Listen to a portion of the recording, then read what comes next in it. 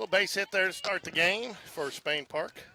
Can you hear me, Brian? Yeah, I can hear you good. Sorry, I had a work call that lagged a little long, but Jags lead off with a base hit. We'll get the lineup here for you in a minute, folks. Yeah, so, So Anderson, 3 balls, 1 strike, gets a double into left field. What do you get? Do you smell that, Brian? It smells like playoff baseball. Playoff baseball. Playoff baseball, baby. Riggins Rogers in the box.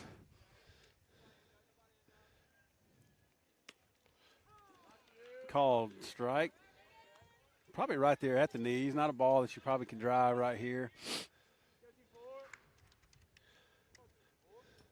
Wind blowing out to left field today, George. It is. I'll tell you what, man. Got to see, who was it? Ford Tate. Yeah. And Sawyer Scott. They played a little varsity action this weekend. Yeah, Looked pretty good doing saw that. Need to check back to see who their pitching guy was back in a couple years ago. What do we got? There we go. We got a 1 ball, 1 strike count.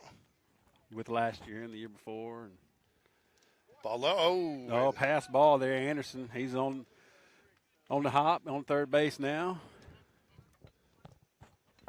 You know, I said wind's blowing out to left field, and you know Beatty turns around and looks at me. Big time. That's why he's big time, man. He hears everything. He's on the field. He's off the field. He's everywhere. He's omnipresent. Now he's acting like he can't hear us. He's trying to be too cool. He's trying to get locked in now. Yeah, he's trying to be too cool. So I see a K in his future. Little fly ball. Yeah, kind of got in on the hands a little bit, but fought it off in the left field for a single. Drives in our first run today. Oh, I got to go fix one of the cameras. I basically got the same angle. I got to go. Got to go turn that one just a little bit more. First run of the day. Nice way to start. Yeah, get a man on, get him over, and get him in. Of course, he got over on a wild pitch, and Riggins drove him in. Now you got big-time Beatty up with Riggins Rogers at first base. Ball misses high. Looks like a tight little strike zone today. Yeah, I was thinking that might have been a strike, but that may let you know the strike zone is going to be a little bit down. Yes, I had a 2-day setup out here, Brian. 2-day setup. Just came out and dropped off the equipment last night. Chelsea was gracious enough to let me come drop off the tables and the tripod and everything. And then today I got out early because I had work calls, so got out early so I could be prepared. This isn't your main gig? No, unfortunately. Yeah, so Coach Stallings here at Chelsea, is that who you talked to? Yeah. Great guy, man. Like Michael Stallings. Yeah, I didn't know he coached at Spain Park for a couple years. He did. He sure did. Him and Will and everybody are pretty tight. Yeah, you know, he and Will played together at UAB. I just found that out today. Just found that out. So. There goes the runner. He's going to be there safely. So now we got 3-1 count here. Tell you what, no offense to Chelsea, like everything that they've done with the diamond, but I just do not know why people don't go more with the beige turf like we do in the infield to make it look more like dirt, you know? Yeah, I don't know.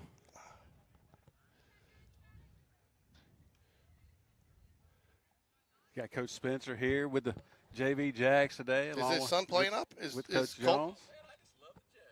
You just love Jag. But you got the wrong uni on there, gray pants, black. Okay. Hey, man, did they give you at least better bus parking than we got for car parking? Maybe you could have walked here from Spain Park. Well, apparently there's a back way into this little gravel lot back here.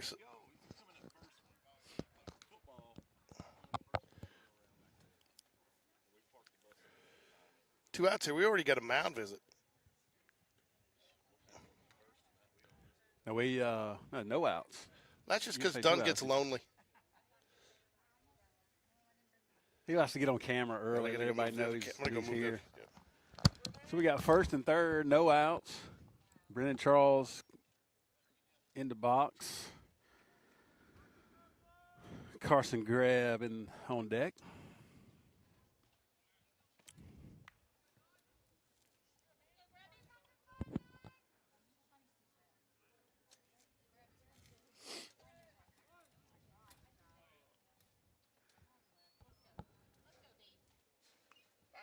foul ball. Aggressive there on that first pitch, strike. Had a good swing there.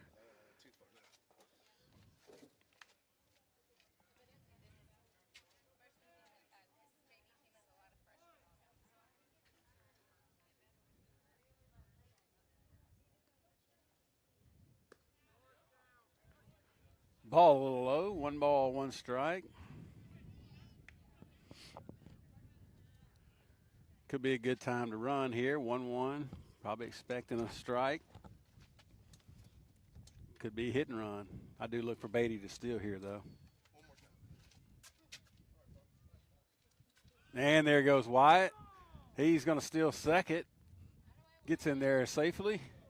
Riggins does not advance. So we got second and third now. 2 balls, 1 strike. I'm sorry, 1 ball, 2 strikes.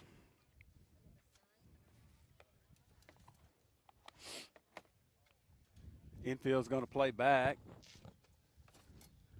So really ball in play in the middle is going to score a run. I think that's the right call this early in the game. You know, I'll fix it a little bit more later. What's that? I got the one camera. I'm trying to get home play. I think you play back, get the out of here. You got a pitcher that's struggling a little bit early in the game. Yeah, there's no reason to cut it off in the first inning. If you're cutting it off in the first inning, you really don't think you have a chance. Strike 3. Who was that? Brennan Shaw swung through that for his first out of the inning. Now we got Carson Grebb coming up. Carson Grebb, nice to have him back in the lineup. He seems to be getting healthier and healthier every day. Yeah, having a good season for us now that he's back fully healthy. Trying to get, I'm sure he's hoping to get some bragging rights too in the Grebb family, right? He's going to bunt the ball. That's going to score the run, and they overthrow the first baseman, and Wyatt Beatty's going to score as well. Going to make that 3-0. Really a safety squeeze there, George, making sure that you get the bunt down, and then once he does get it down, Riggins scores easily. You surprised that Carson did not go to second on that, or just safe play? Probably just safe play, I guess. You know, probably didn't. I don't know if he knew how far the ball was away. That's going to bring up number 4, the hammer, Hudson Carter. Hudson Carter, the hammer. It's hammer time. Nice to have the hammer back in the lineup. Utility guys, right? Yeah. Sometimes you're in, sometimes you're out. You never know when they're going to put you on the mound. That's right. You know, you're just being ready every time you get the call. 1 ball, no strikes here.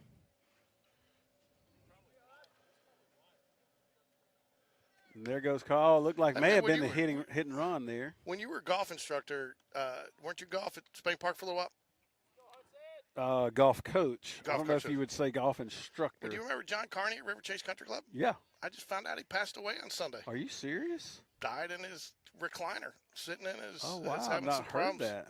I just saw it sitting in the car, and then I texted somebody. I mean, he just retired. That's awful. Oh yeah. Little ground ball. Shortstop can't come up. That was going to be a tough play. Oh, wow, yep. Good. Heads-up base running there by Grebb. Grebb makes it all the way to third safely. Then Hudson on the throw goes to second. So ball hit up the middle there. Grebb the hammer reads it. He didn't hammer that one quite as much, but he got to put it in play. So we don't have any. We don't have a Coach Whitaker sighting today. Just a Coach Jones. Just Coach Jones, and of course Coach Spencer, who also Yeah. David knows his playoff baseball. Drives the bus, comes over here, making a lineup for the varsity probably, it looks like. Hey, Brian, is David Spencer, have you certified his bus driving? Have you certified him on the bus? I have. He's been to a 4-hour research class probably for the last 25 years. Really? And is he lead the class in exit exam? Yeah, we would like to say like he's probably the valedictorian of that. We'll have to go back and check his scores.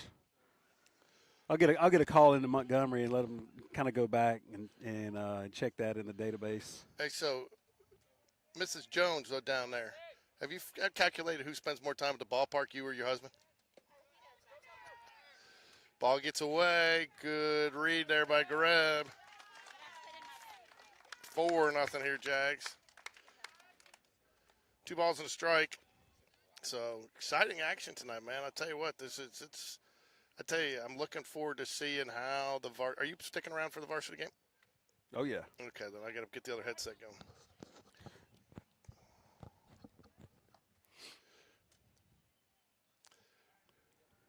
Got Isaac Sutherland. Two ball, one strike, good swing there. In the DH spot tonight, a little bit of an unusual position for him. He's usually in the field or on the mound, isn't he? He kind of bounces around. Like you said, just another utility guy.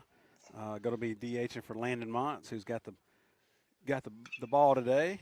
Ground ball to shortstop. There's the play that they've been looking for.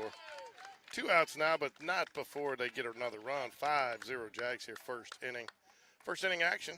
Isaac doing his job there, just putting the ball in play. They're, like you said, playing back in the middle. Ground ball to shortstop, gets the job done. It needs to ship. Now we got Asher McBride up with 2 outs. Good time to bunt here. Third baseman's back. Go ahead and start it back over. We got Mason Jones on deck. Called strike.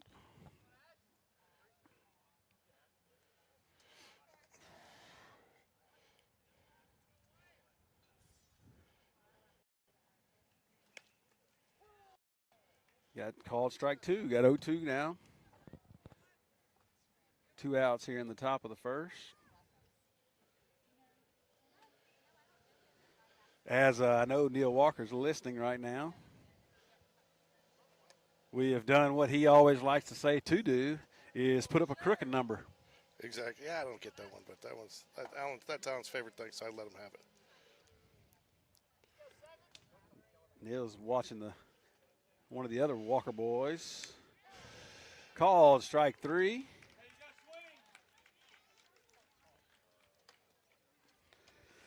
So really good inning right there, George. Starting off with 5 runs here in the top of the first. So we're going to have Landon Montz going to come out, starter for the Jags here. Yeah, I get it. I just put their fielders in. I didn't see a lineup.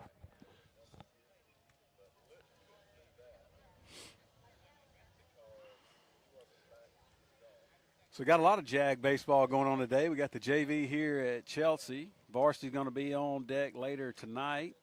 And the freshman Jags, which is what I was talking about just a second ago, they're at Vestavia with a doubleheader this afternoon. I think they start at either 4 or 4:30 as well. So there you go, starting pitcher number 16, Landon Montz. He's on the mound for the Jags tonight. Pitches with a lot of confidence there, Brian. Yeah, Landon looking forward to starting this, I guess you say, these games after spring break off for us. Pitched last week in the spring break tournament that we played in. JV was 4-1-1. I know we won't talk much about that tie because you don't like to talk about the tie a whole lot, but had a really good week last week coming back. So a little bit of I guess you'd say a mini area for the JV, starting with Chelsea here. Yeah, so here's your starting defense. Asher McBride in left field. Taylor Jones back in the lineup today, center field. Huh? Nope. That's Mason Jones. Oh, Mason Jones. Oh, well, they gave me the wrong lineup. I'm sorry. I'll get it fixed, Mason Jones. All they had was Jones on there, no initial. I just didn't read it right. There you go. Okay. Well, did it have M on there? I thought it had T. Anyways, Greb at right field, Wyatt Beatty at first, Tyler Walker at Anderson Walker. I'm struggling. Anderson Walker, Garrett Rogers at short, Hudson the Hammer Carter at third, Brennan Charles behind the plate, and as we said, Mott's on the mound for the Jaguars. That's going to be Riggins Rogers at shortstop. What did I say? Garrett. Yeah, that's all right. I'm just calling all sorts of Garrett things. played shortstop probably back in the day. I'm a little flustered after getting that text in the car about John Carney. I mean, I'll tell you, that's wild. I mean, it starts to hit home, Ball misses low. Mott's got good velocity for a JV player. Yeah, he does. He throws the ball really well. Fast ball, going to see a curve ball. Called strike. Wow, that was a low strike. I like it. A pitcher's going to love that pitch. Yeah, they definitely going to like that one. Give me this umpire for the second game. 2 balls and a strike. 1 out here. There's nobody out. Bottom of the first, Jags lead 5-0. That's the other thing, too. I got to get off. People probably prefer to see Game Changer than my team's channel. Nice strike. I tell you what, umpire's been consistently low down there. Yep. You know, that's the thing as a pitcher. You just want to find out where he's calling the strike and then just kind of use that to your advantage if you can. Ooh, must have missed off the plate, but I liked where he went with that. Fills up the count here, the first batter.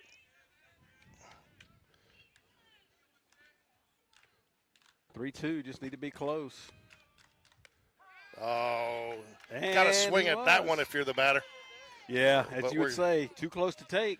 Yeah, man, will make that lonely journey back to the dugout. I've made it several times myself as a player. Usually those swinging. I very rarely went down looking. I got a shirt from Baseballism, so you've ever been to that store? I don't think so. It's they got all sorts of different. It's great. It's outside of Atlanta, but it says "Take a chance, don't take a chance," and on the first "Take a chance," the K is facing forward. It says "Don't take a chance" with the K backwards. So basically, it means if you're gonna take a chance, go down swinging. That's exactly right. You got no chance to hit it if you don't swing the bat. That's like I always used to tell my girls when I was coaching them basketball. You know what? The only shot that the only shot that doesn't go in is the one you don't take. That you don't take. That's right. Tell you what, man, you feel like we're at like an SI Sports photo shoot here with all the moms and the cameras out here. Coach Spencer, So it feels like we're at like an SI, event here with all these cameras out here. Feel like we're like the Super Bowl. I mean, Coach Spencer was saying he looked at me and said, I never saw a shot I didn't like to take. Yeah. Hey man, if you can't make it if you don't shoot it.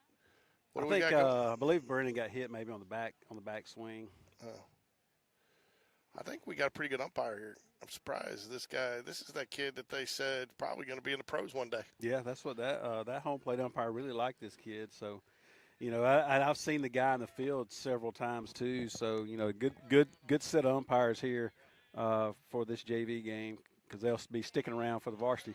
Yeah. 2 balls, 2 strikes, 1 out here, 5-0. It's been all Jags so far, courtesy of a few Chelsea errors, but also a couple of Jaguar base hits. He's got a long arm rotation there. Yeah, I got it worked full count again. You run your pitch count up a good bit if you get full count too many times. So here again, you just got to be close 3-2. Swing and a miss. He gets in. Jags will throw it around. I'll tell you what, Hudson going to have to contend with that son and that he's got his dad's shades on, huh? Oh, no, those are his shades. We already got our first Kay Carter sighting today. She's actually been in there for a while. Oh, yeah, that drives Alan nuts, that little string. 2 outs here. Landon Mott's 2 strikeouts. I'll tell you what, though, you look at his pitch count, you wouldn't thought he pitched this well because he's at like 14 pitches already, 2 batters. Yeah, but 2 full count strikeouts. Went full count both times, like you said, and try to get ahead early, and then try to stay ahead. Swing and a miss. I like that upstairs fastball.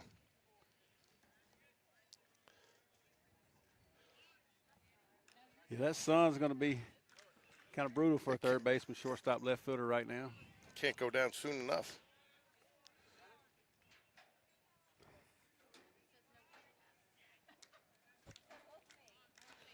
Two balls, 1 strike. Strike 2 evens up the count. 2-2-2. 2 balls, 2 strikes, 2 out.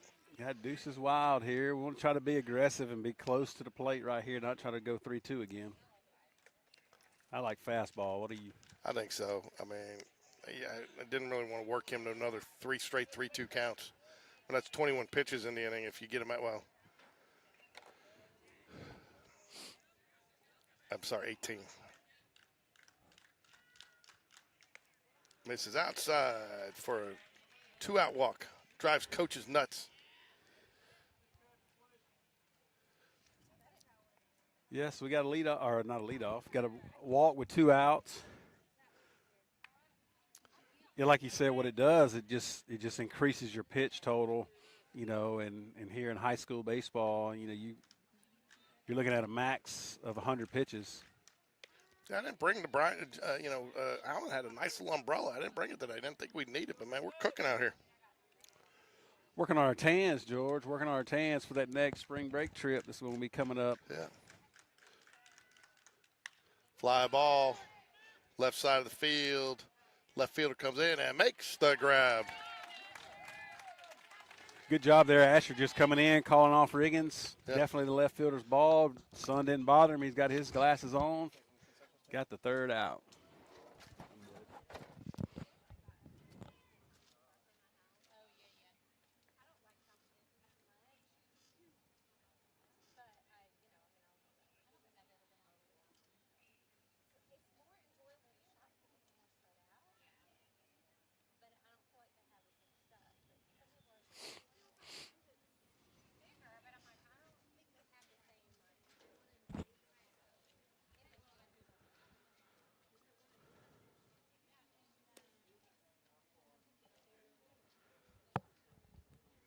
Due up in the top of the second. Got center fielder Mason Jones. Then we're back to the top. Anderson Walker, Riggins Rogers. Jags up 5-0.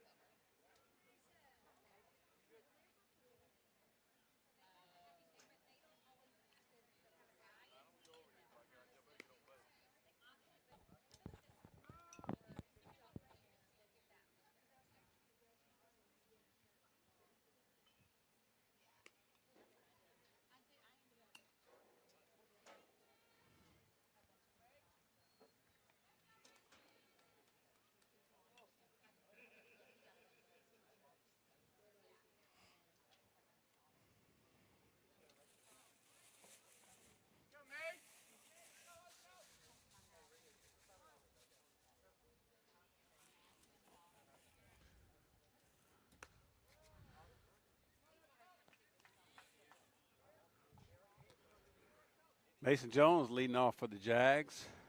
Takes ball one high. And takes ball too low.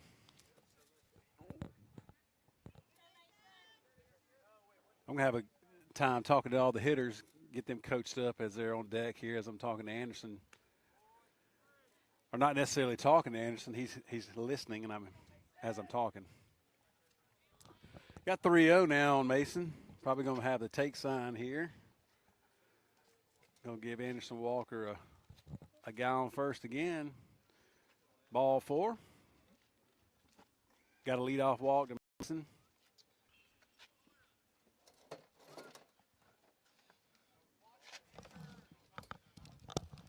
Going to go ahead and make a pitching change, George. Looks like I'm going to be bringing in the center fielder. That'll give us a second to go Jay through Johnson. the starting lineup for the Jaguars, which we have missed. Going to be Walker, Rogers, Big Time Beatty, Brennan Charles, Carson Greb, the Hammer Carter, Sutherland's the DH, McBride, and Jones. So I'm going to look at that.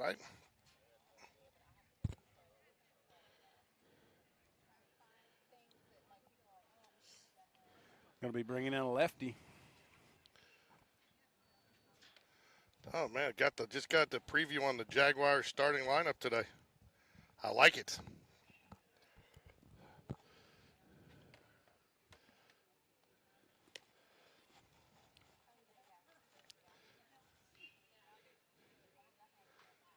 Yeah, I'm not a boiled peanut guy. Just hand me one. I actually got those for Sean Jones because he's always talking about boiled peanuts, and they said they were fire. But they smell like they're hot. Have one if you want. Not bad.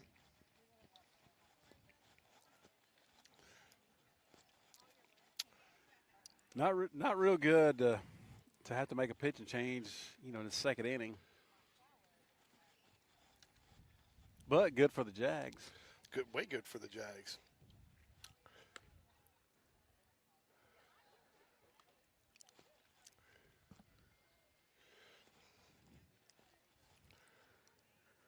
I tell you what, George, I was watching the Braves last night,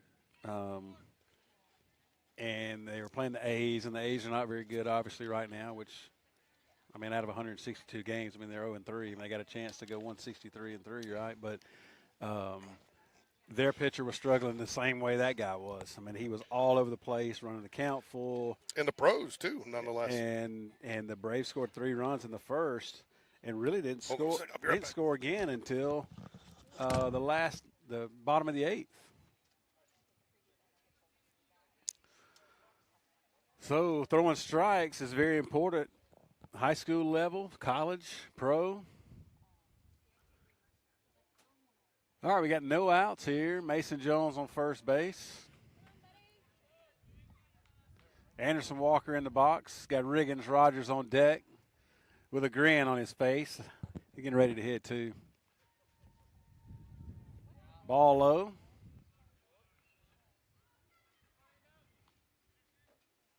Got 1 ball, no strikes.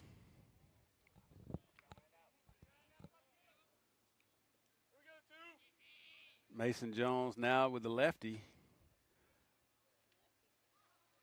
There he goes. He's going to take off. He's still second base. Anderson squared the bunt, didn't bunt it, but caught a strike anyway. It's 1 ball, 1 strike.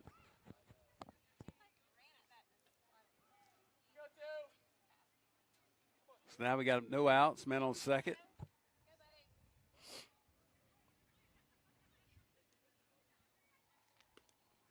Called strike 2 at the knees. 1 ball, 2 strikes.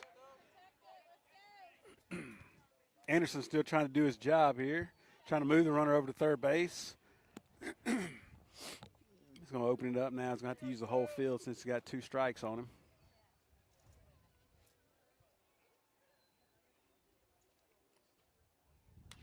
And there's a drive in the left field for a single. Mason's going to hold up at third base. So great job there by Anderson. Second hit of the day, first and third, no outs. That's going to bring up Riggins Rogers.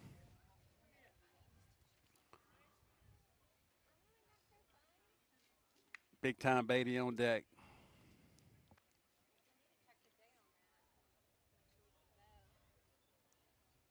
So first and third, no outs. And foul ball.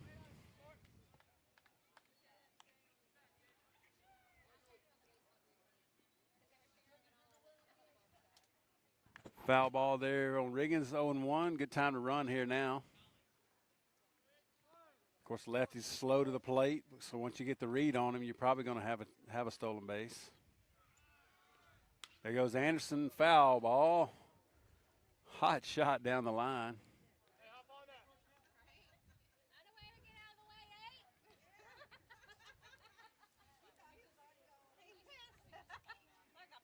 I think Mason may have seen his life flash in front of his eyes. Foul ball was hit pretty hard right at him, but he got it out of the way. 0-2.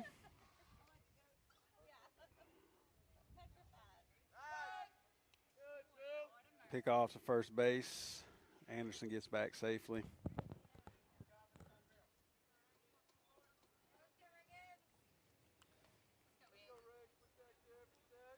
Riggins 0-2.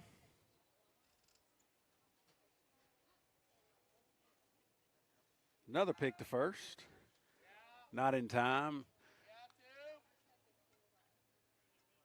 And here's where I definitely say it probably needs to be a steal. I've never seen a pitcher throw over 3 times. They're not going to do it. So you can go ahead and steal, Endo.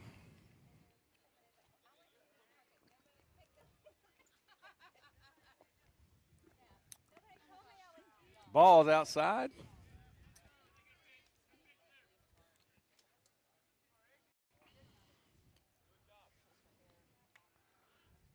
One ball, 2 strikes now on Riggins.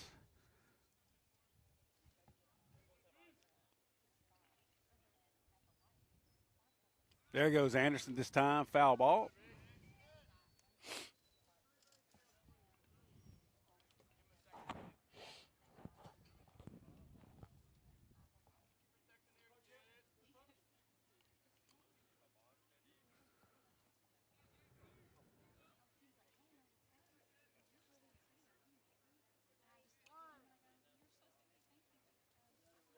1 ball, 2 strikes, no outs. 5-0 Jags.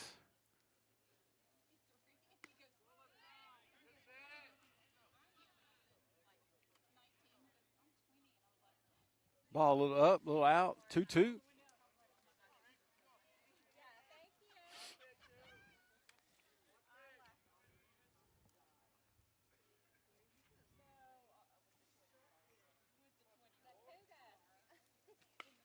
And another foul ball. Riggins battling up there, 2-2. 2-2, no outs, first and third. Good time to steal.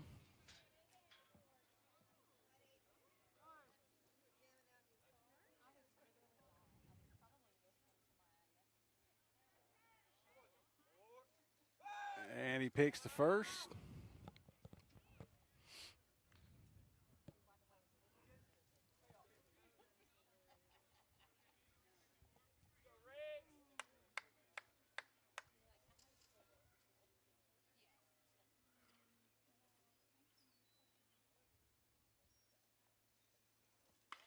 And there's a line drive into center field. Center fielder's going to make the play. Mason Jones tagging up.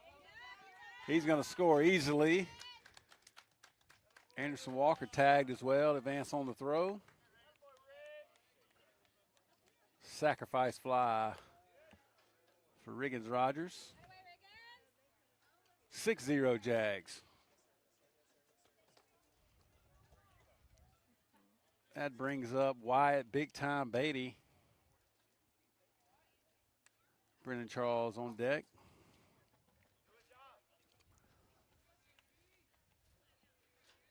One out.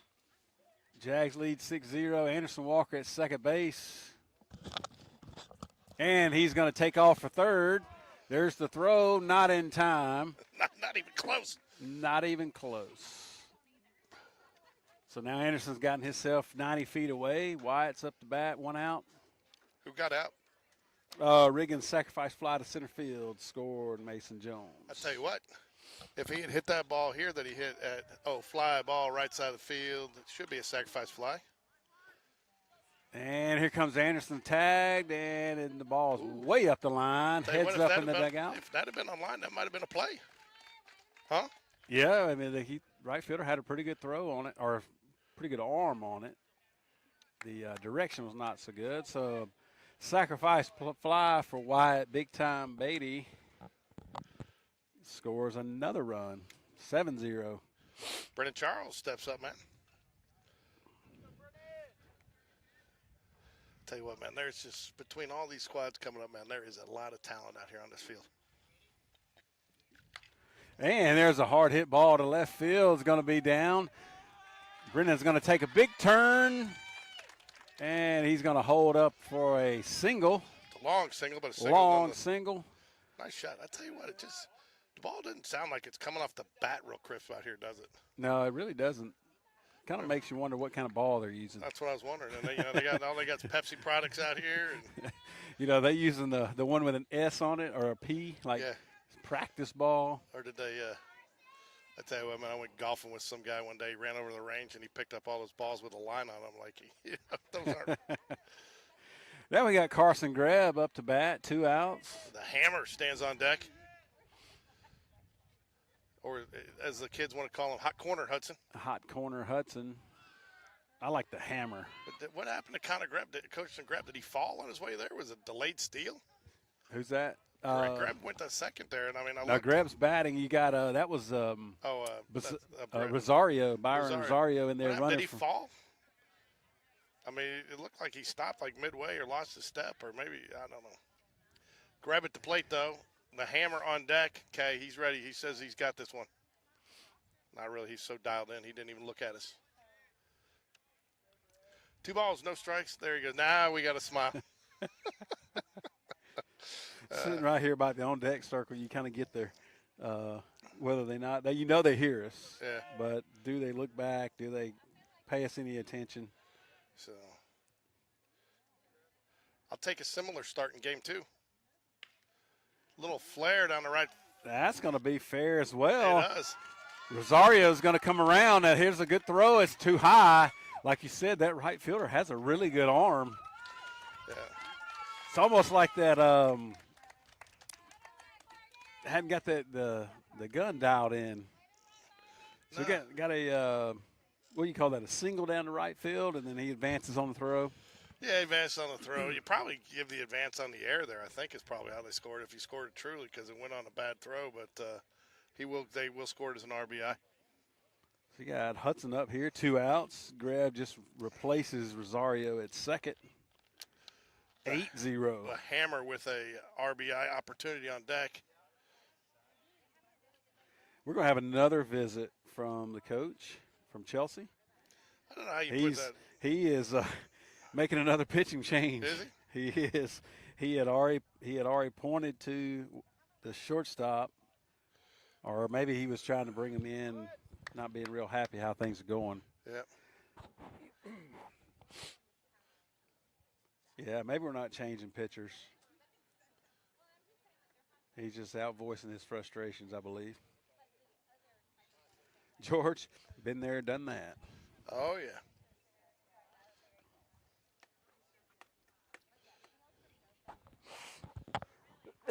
Yeah, so no pitching change. Just a visit from the Chelsea coach. Hudson steps back in 1-0. We got Isaac Sutherland on deck, wants to hit badly here in this top of the second. So need Hudson to reach safely here with 2 outs. A little pickoff play. Not much happening there. 1 ball.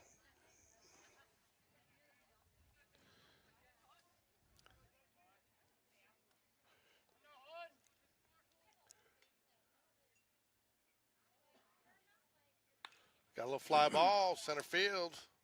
Tell you what, man, nothing is sounding crisp coming off the bat, is it? No, it's really not. Do you think they microwaved those balls before the game? I don't know. Well,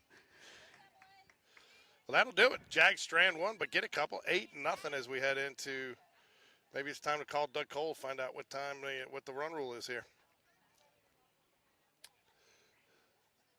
Hey, so talk to me about JV here. So, are they going to mirror all the area action? So when we play Pelham, will they do a JV and varsity? Yeah, when we do play Pelham, they will play at the same time, like at 4:30, 4 o'clock, then the varsity will play after. Now, Helena, I noticed on the schedule, only has a varsity game schedule. We played Helena, I say we as the JV, played Helena earlier in the season for a doubleheader, so there won't be a JV game for those particular games. Yeah, I may not. Let's hope the Jags can take care of business in the first 2 series, because there is a chance I'm going to have to miss one or both of those Helena games. Unfortunately, my paying job prevails. Hold on, I'll be right back.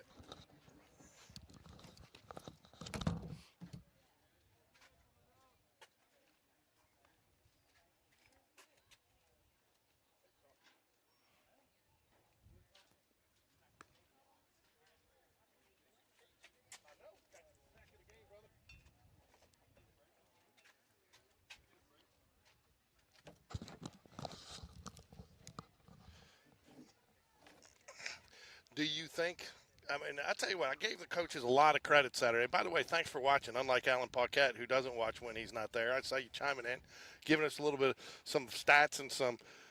But I gave Coach Smith a lot of credit. They held out Sawyer Scott and Fort Tate, because they felt like we were going to go much deeper in our pitching rotation. So those guys only got to pitch 1 inning in their JV tournament under the anticipation that varsity was going to have to go deeper into the rotation, and gave the coach a lot of credit for sticking with that, for those guys taking one for the team and not playing as much in their JV tournament to pitch so they could pitch for the varsity if needed.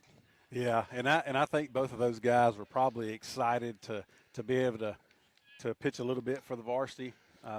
Both of them pitched very well. And like you said earlier, just looking at some of these younger guys moving forward, a lot of bright spots coming up the way. Well, just like anything, it's pitching, and we are deep in the rotation at both levels. Yeah, they would say the game's probably played majority-wise pitching. The better pitchers you have, the better opportunities you're going to have. Oh, how does he miss that ball? Just over his, jumps to make a play, just just barely out of his reach, George. Just Looked barely like he out of reach. missed like he might have mistimed that jump just a little bit, you know? Wow. And, he's looking into that sun, too. Yeah, I think the sun could have possibly That might have been one of affected those. A little bit. That might have been one of those, too. He shocked himself with how high he got in the air on that.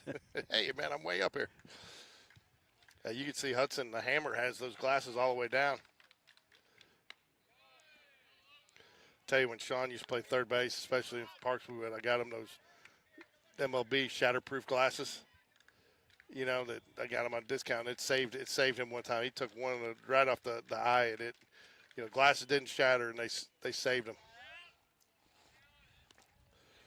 1 ball, 1 strike here to, what's the batter's name?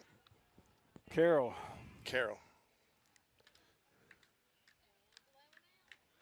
Chelsea with a base runner.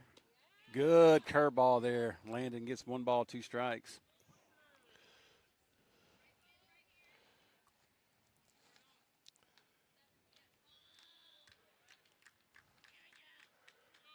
One-two pitch.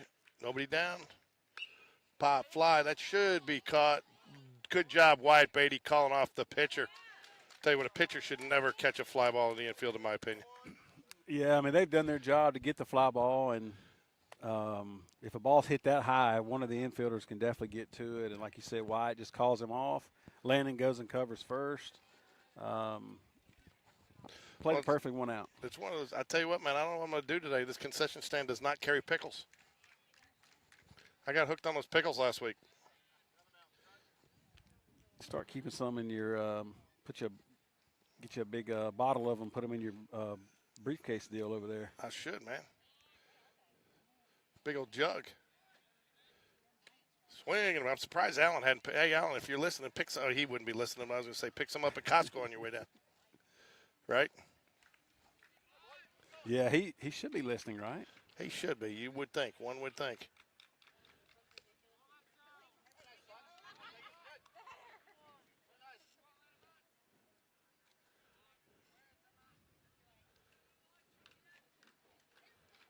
Two balls, 1 strike. That's going to be a single into right center field.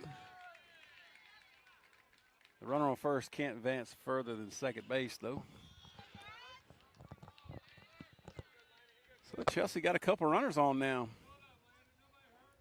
1 out.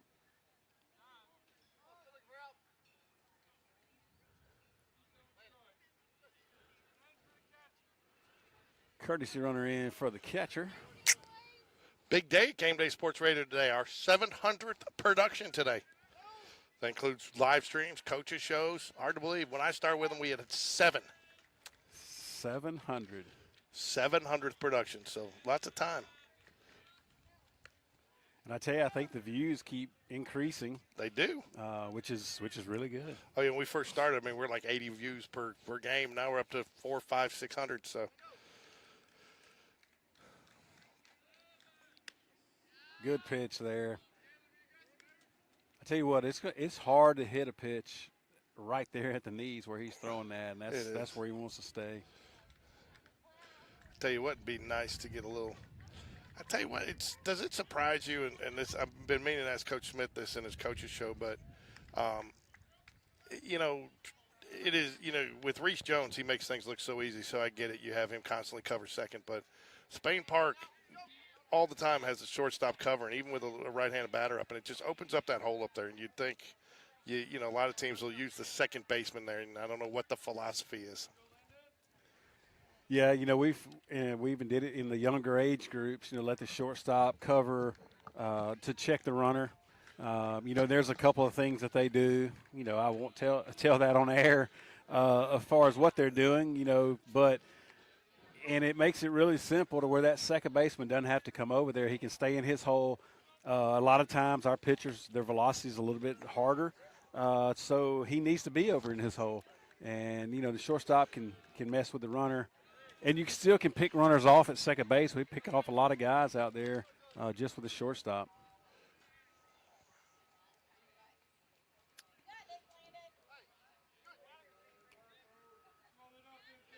Well, bases juiced here. 1 out, bottom of the second.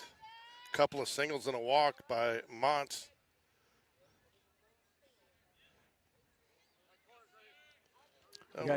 Got corners in. Gotta get him in the luxury box, man. Dutch boys in the luxury box. We're going to get a visit from Coach Jones.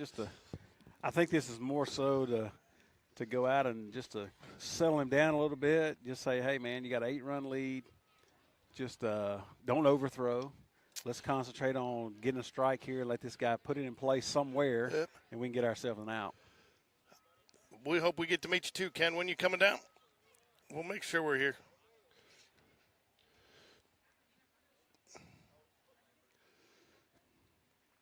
Oh, he retracted his message. Maybe it doesn't want to maybe meet doesn't you, George. Maybe it doesn't want to meet us. Maybe that was just meant for you.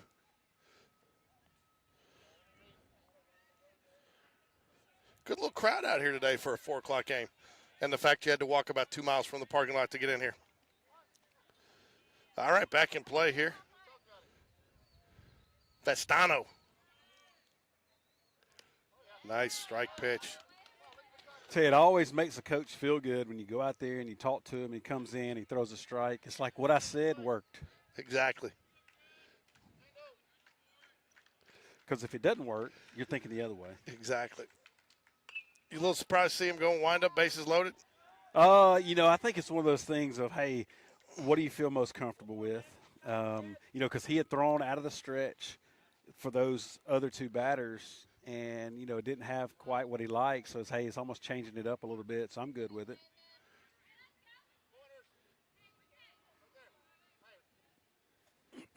Sometimes you think about that definition of insanity, right? Right. You keep doing the same thing, expecting different results. Hey, change it up a little bit, and let's see if we can't change it that way. Tin cup, put your tees in your right pocket. Right? That's right. Put your hat around backwards. Yep. So jump on 1 foot. Yeah, the only thing I question about it just seems to you give those runners a little opportunity to get. But again, the reverse is true too. I mean, you can do that when you have a catcher like Charles, who's not afraid to throw behind a runner to try to help his pitcher get the out. Oh yeah. Oh, where did that miss? Oh, and he thought he was raising the hand. Did it not look like he was raising the hand? It did. It had to have been outside a little bit because, that was from over here, it looked pretty good. It looked real good. Fouls away. Batter hanging tough. Wide Beatty will give chase, but it will get out of play. Nice little slide there. I think that's the last thing Coach V wants to see is one of his players get injured on the baseball field after Nash Davis. Yeah. Yeah, he's battling up there, and let's look for Landon to go ahead and strike him out. 1-2 pitch. 3-2 pitch. So you got full count here, 1 out. That pitch was pretty close too, George. I must need to bring it in just a little bit. Fly ball, infield fly. Batter is out. And that's when you'd love if there's no infield fly rule. Let it drop, touch the base. You get plenty of outs. Yep. That's why they put that rule in. Yep. I always want to just kind of let it bounce to see what runners do because sometimes you may get them to take off a little bit. 100%. You run at your own risk. That ball was right there at the bag. You might be able to get that guy if he bounces off the base. You run at your own risk. Correct. Fouls it away. We had one the other day that I thought was borderline. It did drift a little deeper in the right field than it looked initially, but I thought it was going to be infield fly, and it fell. And umpires weren't real clear about it, and they just kind of didn't point down or anything, and so it was a little unclear, and the runner started running. Nobody really knew, but it worked out for the offensive team, scored a couple of runs off of it.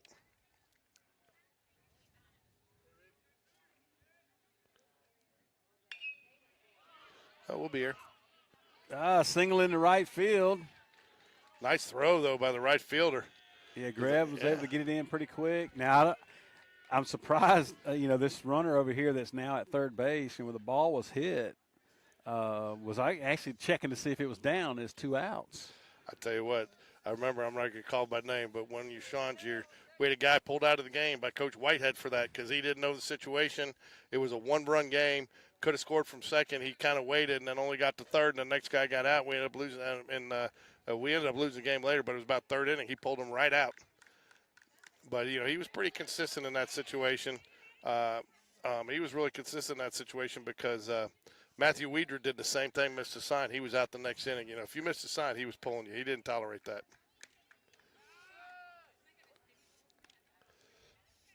We'll be here, Ken, on Thursday. In fact, we'll be doing the JV game for you. Maybe get on the air with us. Give us an inning. Give us an inning of fans' perspective from Michigan. Oh, wow. I was a little surprised he tossed that, aren't you? Yeah, it's almost like he wanted to take it himself, then realize, hey, I'm a little bit far away, so I'll toss it. But got the out at second base, only one run. A lot of base runners that inning, but only one run score. So 8-1, we'll take it. We'll take it. As my partner says, gladly take it.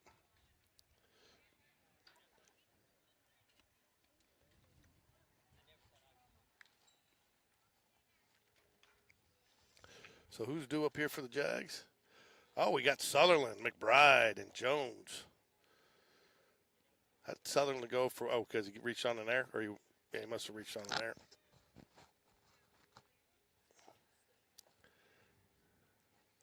I'll get the, you know what? What's the funny thing is I saw the lineup, but I had so much. I was back-to-back meetings this morning, so that's my excuse, but it's not a really good one. And I'm like, oh, man, I didn't get a chance to use the graphics, the pictures that Brian sent me. He spent all the time getting it, and then because I thought Taylor was out there, and then I could have used Mason. So I'll get Mason in there. I'm sure he'll be back in on Thursday. So, speaking of which, I got to get Reese Jones's updated. Finally got a better picture of Reese.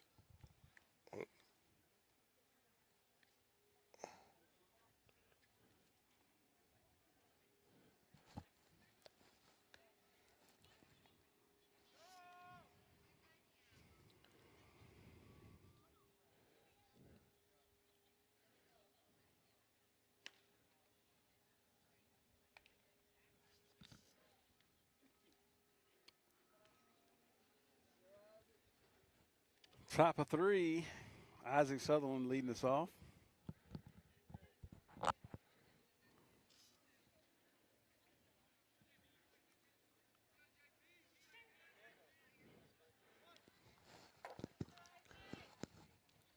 I haven't seen his dad out here today. Where's his dad? He must be having to work with his paid job, too. Maybe he's watching. You think he knows how to get on? Ooh. Oh, that ball's hit pretty good down the left field line. Foul ball. I like an umpire who get down the line to really call it, Yeah, he was definitely in position to make that call. Yeah. And really, that's all I'd ever ask for is just make sure you're in the right position to make the call. Sometimes the call is going to go against you, go for you. As long as you're in the right spot, you really don't have a lot to complain about. No. Ball one. And I don't know why because it's foul. I still don't know why the Jags go all black over here. I'm not a big fan of the all black uniform. Swing and a miss. He got him out front off the off-speed pitch. Nice pitch sequence there. Yeah, the foul ball was pulled, to the foul of the left field line, and so that pitcher probably had that in his mind, or maybe the coach, and slowed the next pitch down, and he swings through it. Kind of like you said, out in front of it.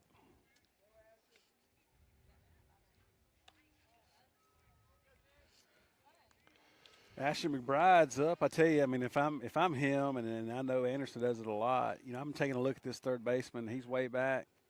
Before I get a strike, I'm thinking about laying a bunt down. Yeah, why not?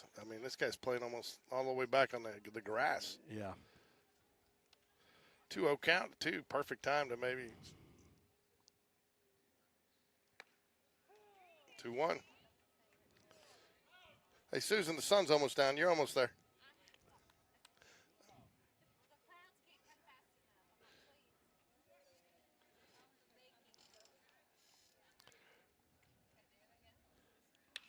Oh, line drive. Nice shot.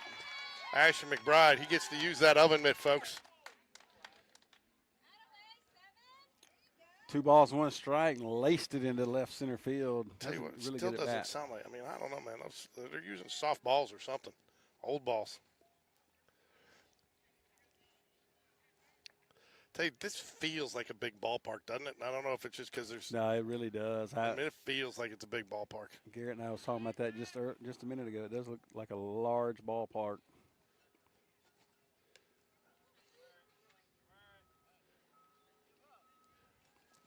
Jones takes ball 1.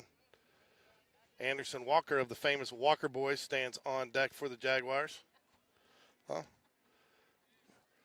His mom told us finally, though, it's a country music band, not a band of outlaws. Isn't that right, Susan? The Walker Boys and their band of misfits. And Susan's the manager, she said. She's the one that runs everything.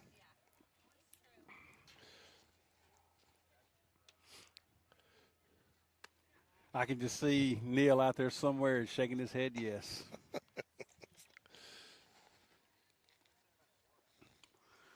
3-0 to Mason. Do you pack his bag for him, Susan, before he comes to the game? He usually comes with, like, a change of clothes. He's got his pants that he can put on if it cools down, and he does that his own. Ball 4 to Mason Jones, going to take a walk. We've trained him well.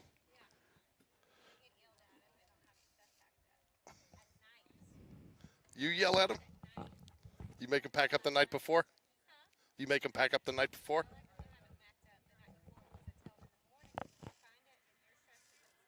That's right. You know, that was the best thing I ever did is I got stadium lockers for the garage when they were playing youth sports. So we did laundry or whatever, or they hung them out there, their hat went out there, their gear, and so after that, we never had a problem because same thing. You know, how many times a hat make it up to a room and then they can't find it the next day, and then I like the way you put that. Your stress becomes my stress, and I don't like that. We got 2 pickoff attempts at second base. I tell you, if we're going to steal, now's the pitch because he's not going to pick off 3 times in a row. Andrew, what do you think about the MLB rule? You can only pick off once. I like it, man. It speeds the game up. It does, but Here he I goes. personally think they should be able to do it twice. And the only reason I say that is because once you pick over once, if the guy was going, now he can get a bigger lead because you can't come at him. Yeah, you can pick twice. That third time. If Oh, you is it pick, twice? Yeah, and that third time you can pick your third time, but you better get him because if you don't, he gets Okay, the next I thought base. it was one. I thought it was one and done. 1 ball, no strikes to Anderson Walker. From the famous Walker Boys. Riggins Rogers stands on deck. He's just waiting to hit. I can just see it in his eyes. I thought he was still wondering how he didn't catch that line drive. Oh no, you turn the page, man. Defense is over. I got my bat and ready to hit. Anderson Walker, nice little dribbler back to. Oh wow, did surprise he didn't go to third there. That's you know what? That's basically an effective bunt. Yeah, move the runners over to second and third. Got Riggins Rogers coming up to hit with 2 outs. Not a bad guy to have up with 2 ducks on the pond. No, definitely not. Man, somebody's jamming out some tunes over there on the football field. Yeah, you surprised with all this money they put in this field that they maybe update the dugouts a little bit? They got a lot of construction going on, that's for sure.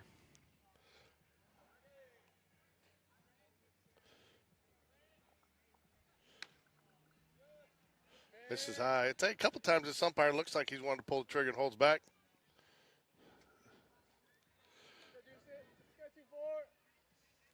Wyatt Beatty yet to step up to the plate today, according to the official scorebook. 0 for 0, but he's got a walk and an RBI.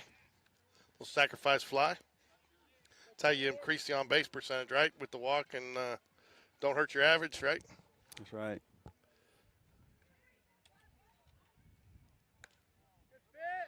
Two balls and a strike. Riggins Rogers. First base is open. It is open, but I guarantee this pitcher's going to try to throw a strike here, so Riggins going to be ready to hit. Ground ball, third base, gets through. Third baseman didn't even go for that. Oh, and we got to play it. Oh, nice job by the runner, kind of.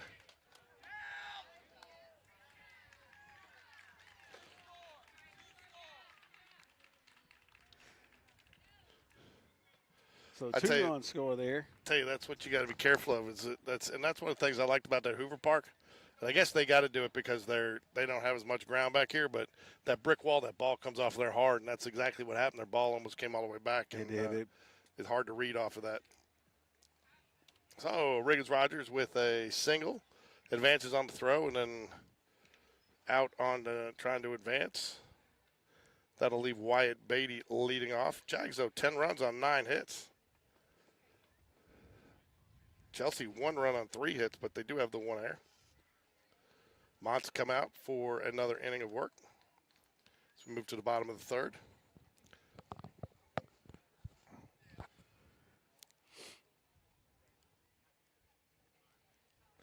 Stick around. Who's...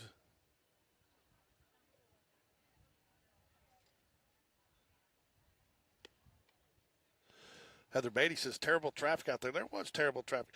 I tell you what, coming down here. So I came down here last night to set up. So on my way home, got a text that they wanted us to move our table down. Well, they kind of told us before, but I didn't receive the text. So this is where they went, and I get it. So put the left cameras down there, set up.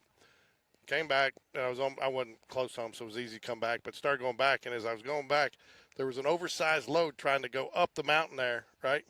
And it didn't have enough horses to pull it up there and got stuck on the hill, and traffic was backed up all the way down 280. But I tell you, I did finally get to try Raging Cane's chicken. There was nobody in the drive-thru.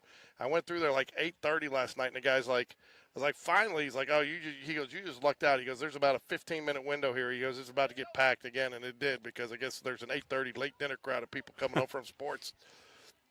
But it was okay. I asked for extra sauce. The guys, you want a cup of sauce? And I was just thinking, get a little cup. I mean, we're talking a full 16-ounce cup of Cajun sauce. So don't get the cup. Logan went to him. Logan stuck a straw in it, about drank it, thought it was a milkshake. Probably shouldn't have stopped him because that would have been funny to see. Ball 1 from Montz. Ooh, ground ball through the hole. That's been a popular hole today. Yeah, that 5-6 hole, that ball was shot through there. So do we need to wait for Allen to get here to tell us, is this sprint turf, speed turf? What do they call it? This looks more like turf. Maybe what we have Yeah. at Spain Park. As far as the brand, I don't know the brand of it. Remember back in it had to be, late 90s or early 90s. I was still in school. So like 90, 91 when they came out with that prescription AstroTurf that was supposed to be so much better for you, and all those guys were tearing their ACLs. Oh, yeah.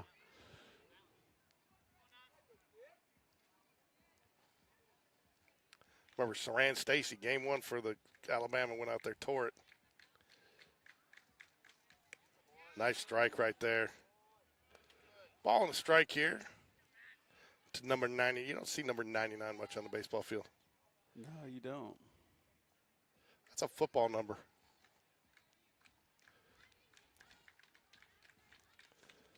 Fly ball. Mason Jones makes the catch.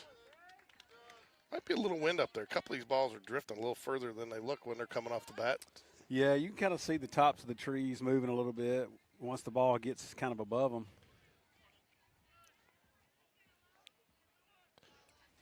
But that was a lazy fly ball. That was a lazy fly ball. Mason Jones just settled under it like a major leaguer. I tell you what, though, I still, even when I played all the way up to my 30s in competitive softball, I always two hands catch. I'm not a big fan of the one hand catch. I know it's not as cool. Style points, George. You got to have style points. I was always taught, especially if you got to make a throw, your hand's already up there to get the ball. You save that fraction of a second. Than having to bring it up after you catch it. But what do you think? You think Coach Reasoner let us catch one hand or two? Coach what? Coach Reasoner. You think he'd let us play with catch with one hand or two? Oh, two for sure. He was a two-handed guy. Absolutely. He was a two-handed guy. If you had to have your cleats that way, he was a two-handed guy. And I'll tell you what, if you were going to miss a ground ball, it better have gone off your chest. Yes. There's no side. There's none of that side swiping stuff. You know. No, because you'd look up and there'd be somebody jogging out to your position right then and there. I tell you what, when I was coaching, I had a couple dads laughing at me. When I was coaching, nice pitch, brings them up, sends them packing. When I was coaching, it was machine pitch at that time. I had a kid that kept on doing it. I wouldn't let him until he got in front of him, and I kept on hitting harder and harder and harder. And the dads were laughing. I was like, look, you can stop this right now. Just get in front of one, you know? And he finally did. Then again, everybody thought,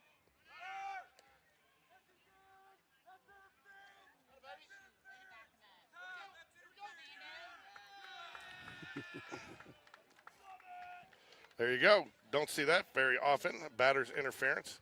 Yeah, then people thought I was abusing my son when I found out Sean was catching, so he wouldn't be scared. We went out there with no glove, and I had him put his hands behind put the pitching machine on, so it was bouncing into him, and he got used to taking them off the shin guard and the chest pad and all that, and he got used to it pretty quick. A couple parents walked by there. Did he do something? Is he in trouble? No, man, we're just trying to teach him because, a lot of those catchers, when they first start, they want to turn their head or, they're scared of the ball.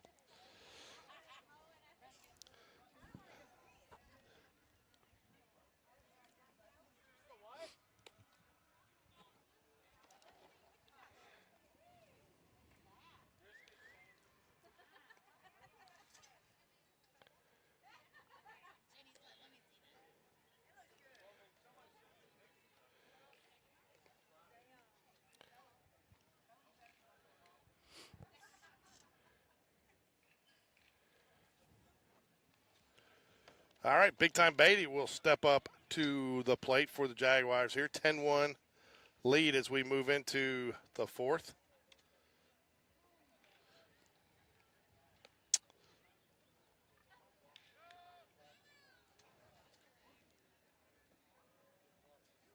Oh, what settings? I want studio mode.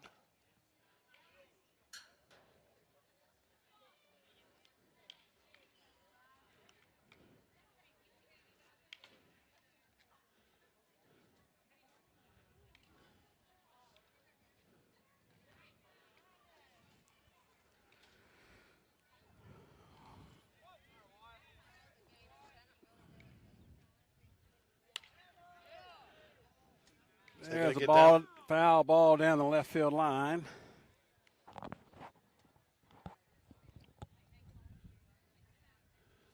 Well struck, though, by big-time Beatty. Yeah, so I think what you're probably going to see now, just like we talked about a minute ago with Isaac, was pitcher's going to throw it even softer, see if he can't get him out in front. So Wyatt really needs to think about taking that ball the other way. Stay back on it. Oh, yeah, he did. Oh, fire ball. I'll tell you what, you never like catcher or third baseman backing up like that, Yeah, the ball wouldn't hit that hard, and he basically just tried to turn backhanded, and it bounced right off of his glove. And he was going to have a long throw from that. Got Brennan Charles up, no outs. Scored as an error. Not much of a lead with the left-hander over there, so not much of a threat to steal, I wouldn't think, for Beatty. Yeah, but, once the guy does come to the plate, he's not throwing it very hard. You just have to be able to read it. Don't get yourself picked off because he doesn't have a great move to first.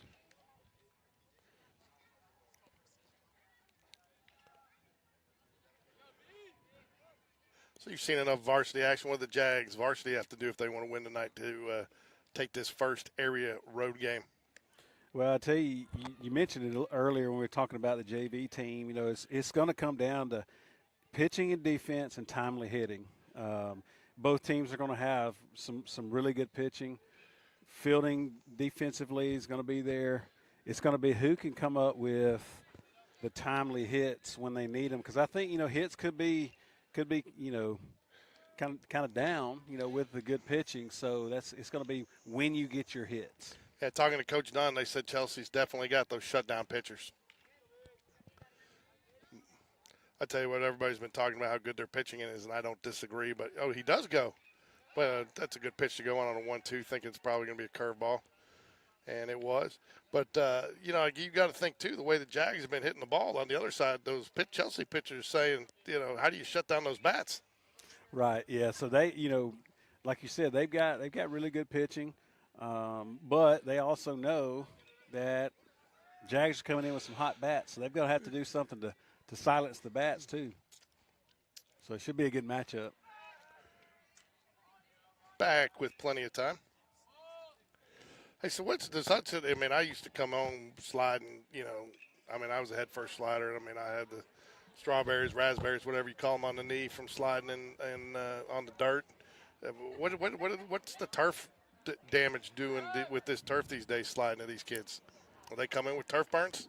I think it might just be on their elbows or something. I don't think there's any kind of burns on their legs, maybe on their hips. Kind of the old school diving back, getting those burns on your upper torso.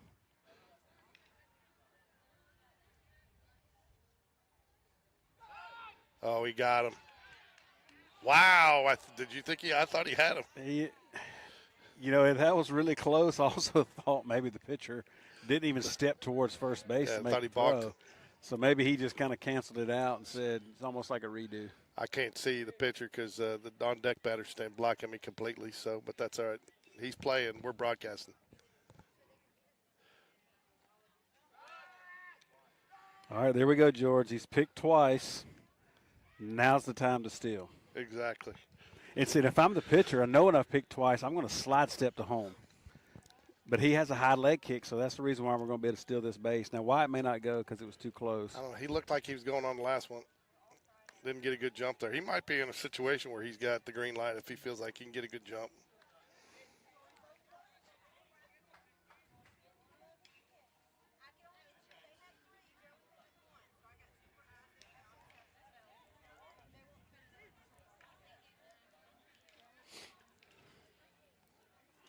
Does go there, fly ball. It will drift over to the batting cages.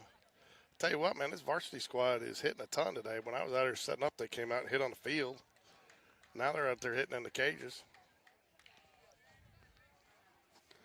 Ricky always says that those all blue uniforms they got look like softball uniforms. Kind of like when Trustful wears their all reds.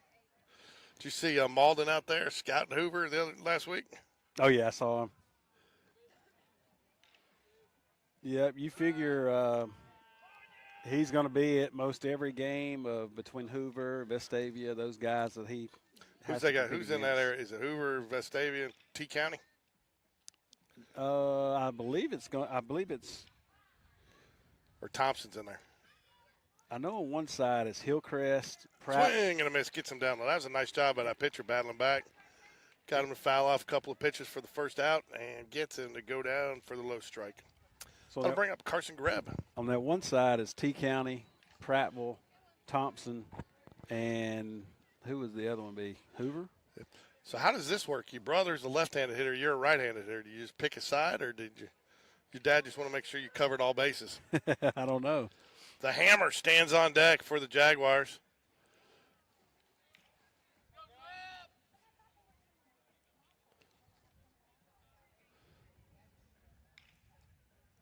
When are we going to get Hadley out here for a game? She doesn't come watch Hudson? I need to get her to come to one. She's still, well, I guess she's out. Man, we could probably make her some money. Set up a chair out here. She'd give haircuts between innings. Yeah, there you go. You know, it's kind of like in Hoosiers, Friday night win, free Saturday trim for the players only, right? Yeah. Yeah, I need to talk to her, see if we can get her out there on Thursday.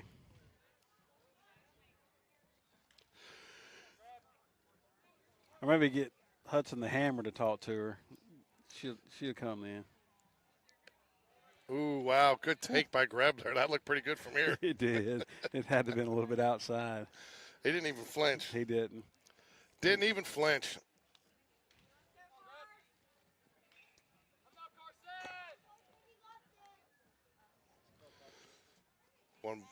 Steps off. Surprised you haven't seen Beatty try to go again here. I'm telling you, he almost got picked off a second ago, so it may be a little a little skeptical to try it again. Ooh, can't go. He's out. Good decision, though, to try to run there. Let him call you out. Let him bring you back, right? Yeah, that's right.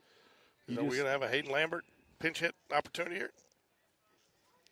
Yeah, it looks like it. Got 2 outs. Hudson up to bat. Hayden Lambert is going to step in on deck. And Hudson, the hammer, Carter, steps up to the plate.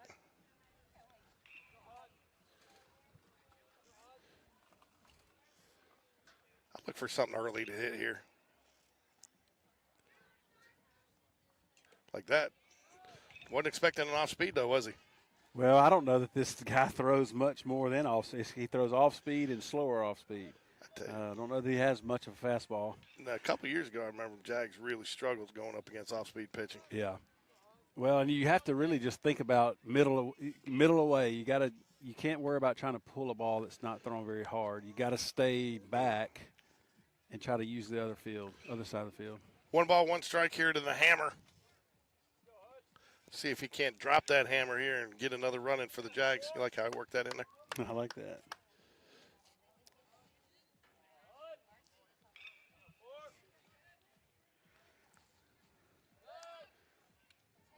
He has a pretty decent little move to second. Carter 1 for 2 today. Fly out to line drive. One of the Jags' 9 hits. 1-1 pitch. Misses low and outside. 2-1. 2-1. Good pitch to hit here, George. Yep.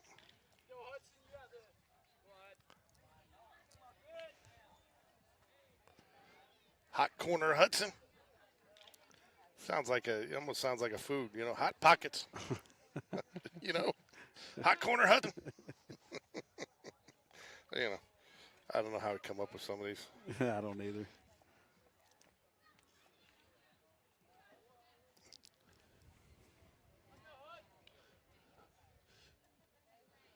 Go Jags, Allison. Ooh, called strike.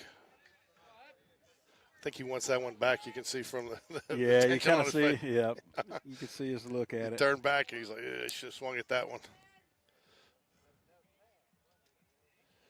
2 balls, 2 strikes, 2 outs here. Top of 4, 10-1 Jags. Hudson, the hammer, Carter at the plate for Spain Park.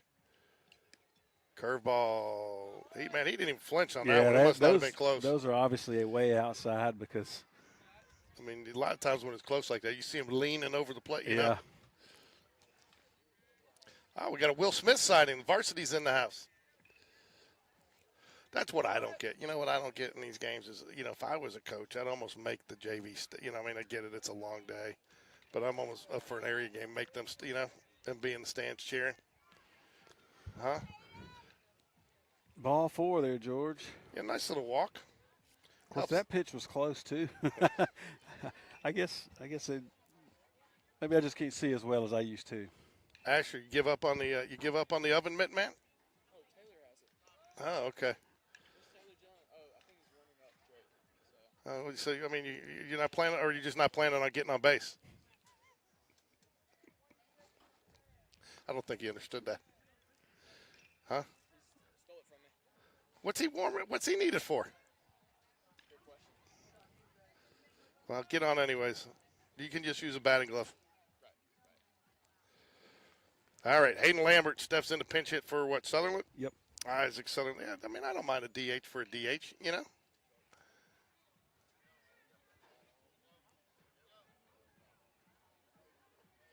Coach Jones rattling some instructions from the third base dugout. I tell you what, man, if that's what it takes to get a pair of those shoes, I'll sign up to coach.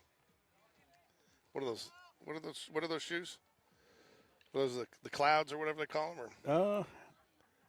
They look like they're Nikes. Yeah. I don't know which ones they are. Hayden Lambert takes ball 1. Heather Beatty, we know you're watching, but is Libby watching her brother from Ole Miss? They're probably still crying about Lane leaving. I mean, how do you go? Talk about LSU. I mean, they're just begging to be investigated. First, they hire Kiffin through that whole mess, right? Then, and I know it's harder these days, but then they go hire Will Wade, who they had to let go for ethics, and then got a show cause order, and then they bring him back. Well, I mean, they know he can bring him in with money. I mean, I guess you bring the guy back. Why not? He was doing it before it was legal. Yeah, he was.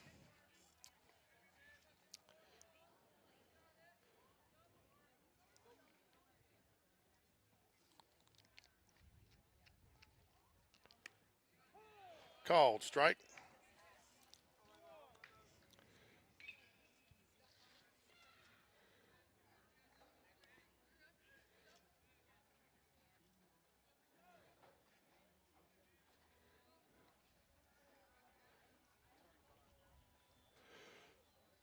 Two balls and a strike to Hayden Lambert, the pinch hitter for Isaac Southern. 3 balls and a strike.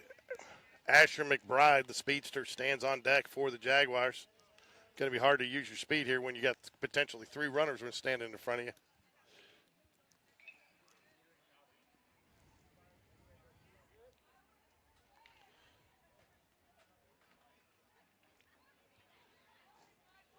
Ball 4 loads the bases for Asher McBride. Mason Jones will step up on deck. Tell you what, it's amazing to see this. Asher McBride 1 for 2, but Mason Jones 0 for 0 with 2 walks. Scored twice. Oh, we're going to have another pinch hitter, huh? Yep. Who's that? Is that going to be Joe Jordan? I was going to say, I'm starting to learn these guys. I'm starting to learn these guys by numbers and face.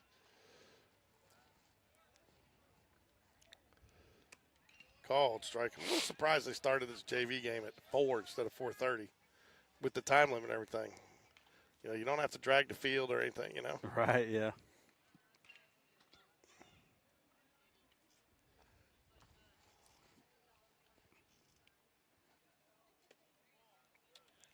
Curveball misses outside.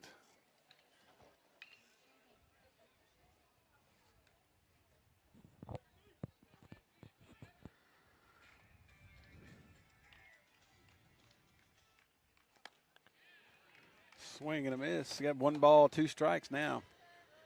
Yeah. Think he brings him that curveball again? I think so. You know, he's been kind of flirting with that outside corner. So you just got to be ready for it if it's close. And he does. Pop fly gets him to pop it in the foul territory. First base makes the grab and ends the threat.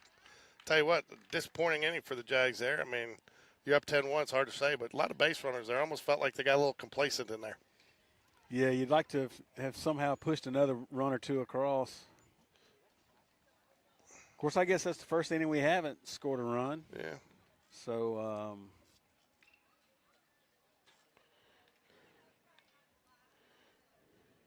Landon Mont's back out for his 4th inning of work.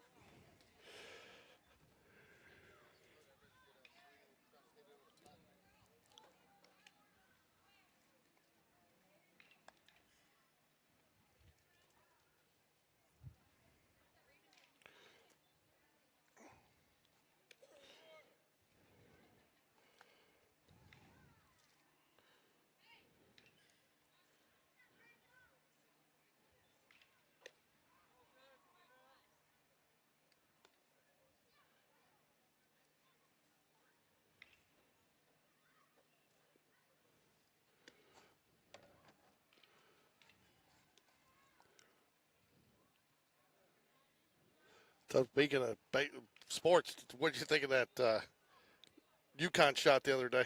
Oh, gosh. All you got to do is, I mean, how does he – and this is the thing. This is why I said that I know Duke is Duke and Shire's a decent coach, but, I mean, you got a timeout in your pocket there. He makes that free throw, call timeout, remind your guys that everybody's got – you got 10 seconds. You can't get a backcourt violation. I believe they had the possession error, so even if they tie you up, you're inbounding it again, and just remind your guys that, hey, we're – and just this is what we want to do. And instead of everybody panicking and then they turn it over, and then, of course, I guess what are the odds that guy makes that shot? But, I mean, I thought that was some pretty poor coaching in the last 5 minutes of that game. And the guy that threw the ball away there at the end, it was 6 for 6 on the free throw line. That that day. Yeah. So he should have been holding it to want to shoot a few more free throws. Exactly. The guy who hit the 3 to win the game was 0 for 4 on the day. So it's like, I don't know. It's just what you would call March Madness. Did you hear him say that he was trying to get the ball into somebody else's hand? He came back to him. He said he had no choice but to shoot it because there was only 3 seconds left. Nice strike come back there from Monts. A little bit extra on that pitch there. Looked like he was might have been a little frustrated with one of the previous calls.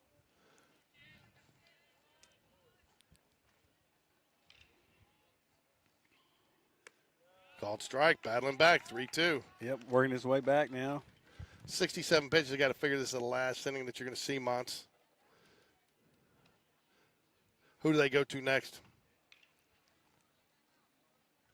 Swing and a miss. Gets him going upstairs. Hudson Carter shed the glasses. Looks like the sun has set a little bit. Susan, we good with the sun now? We're good. The sun's got behind the clouds a little bit. Looks like Coach Jones is going to make a trip out to the mound. I don't know if we're making a bullpen or a pitching change or not.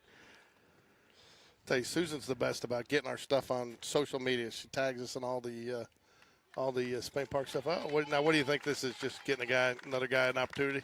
Yeah, well, you just mentioned it. I mean, he's at 69 pitches. That's a lot. Got a 10-1 lead, so we're going to kind of take a few pitches away from him so he didn't throw too much, and then also get another guy, Drake Shock, who gets a lot of kind of mid-game pitching. Going to get him in to get some game action.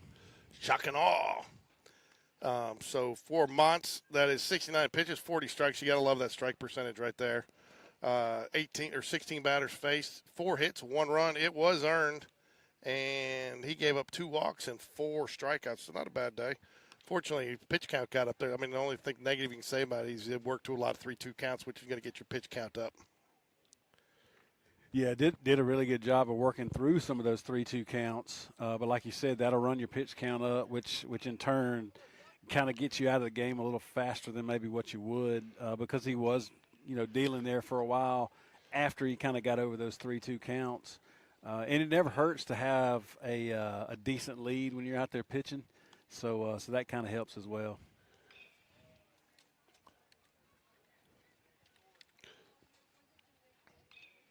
So I basically think after that UConn game, the championship game's played on Saturday between Arizona and Michigan. I mean, Illinois looks good, but I don't know. Those two teams look a cut above. I tell you what, you can't count out the Huskies, man. They've won, 2 out of the last 3, and they just find a way to win. They do, but I just don't know that they got the horses. Sometimes, too, when you come off a win like that, too, it is tough to – it's tough to get you – granted, fly ball. Who's calling it? Somebody's calling it, and it will be Mason Jones. Awfully aggressive call there for a freshman. Isn't he a freshman? He is, yep. Center fielder, kind of the leader of the outfield, got priority over everybody. If he can get it, call it, get it.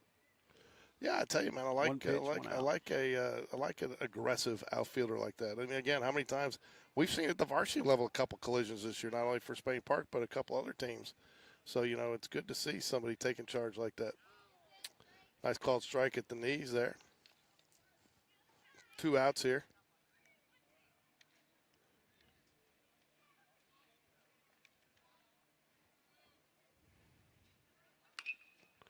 Ground ball, Hudson Carter. Ooh, he's going to make that look routine, make the throw, and he does.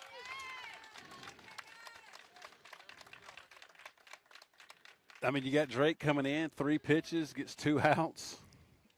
Gotta love that, huh? That's a great job.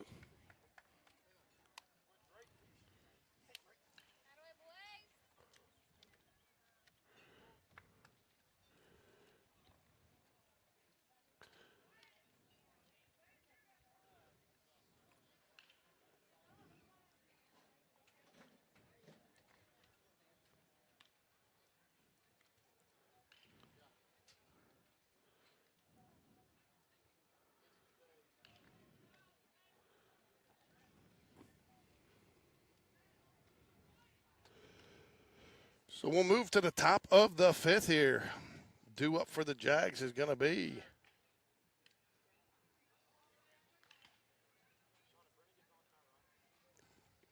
What do we have to do up for the Jags here? We got Joe Jordan that's going to pinch hit here Yep. for Mason Jones. And that'll bring us back to the top of the lineup. But I did overhear Coach Jones saying that Byron Rosario is going to hit for Anderson Walker. Oh, there you go. Good job, Coach Jones, getting everybody into the game.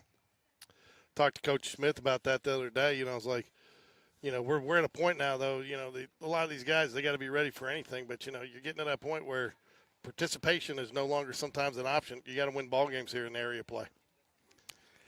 Yeah, they've made it to the next 3 weeks where there's 6 games that really define your season. Had a great season up to this point, but these 6 area games determine whether or not you get to play past mid-April.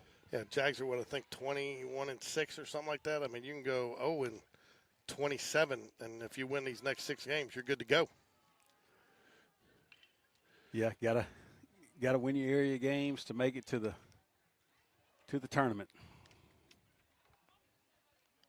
Joe Jordan going to pinch hit for Mason Jones.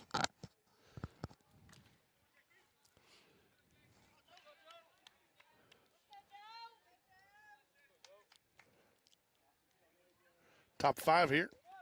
Jags need.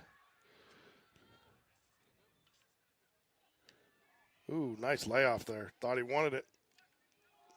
Yeah, it looked like he was leading him off a little backdoor curveball there that Joe took for a ball. Swing and a miss. Guy way out in front. And as you said, I'm not sure that's off speed. I think that's his speed. That's what I'm saying. And that's not a knock on him no, because it's that's just JV pitching. And he's a left-hander. I mean, he throws soft and softer. And, as a hitter, you have to think middle away. So you've got to, move up in the box, stay back on the pitch, let it travel. I mean, he's done a nice job coming in relief. Only giving up 3 earned runs. Swing and a miss. Got him with 3 of them. I mean, why not keep going to the same pitch? Oh, good job by the catcher to get the throwing lane there to get the drop third strike. I'll bring up Mason Jones. Does Riggins Rogers realize he's not on deck? No, he's on deck. This is Byron Rosario. Byron Rosario, okay.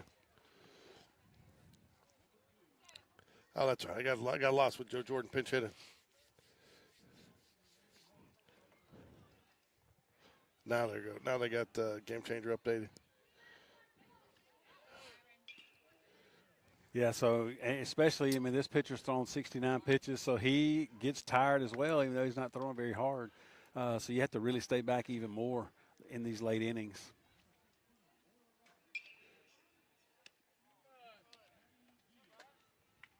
Sounds like they got a track meet going today, too, over here.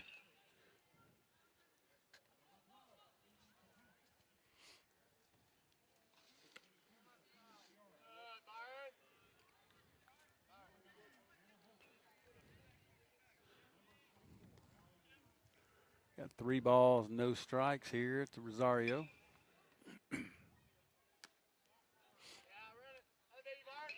Tell you what, there's nothing more frustrating when I was playing coming up as a pinch hitter and just not getting anything to hit. You know? Yeah. That's exactly what they're called, right? Pinch hitters. They want to swing. They want to hit. But at the same time, they have to be team players, too, and only swing at strikes. Well, he didn't get any of that at bat. No, so, but again, you show the coaches, there's something to be seen. Hey, Miller, what'd you get here?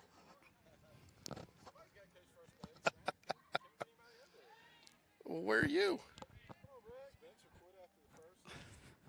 He never made it past Stallings. Oh, he got him picked off. Wow. Good little pickoff. Yeah, well, you got a lefty move there. And probably something that Rosario hasn't seen as much coming up from freshman baseball. Coach Jones going to talk to him, ask him what he saw. I like the way he's handling this, and now he's telling him, So, good job coaching there, even in a 10-1 ball game.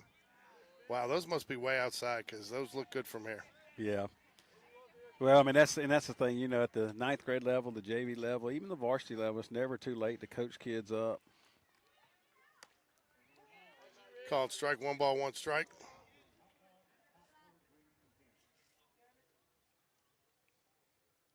Big time Beatty stands on deck for the Jags. He's had a nice day today. Drove in a couple runs, got a walk, sacrifice fly. 2 balls, 1 strike, 2 outs here, top of 5. Hard ground ball, shortstop, backhand. The long throw, and gets the out. And that does it. Technically, Jags strand none since they got picked off, but you hate to see that pickoff. Yeah, it had a runner on, but good move by the lefty. We've seen it quite the entire game. Him picking the first. Finally got us.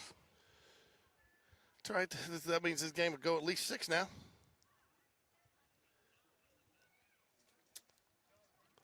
Oh, that's my buddy. The field umpire is the guy that got all feisty with me and then apologized the next day. No, I apologize. He gave an explanation. So I think we'll see Drake Shock run back out here. Actually, we got another pitching change. Who are we going to here? We're going Ford Tate. After getting a couple innings of work in for the Varsity the other day.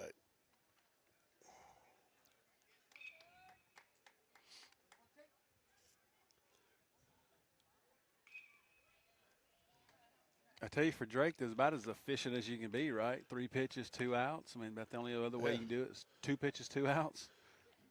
You say, Coach, if I'd known you were going to pull me that quick, I'd have thrown a few more pitches. I would have worked on a couple of curveballs.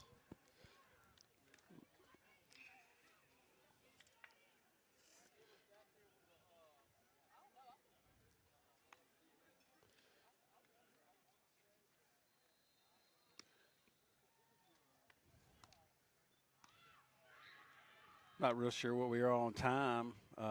They started pretty close right at 4, so you got to be pretty close.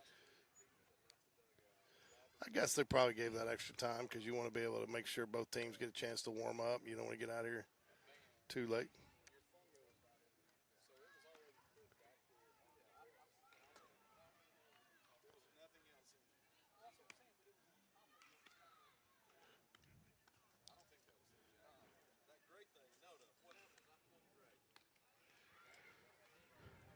So Rosario, he comes in and going to play second base.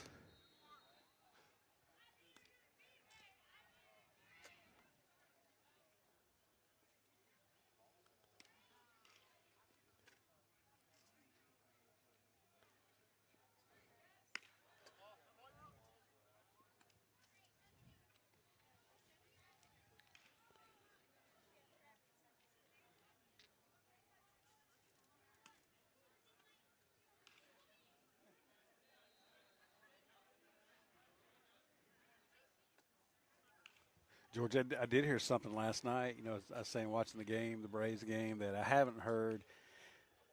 They're and I don't know if this is what they meant by this or not, but he said they're not really teaching that catcher now to throw to the bag. They're teaching him to throw a little bit up the first base side of it, to where when they catch it, they're catching that runner as he's sliding, not once he's already started his slide. I mean, I guess maybe trying to get it a few feet to the first base side of that bag. That's interesting. Yeah, it was very interesting to me. Like I said, I don't know if the guy was just making that up or if he just, because the runner was out on that particular throw. Bottom 5 here, Jags with the commanding.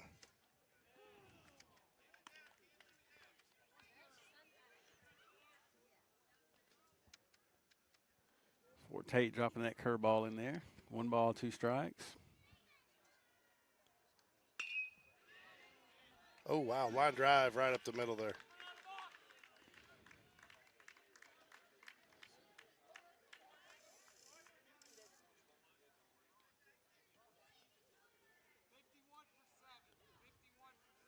Getting a little pinch hitter here with a runner on first now.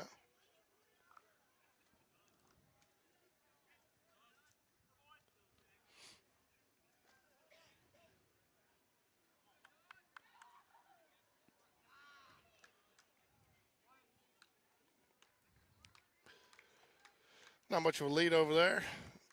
Ball missed just a little low.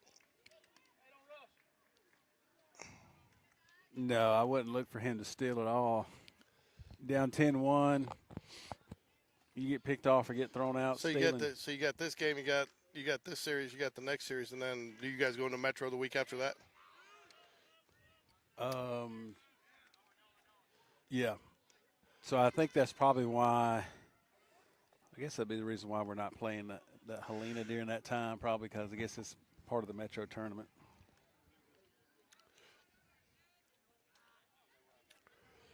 10-1 here. Jags been all Jags. Jags have been held scoreless though the last 2 innings. Nice called strike at the knees. 2 balls and a strike.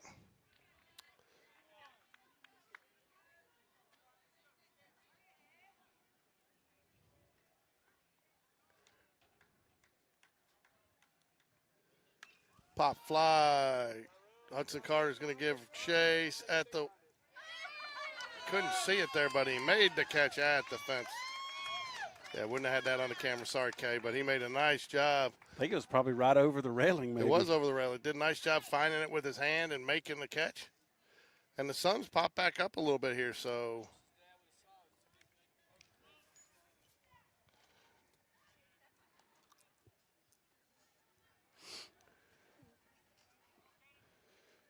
Runner on second now, 1 out. Nice job by the hammer over there. Hot corner, Hudson Carter.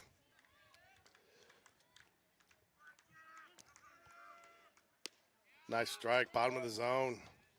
What is he, a sophomore? Yeah. Looks like that runner tagged up, too. No, he advanced on a wild pitch while you were looking at your phone. Yeah, Kay, I just called him out.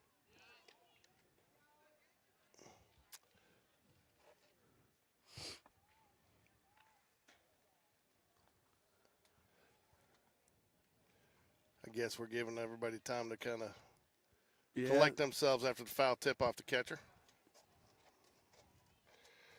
What time do you think ESPN's going to be here?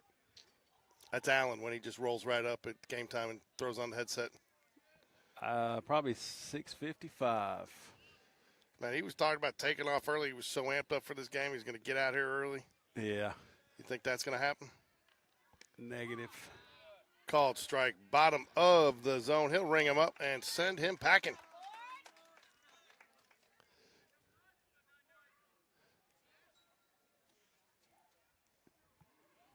Number 99 steps up. You got to call him 99. You don't have 99 baseball numbers hardly at all. Tell you what, I don't know why more people don't do the fence. I guess because it's cost-wise. The chain link's cheaper, but our fence is so nice out there at Spain Park. That metal fence out there, Oh, it's really nice. But, it probably lasts longer than some of the other fences. So, in time, it's probably going to be about the same. Hey, Don. Thanks for the lineup, bud. Appreciate it.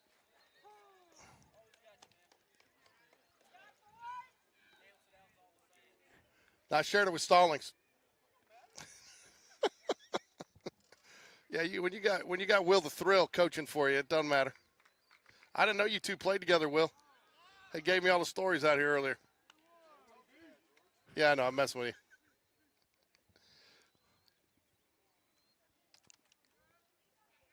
He was very complimentary of you today. No, I didn't. I when I got your note, I moved it down here, but left camera because I figured they got some people sitting down there, so I figured that the camera on the corner's fine. We just wanted to be close to you today, Dunn. 3 balls and a strike.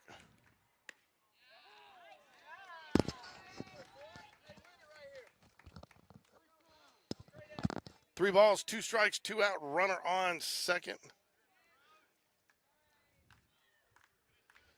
Suns pop back up out of the clouds. Oh, wow, fly ball. That's going to be in the gap. That's going to score a run. That's a B extra bases. Gets all the way to the fence. Mason Jones, nice job, though, with the slide into the fence to probably hold that to a single. Don't you think, Brian? Yeah, good job getting back there and stopping it. He ended up getting a double out of it, but definitely keeping him from extending that thing to a triple. I tell you, I'm glad that this team's gone to the, what do they call them, the halo lights, or what do they call these things now? I don't know what they call them, but they're the good lights. Yeah, because I tell you, man, you can really tell on the camera how good the park's lit when it, you know. All right, so 2 outs now. Now that's going to get out of play. Foul ball. Hudson Carter will give chase, but he will run out of room. That's what you call a long strike.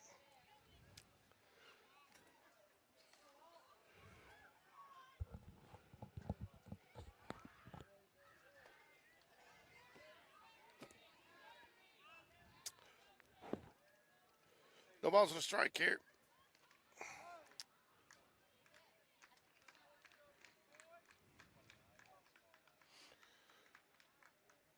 Swing and a miss. Gets him to chase one down low. Nice pitch. Can't even keep his hat on. You know, if you pull it down a little bit more, it stays on better. Some of these kids, man, they got those hover hats now. They just set them on top. 0-2 pitch. Think you'll say the same pitch?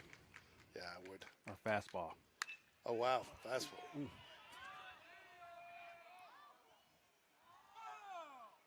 Long foul ball. Yeah, George, I think that one would be definitely a long foul strike because it did go out of the ballpark foul. It did. I'm gonna get that camera repositioned a little bit for the next game. Guess what he's about to see right here? Long foul ball. What do you think? A little curveball? Absolutely. Absolutely. Think that's what his coach is That's what telling the coach said. Hey, you just hit one out foul. He's going to throw you a curveball. So you got to stay back.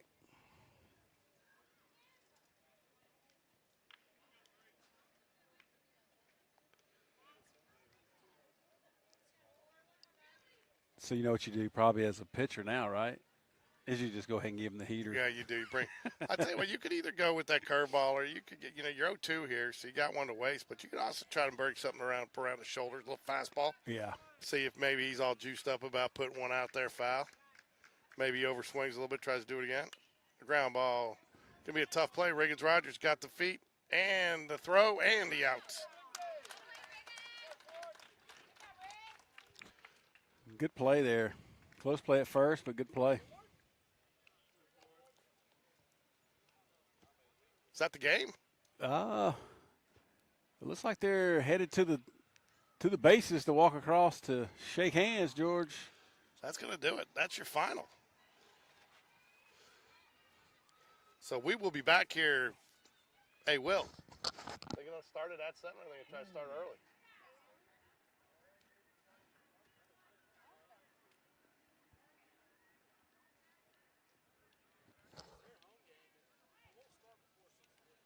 Oh, I know that. All right, I'm going to put some time on the countdown clock here.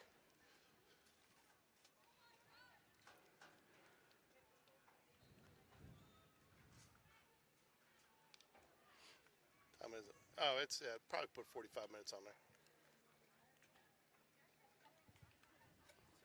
What up, Coach Thompson? You check him out on the bus? Have you cleared him as a bus driver? I have. Coach Thompson had him licensed nearly 30 years now. Has he really? Do you really have to clear the bus drivers? Is that what that conversation is about? Yeah, they have to go to a 4-hour recert once a year. Really? Yep. All right, we'll be back in just a little bit.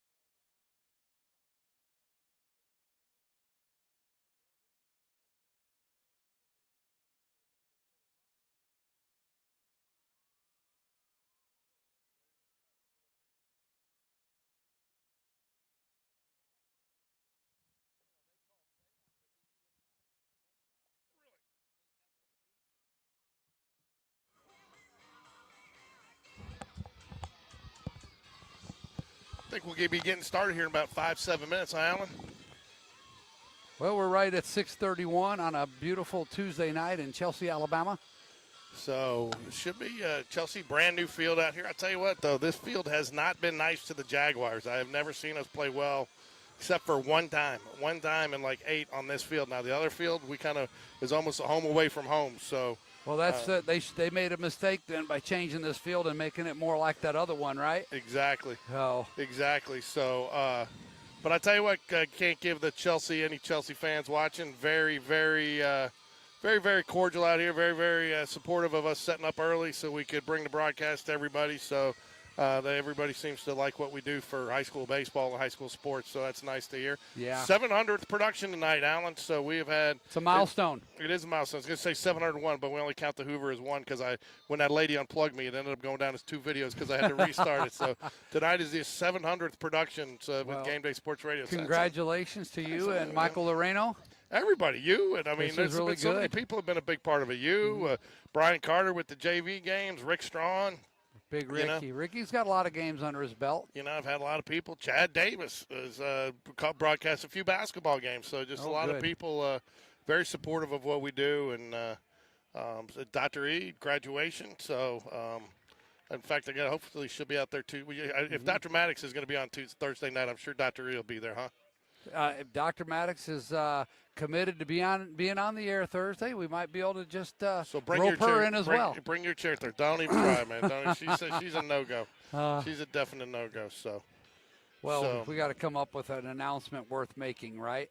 Exactly. So, I am going to hammer you though about we'll get the link done early, but how do we get graduation, because I think a lot of people didn't even know we do it. How do we get graduation promoted out like in the newsletter or something like that early? We need to get that work through me. I'm going to get that out to Tracy Prater. In fact, he has a huge meeting with the senior class tomorrow, preparing for the final steps that they have to take to qualify for graduation. Senior survey and all the college career ready stuff, the FAFSA stuff, all that crazy stuff that you got to do. You've been through what, 3 times? Yeah. Yeah. It's a pain. It's a lot of work. It's staying on your kid who's got senioritis to get those things done. But through him, he needs to be able to send. We can send that link out through him to all the senior parents, because that's who it needs to go to. Yep. And that would just absolutely blow up. But hey, we got our friend Tom behind home plate tonight. We do, and we've got the future professional umpire out there. He we called got a nice game. Yeah, and, we got ourselves an absolute all-star staff tonight. We do. So, and I'll tell you what, it's interesting. I'm watching. We got wow, that must be softball. Spain Park. They have softball girls getting crushed. Oh no. Yep. So that's not good. I tell you what, I follow so many teams now throughout the season. I got so many teams that pop up on there. Yeah. But we got the where are they? Where's our varsity here? There we are, 21-6, man. 21-6. Coach rewarded the boys for their 12-game winning streak by allowing them to wear shorts to practice yesterday. Did he really? Yeah. Have you ever thought you'd see that at Spain Park? No. So I tell you what, I said something to Coach. We got the coach's show coming out tomorrow. I interviewed him yesterday, and we recorded it. And he said, I said, so, Coach, I'm not even going to ask you how you are, because I think when you come off 6 straight wins out of spring break, that you got to be feeling pretty good as well. Just be clear, it was actually 7. He corrected you. Okay, beat me to it. I was about to correct you. So I said, technically it still is 6 straight wins. I wasn't counting that first one and joking around with him. But I tell you, Coach Smith, though, we talked a little bit about his 500. You paying us? Is that our fee? David Spencer. David Spencer bringing out cash, folks, ladies and gentlemen. Yeah, they got Gatorades in there. Yeah. I'm going to lose Allen here for a minute, but this should be an exciting game. Coach Smith heads to the home plate. Coach Stallings, again, very gracious. Coach Stallings, an ex-coach of Spain Park, coached there for a couple years, left, came back. I guess when Casey Dunn was there, he coached, and then Will and him played together in college at UAB. So, but should be an exciting matchup tonight. This is one the Jags want, folks. If they can get this one, you definitely control your destiny. And everybody obviously can say that at their first game in area play, but This is going to be one of the toughest matchups that we face, and you got to face it on the road, game one. So it really goes a long way, I think, to setting the tone. And, Alan, I just made a really ingenious comment that you missed. I said if you win this one, you control your destiny. But I said, can't everybody say that when you haven't played an area game yet? But what I was trying to say was, this one really sets the tone. This one really sets the tone for area play. It really does. Because you get this one, you kind of in the leader. You're at the top of the leaderboard. Because then if you got to like your chances game 2 at home. Don't want to get ahead of us, but it just really sets a good tone, not having to play from behind. Right, I agree with that. I think it builds unbelievable confidence and momentum going into game 2.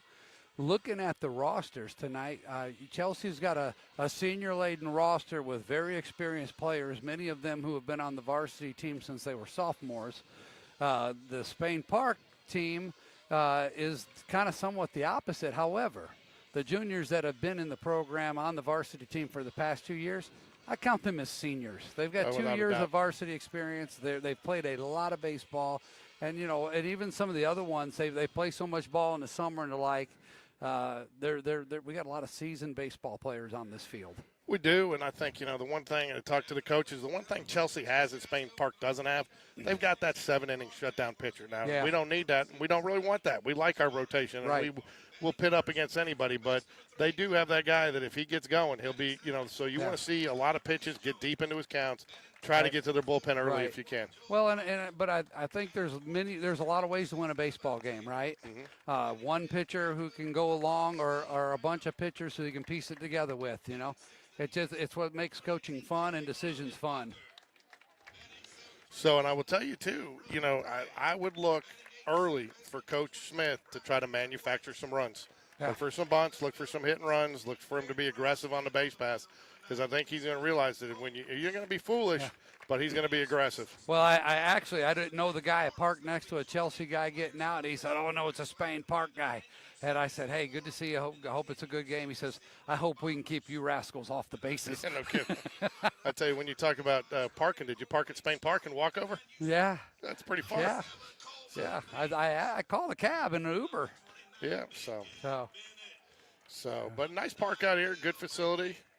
A little challenging getting in, but apparently some people were being asked to pay twice because I guess there's a cross-country or track meet, and they were charging them you got to be careful. So, this is cool. Look at them bringing out they're bringing out a youth team. Yeah.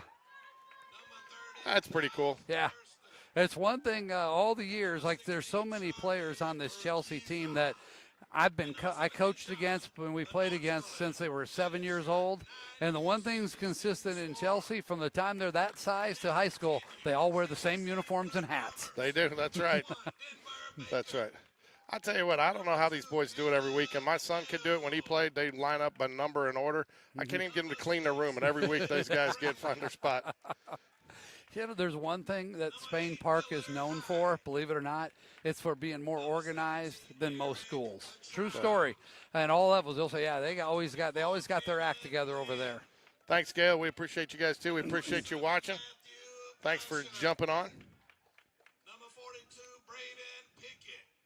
What do we got? We got a full uniform. Number 52, Lawrence Law Dog Wygant. So I'm not sure they're doing it today, but Chelsea, they got a nice little radio crew. They do radio, bro. Yeah. They don't do the video. So I tell you, not the best video angles today, folks. I tried multiple locations, just didn't work out well. So giving you the best view we got. Well, this is youth night here at Chelsea for baseball. Our youth night is coming up, I believe, next Thursday. Maybe it's Tuesday. This next week. Once again, I'm listening. Well, they're calling them by position, maybe not by batting order here. Yeah, they are. Brandon Bousman. Batting 7th, number 13, Ian Finney. Batting 8th, third baseman, number 6, Cooper Morgan. And batting 9th, right fielder, number 1, Sam Parrish. Sam Parrish has been a teammate of Ryan's in the past. Hill.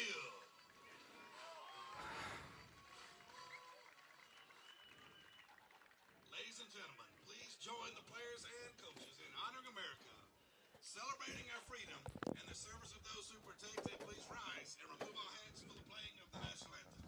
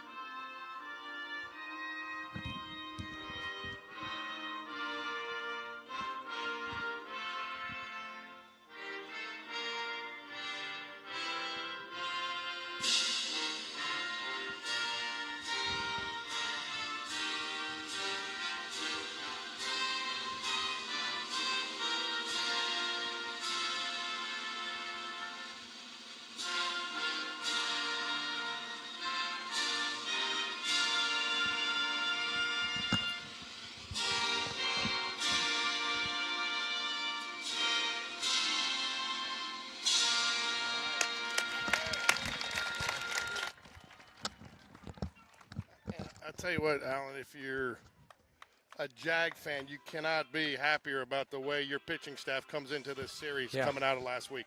Oh, yeah. Didn't have to use.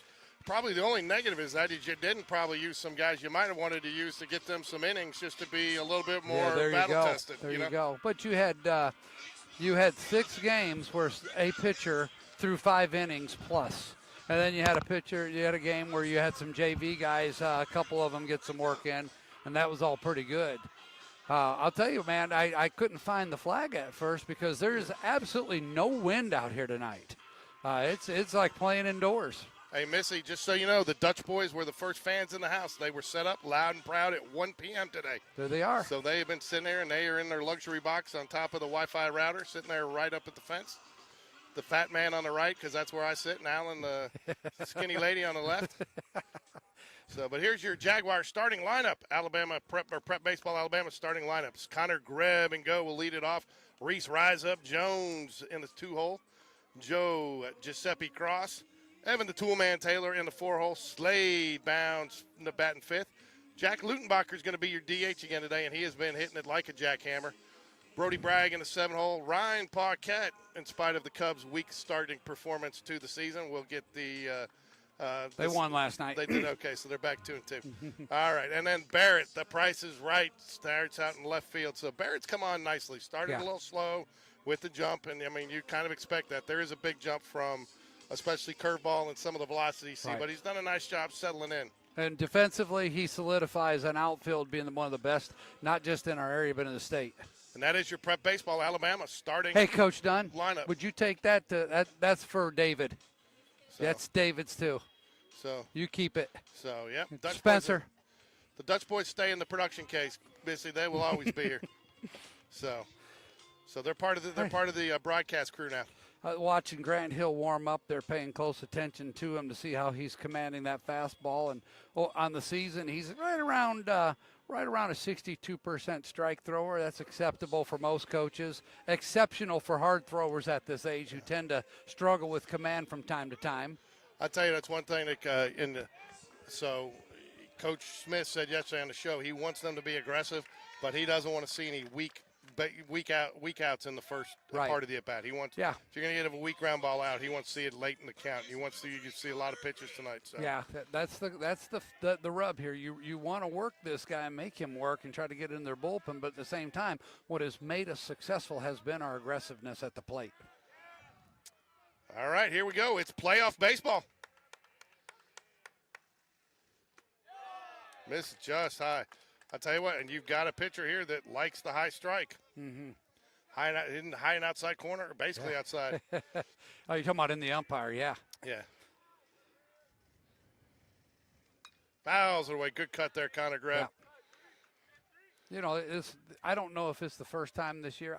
I understand the young pitcher hand that we saw against Briarwood has been clocked above 90, but we'll see above 90-mile-per-hour fastballs tonight. Without a doubt. But you know what that also means? You get a hold of one, it gets out of here quick. That's right. Fouls it back. 1 ball, 2 strikes, Connor Greb. Time it up, and size it up. So now what do you think? He pulls the string on an off speed here? Most likely. 1 and 2. You know, you might want to take the chance and have a chase pitch first before you go to it. I don't know if Sonic is here today. I haven't seen young Phillips. Good take there, Connor Greb. He's seeing the ball as good as anybody, Alan. There's no doubt. It'd be easy for a batter to get a little jumpy there with 2 strikes and get caught up chasing a ball, but he was very well disciplined in that approach there on that pitch. 2-2 count to Connor Greb, leadoff man here in playoff baseball. Oh, wow. Airmails that one. How did he not swing at that? I think he hit the bull with that one. Yeah, well, that ball probably should have been thrown out. It hit brick. I'm sure it's nice and scuffed at this point. I tell you, that's one thing you got to know, and you got to be paying attention if you're a runner on a base pass today, because as deep as it is back there, balls are coming hard off that brick wall. And we actually saw a guy in the JV game thinking he was going to get to another base. There you go. That's a great at-bat. It was. That's absolute quality at-bat. Saw lots of pitches. That'll bring Reese Rise Up Jones. And while I said I expect some small ball today, don't expect it here. I don't expect it here either. This would not be the time. The opportunity will be there, though. However, Chelsea, third baseman, kind of expecting that he's in on the grass. Yeah, that works to our advantage, actually. But, it's going to be pretty tough to pull the fastball today unless it's on the inner half. It is. But again, look at how look at that big hole that the first baseman's holding him on the right side, second baseman. Yeah, that's interesting positioning in the field there. Called strike on the high in the outside corner, where this umpire likes to call Yeah, it. he does like that pitch. We should know that after we've had him several times last week. Tell you what, according to Coach Dunn, the players love this umpire. Yeah. They all call him by his name, Tom. Yeah, and he engages with them. Yep.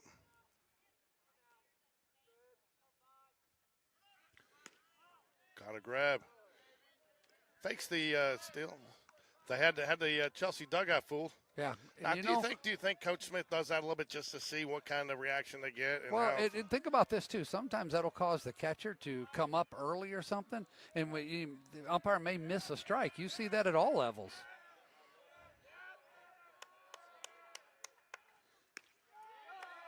This is outside, 2 balls and 1 strike. Now we're doing my first strategy, which is making them work. Well, you got to. Yeah. Look, and I mean, just as much and as good as he is, there's a lot of adrenaline on both sides. Yeah. Everybody's amped up for playoff Look, baseball. I'm amped up. I know. And Alan's taking off the hat. He's got his hands, I'm just he's staying calm. He's white knuckling it here at the table. Yeah. Heart rate's accelerated. This is worth living, man. These are games that matter. I love it. Counter grab, fakes the go again. 3 balls and a strike. He's making it a little easier for Reese here in that these 3 misses had not even been close. Yeah. You green light him here 3-1. I probably don't. These 3 pitches in a row have not been close. Thank you, Missy. The runner's on the move. Runner goes. Good steal. He's in there. Yep. And Reese did check swing it, so it'll be a 3-2 full count. Good aggressiveness by Coach Smith there. Yeah, I kind of felt like he was probably going there. Greb had got some pretty good looks at him, had a read on the pitcher, and got a really good jump. You think that was a strike if Reese didn't check his swing? I think it was high. Close, though. It's the closest pitch he's seen since the first one. It was somewhat identical to it. There you go. 2 walks to start off the game from one of the best pitchers in the Birmingham area. Well, I consider this Birmingham area. And certainly. Surrounding areas. We call this Central Alabama. What a catch by Houston Holmes. I'm not sure you want to be throwing. Nice hands, Houston. I'm not sure you want to be throwing a bat at your starting pitcher. I mean, of all guys, maybe we should put you behind a couple guys. And so, Coach Smith, a few words for Joe Cross. Might see a bunt situation here. Yeah, I don't care where that third baseman's playing. If Joe puts it where he's capable of, he still may beat it out. Coach Stallings going to come out for an early visit to the mound. Coach Smith's calling a couple guys over, wants to talk to him. He's going to talk to Evan Taylor. The tool man, it's tool time on deck. Slade Cheeky Bound's going to come out and get some direction from Coach Smith. I mean, you got to put a run on the board here. You can't start with your 2 leadoff guys on. I think kind of grabs, I don't know what he's doing. Well, this is interesting. I like this. Yeah. Tell him what he's seeing. Yep. Well, he had a look at it from the batter's box from first base. He saw one pitch from second base. Now, what do you think there? Coach Stallings coming out more that this is our play we want with the bunt situation? Yeah, I think it's more just, hey, we got to calm down. Adrenaline's flowing. The defense, I think they already gave their defensive sign. He's just trying to calm Grant Hill down. All right, here we go. Back in play. Nobody out here. Jags have 2 on. Threatening here early.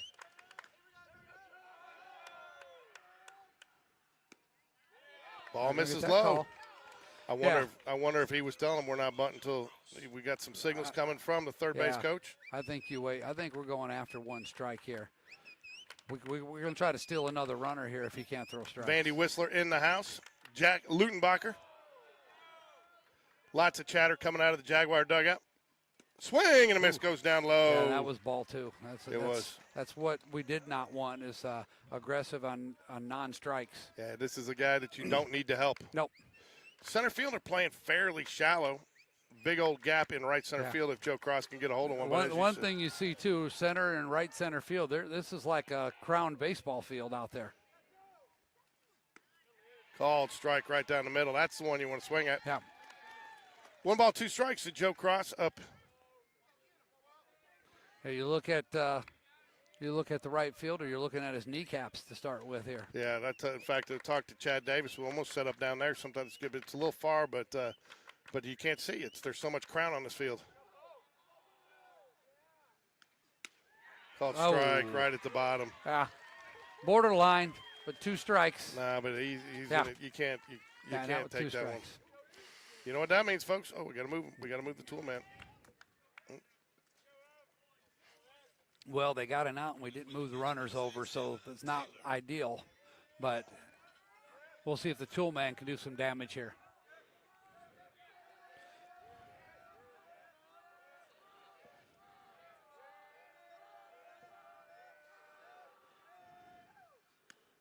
Called right. strike. He's starting to find his zone Yeah. down low. Yeah. It's amazing what happens after a coach's visit, isn't it? It is.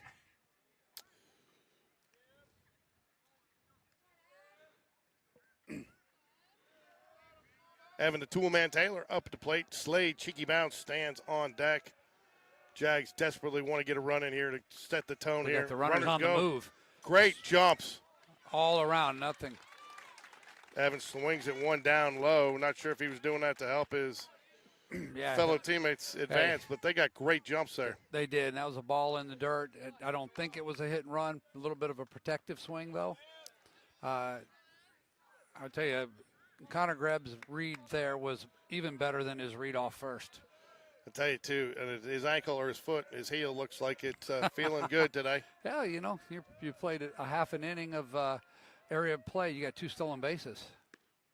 Ooh, misses just low, Yeah. evens up the count. Yeah, Or that's 1 ball, 2 strikes. Sorry. That's a great call by the umpire. A lot of umpires will call that a strike. That ball was below the knees.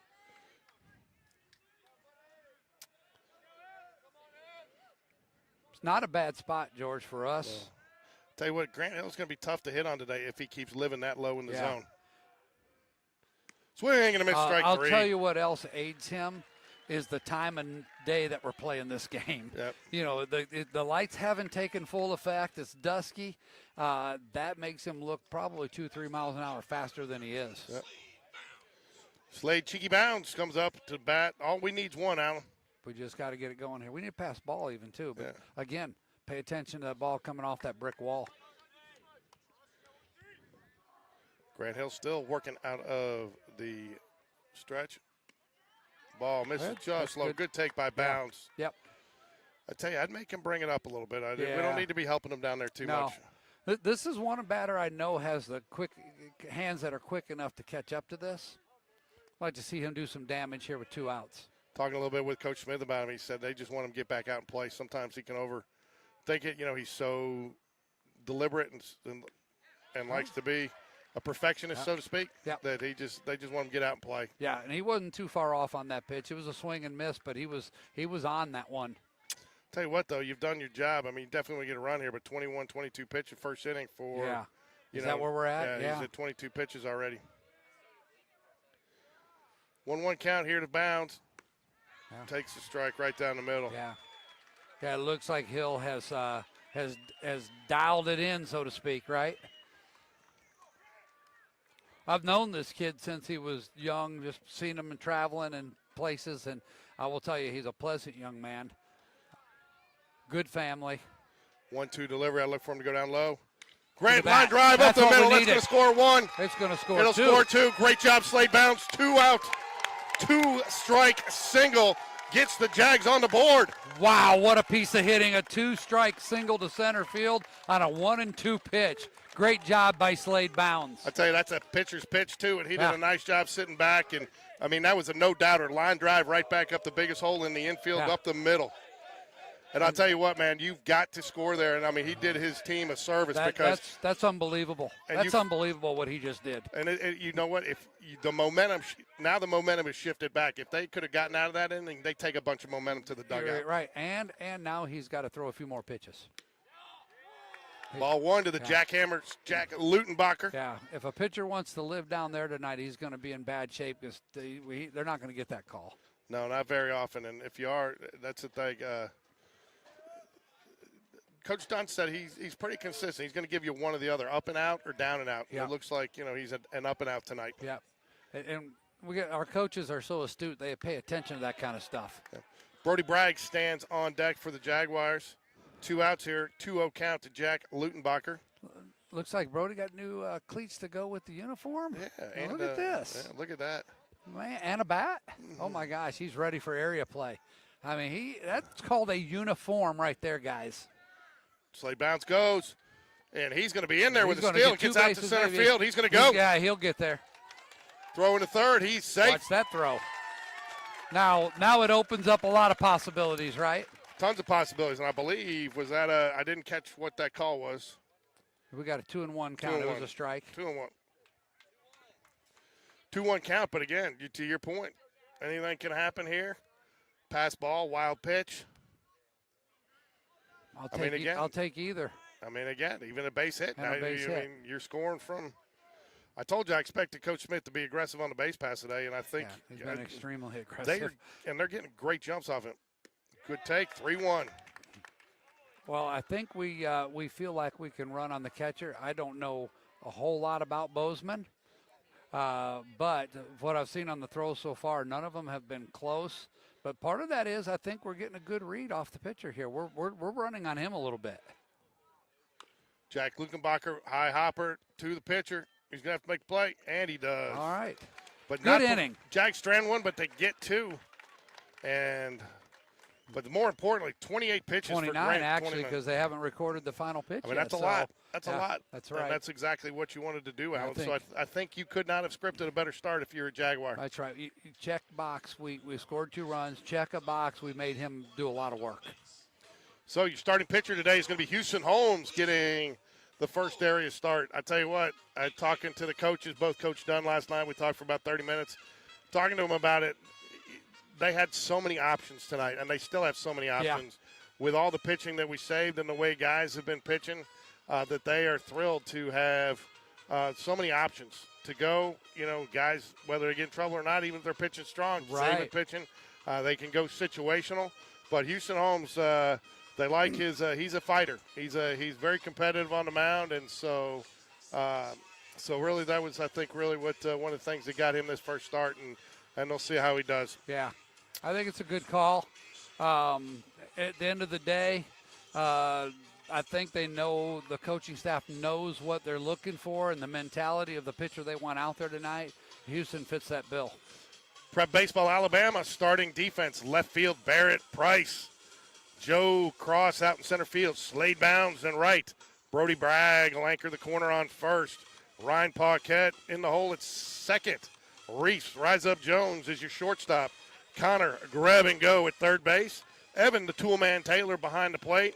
And Jack Lutenbacher your DH. So that is your Alabama Prep Baseball starting lineup. I was looking at the areas for 6A baseball in the state of Alabama, and it's very interesting. So there's some areas with only 3 teams, a lot of areas with only 3 teams. It so is. 2 still go to the playoffs, right? Right, in each I believe area. that's correct. So very interesting.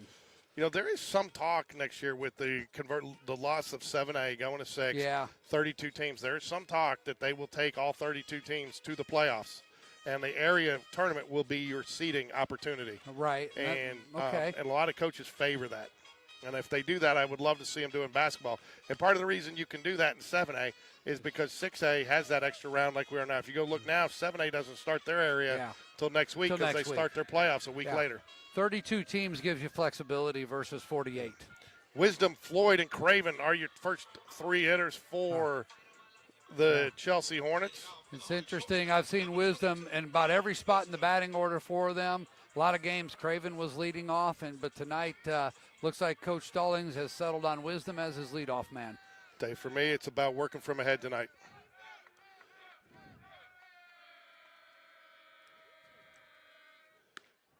Oh, where did that miss? Okay, interesting. He tends to like the high strike, but not there. Yeah, that looked pretty good. Area play starts, and the strike zone gets tight. Popped it up. Barrett Price comes in, makes the catch. There's nothing you like more as a defender in a big game like this than to get an easy attempt early. It kind of just gets you into the flow of the game, and it helps with the nerves. Good job, Barrett Price. Well, more importantly, a 2-pitch out. You know, let your defense. I mean, you got to trust your defense. Let your defense. Yeah. So. Well, you know, the strategy always has been the same. Eliminate the freebies, make the plays you're supposed to make. That's right. Houston Holmes gets a sign he likes. Nice pitch. Oop, I'm going to clear the count. I don't think that guy. We want to start him 1 ball, no strikes. No. I'll tell you what, Houston's got a little adrenaline going tonight, too. You does, saw it in that fastball right there. But not over adrenaline. No. Now, that's the one thing I wouldn't say concern, but that's one thing I want to see. Nice right pitch, strike 2. We 2 might call fastballs. this controlled aggression. Yeah, well, I mean, I will tell you, he looked very composed when I saw him warming up and just hanging out before the game, very relaxed. Sitting over here catching throwing bats. Yeah. I can't even catch a cold. Fly ball, going to go foul. Slade Bounds going to give a chase, but it does get out of bounds. Good effort by Slade Bounds, though, to hustle over there. I tell you, there's stories I could tell you about something that happened on this field, but you're not going to believe me if I told it to you. Okay. Well, then you got to tell us between well, innings. You got to tell us between innings because you can't just leave that out there. No balls, 2 strikes here to Floyd.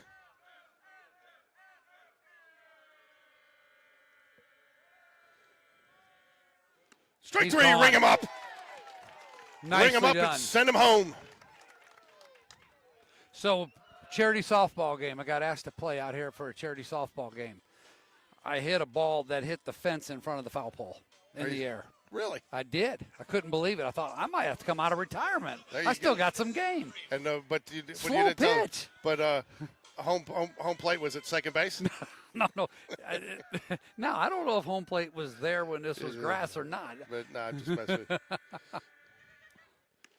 Ooh, misses just inside, but Yeah. I like him living down there. Yeah, Craven's a scrappy player. He always has been. Aiden can play a lot of different positions, too. Good stick. Coach Spencer making some defense adjustments, getting Slade Bounds repositioned with the left-handed batter. Oh, my wow, goodness. and that's why Hello. he got a hold of that Hello, one. Coach. Yeah, now I see why Slade Bounds got repositioned there a little bit. The coaches have obviously watched their film and done some scouting on this. Yeah, he's got quick hands, doesn't he? So maybe work on that outside corner. We can get him to roll over on one and get a 4-3 put out. Looks like that's where Taylor is set up. Ooh, just missed a nice little scoop there by Evan, the toolman Taylor. I have never asked a catcher how much more they prefer playing the position on a turf field. I would assume they do, but I've never ever asked them that and what the difference is. Beyond the obvious. Oh, what a play, Brody Bragg. That ball was scorched. And that will do it. 3 up, 3 down for the Jaguars. Nice play. I will tell you, Sean actually preferred the dirt over the turf a little bit. Why was that? Because on 2 things. One is, sometimes in that dirt back there, you get a little softer bounce coming in, a little easier to block, okay? And the other thing is on the curveball, it skipped a little bit more right on you. I can see that. I can see where it would grip more. It did. So, so if the pitcher missed the curveball way outside and had a lot of spin on it, it was much harder to block, and sometimes wouldn't take the traditional bounce. So, and plus, I think he liked coming home looking like Pigpen. Is that what it was? Yeah, I tell you, when he was started. Area 16, 5 teams. 5 teams. That's a geographical issue. No, is that Area 6? Yeah, that's 16. That's Buckhorn. Well, that's supposedly, there was a lot of talk a couple years ago about going to region play, where you play 8 teams and the top 4 would make it. And so you'd start it and the games would mean more earlier in the year.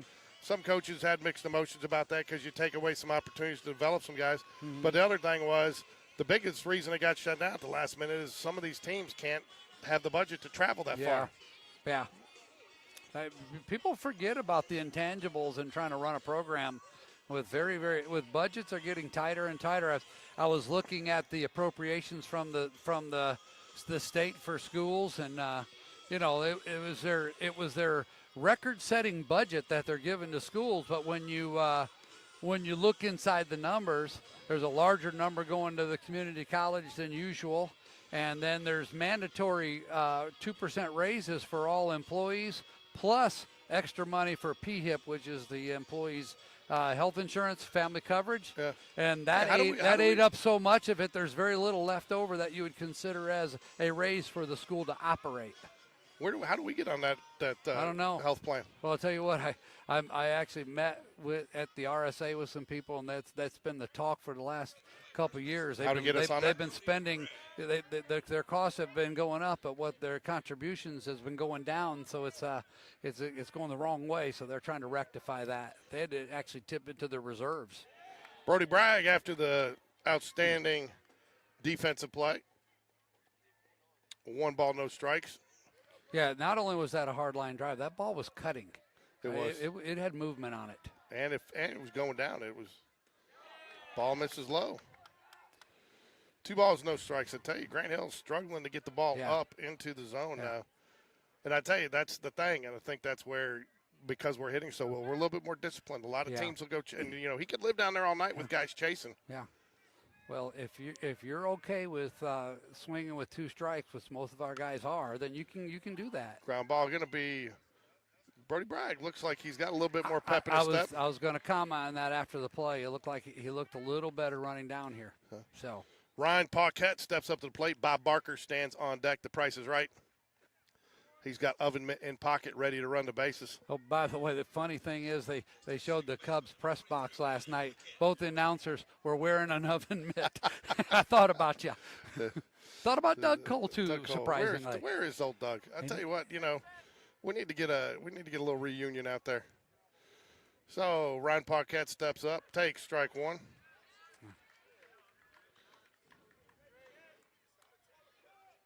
No balls and a strike to Ryan Paquette, second baseman for the Jaguars today.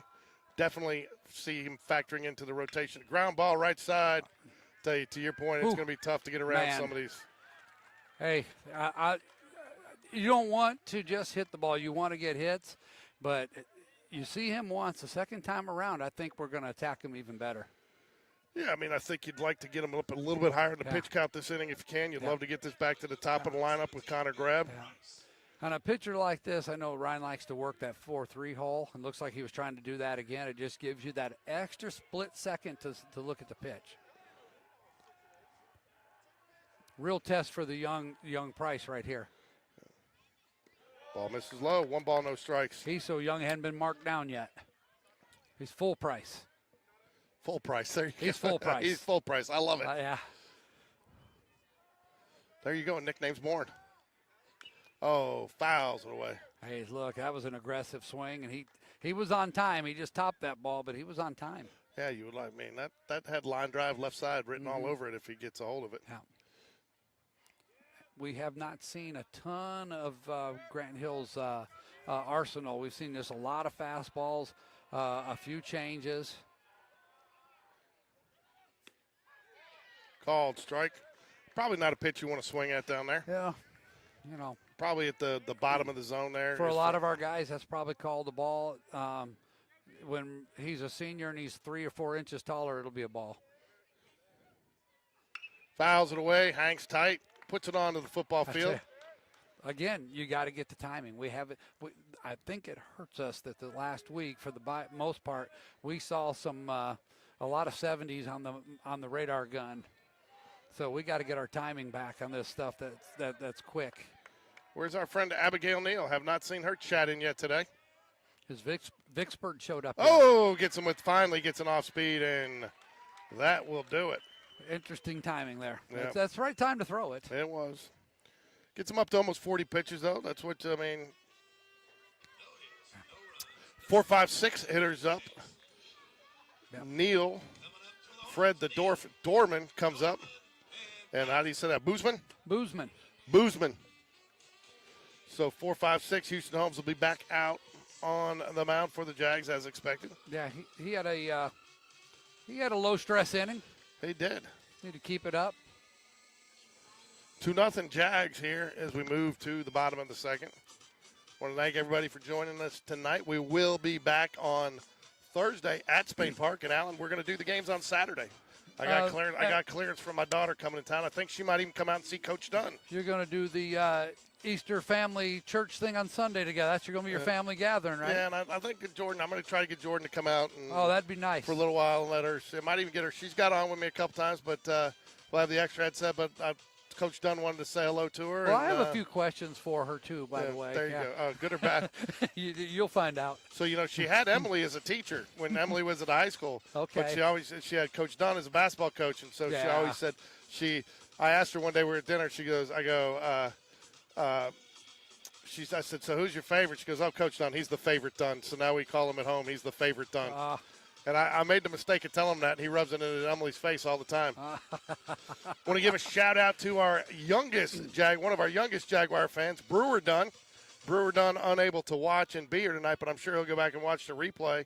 He has got his own little game going. He has a prior engagement? He is. He's got his own team action going tonight. So, but that little kid, I love that little kid. Yeah. So I'll tell you, that's another thing we got to be grateful for our coaches. They do have to give up some important moments and events in the kids' lives for our kids. So we got to be grateful for that. So, Neal, Dorman, and Boozman up for Chelsea. Nice strike right at the knees. Interesting.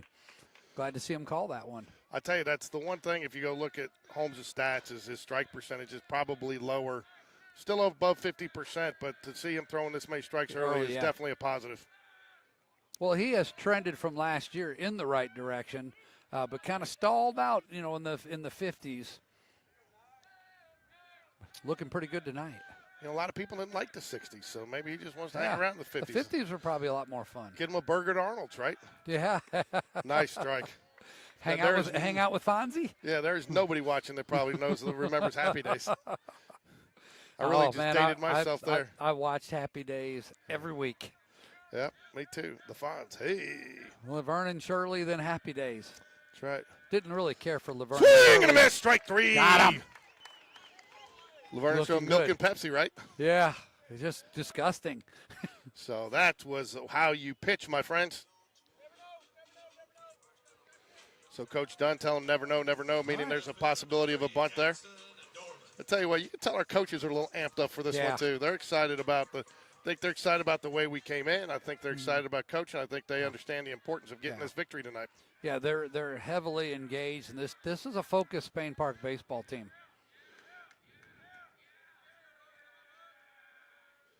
Nice curveball. Good mix up there by Coach Dunn, too. Not setting a pattern. Starts them off with an off-speed. Yeah. Had thrown several fastballs there, and now I think probably feel a little bit more comfortable widening that arsenal now that he's shown some command with his fastball.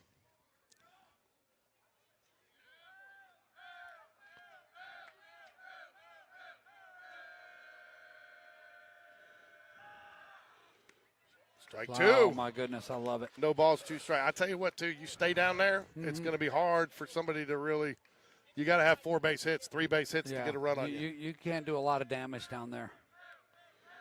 No balls, 2 strikes. You waste one here, maybe try to get him chase something. Absolutely, absolutely. Oh, I like the thought. Just couldn't get him to chase it. It's interesting. As kids get older, maybe it's different.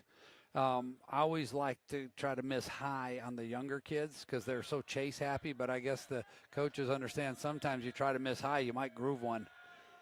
Swing and a miss, strike 3. Sends him packing.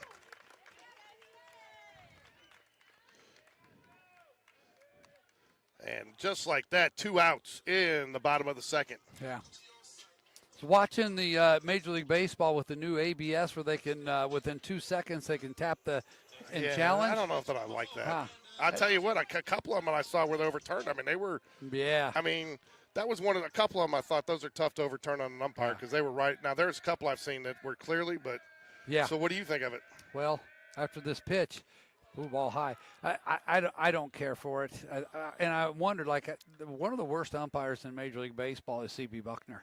Okay. But they have challenged him 32 times, and he was right on every call. Really? That was amazing. Of all the umpires. This is low. 2 balls and no strikes. Yeah, I don't care for it. I always wonder too when a catcher is doing that, that catcher home plate umpire relationship, that one's fragile. Okay, are we risking it there? A couple of them too. I saw overturned ball half in the zone, half out. Yeah. Swing and a miss. Battling back Houston Holmes. I think if you're the catcher, you better absolutely believe it's a strike before you challenge it. But most of the teams, I think, have adjusted. They're learning. They're saving them for late in the game. Hey, Missy, we missed our first the wall defensive play of the game with Brody Bragg. The broadcast crew was so amped up ourselves. Yeah. How did we miss that? We're so excited. We forgot this. We owe you one. We Missy. owe you one, Missy. We owe you the wall defensive play of the game. We'll get it up between innings here. Hey, we came on the air with eye black, and our lucky stirrups on. I mean, we were ready for the game. 2 balls, 2 strikes. Maybe not ready for the broadcast. Yeah. Houston Holmes taking some time. Finally gets a sign he likes. Swing and a miss. Strike 3. Send him home. Well, I don't know. That was interesting. Looked like Dunn was not happy with that. I don't know. No, I Maybe think he was just excited. He was psyched up. He was pumped up that he bounced back. He came back from starting. Okay. So because we missed it, here we go. The wall defensive outstanding play of the game. Missy Gurley approved on the line drive to Brody Bragg in the first inning. So sorry we missed that, Missy. And basic drywall for all your drywall needs, commercial and probably, I'm sure if you need some for your residential, they'll hook you up too. So do you approve boiled peanuts as a snack of the game today? I gave them to your husband. Yeah, I bought them for him because they were Cajun. He said they were good. Hey, if he's not eating them, it can't be a snack of the game. Right? I mean, kind of. We have to take his name off of it if that was the case. It could be the Anna Jones snack of the game. You tell us what you're snacking on. So I got my first Raising Cane's meal last night. Oh, okay. Give me the. It was good. Yeah. I was good. Now I got some ordering advice because apparently you don't get the slaw there. I was told you ask for the extra bread instead of a piece of the slaw. Oh, is that right? Apparently their CEO doesn't even eat the slaw. Oh. But I did make an ordering mistake, so I go through and I get two combo boxes, which were good. And the chicken fingers were good. You didn't get the caniac? No, I might try it. You just got the box. Got the boxes. That's what I was told to order by the boys. Yep. But they said make sure you get some extra sauce. Oh. So I was so excited to order, I forgot to get the extra sauce. Yeah. So I said, oh, man, I forgot to get the extra sauce. He's like, okay. So he's like, I'll just get you 2 extra sauces. And he's like, it was 83 cents. And all I had was credit card. I was like, I'm not charging 83 cents. I said, you got to give me a couple more. He's like, well, why don't I just get you a cup of sauce? And I'm thinking you get like a little 4-ounce. I got a 16-ounce cup of sauce for $4. So now you have sauce for home use, huh? Well, then Wendy gave me a hard time. I'm like, well, what supposedly makes it so good is their sauce. I mean, we could save it. We could put it on anything. Chick-fil-A, we could put it on. There you go. So. Yeah, it seems a little close to Guthrie sauce to me. Yeah, so. But it's good. So, anyways, but I finally got it. But I tell you, when I pulled in, there was nobody there. And I told the guy, man, finally, first time I had tea, he's like, oh, don't worry. This was 8 o'clock last night. Yeah. He said there'll be another line at 8:30. He said they get a little lull, and I guess all the late-night sports crowd comes in there. So, anyways, as we move to the top of the third here, leadoff man Connor Grab and Go will step to the plate. Yeah, they're just they're printing money. What is going on with my thumbs? Here we go, back to the top of the order.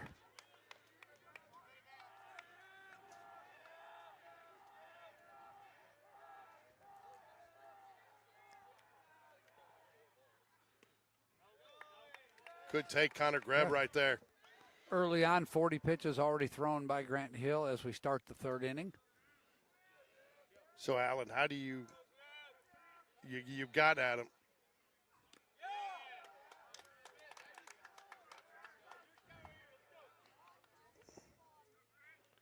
They obviously have been checking on what Connor Grab's been up to. It doesn't look like they want to pitch to him. No, it doesn't. And, in fact, somebody's just mentioned that online. I'm not going to say what they said yet, but somebody's making somebody was calling a shot there. Yeah, well. But it's going to be hard to hit something there if you don't. That got a shoe, I think. He's going to check it. Well, Tom says no. Yeah. It got something. Connor's pretty convinced. I mean, he's still arguing the point. I think he's going to get that. He might have needed to go just a little quicker down there, like drop it and go, because he kind of looked and waited and then tried to go. And so, I don't think it caught. I think it caught foot, but I don't know that it caught much foot. No. And that's the last thing we need is to be hitting Connor grabbing the foot. Ball 4. Well. So he goes now. So. Yeah. So leadoff walk for Connor Grab. And, again, you got to wonder, too, as much as we've talked about how good this pitching staff is, Alan, they've got to be looking at the same thing that they're seeing as how good our bats have been. Yeah. I'm still not real thrilled with guys throwing bats at our pitcher down there. Yeah. Maybe we need a third chair, and then we got a guy coming off an elbow surgery next to him. So we're throwing a bat at our starting pitcher and a guy with an elbow brace on. Well, we said we were good. We didn't say we were smart. Strike to Reese, rise up Jones. Yeah, Reese is going to put this ball in play. I'll be shocked if we don't get the runner moving here.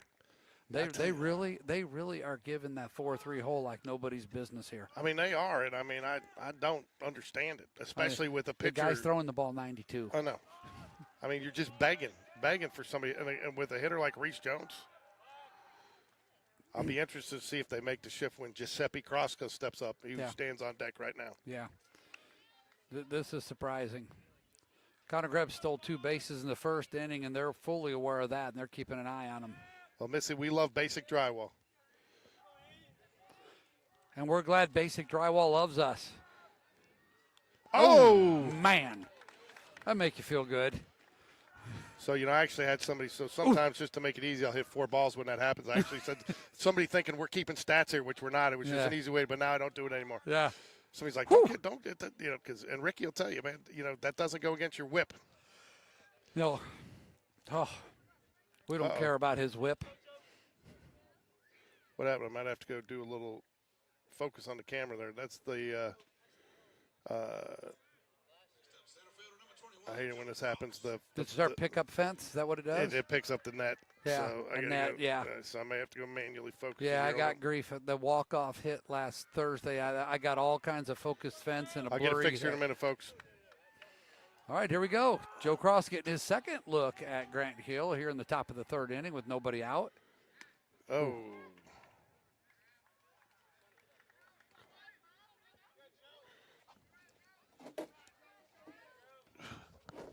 I think we're going to attempt that again. Joe misses on the bunt attempt. It has a 0-1 count.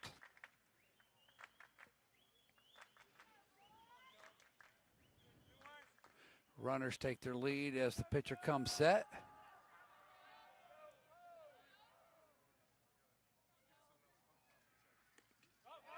That ball will get past and the runners will move up. Better than a bunt. Because now we're not sacrificing an out to have the runners in scoring position. They're now in second and third with a 1-1 count and nobody out as Joe Cross stands in there. That's a nice gift we just got, George. I still need to go fix it between innings. I'd call that a pass ball. It was catchable. A little lack of focus possibly by the umpire there, as Bozeman is very much concerned about the runners.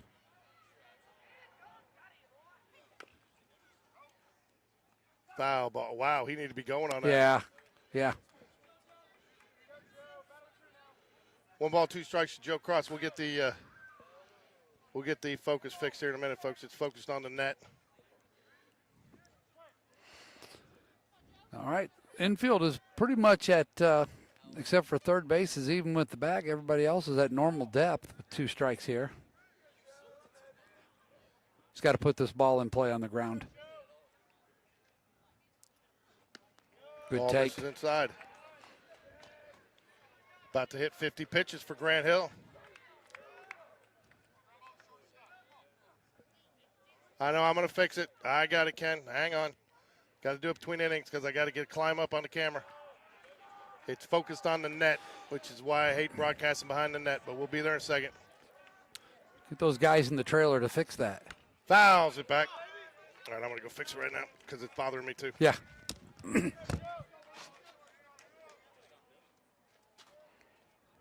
2-2 on Cross. Nobody out. Top of the third. Runners on second and third after the walk and a hit by pitch. Hill takes a sign, comes set. The pitch. There's a ground ball to first. They're going to take the out at first, and we're going to score the run. RBI ground out for Joe Cross. It goes 3 unassisted to the first baseman. Connor Greb crosses the plate for the third run for the Spain Park Jags, who now lead the Chelsea Hornets 3-0 here in the top of the third.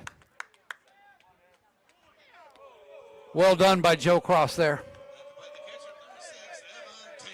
Got to bring Evan Taylor to the plate. Looks good, George. Yep.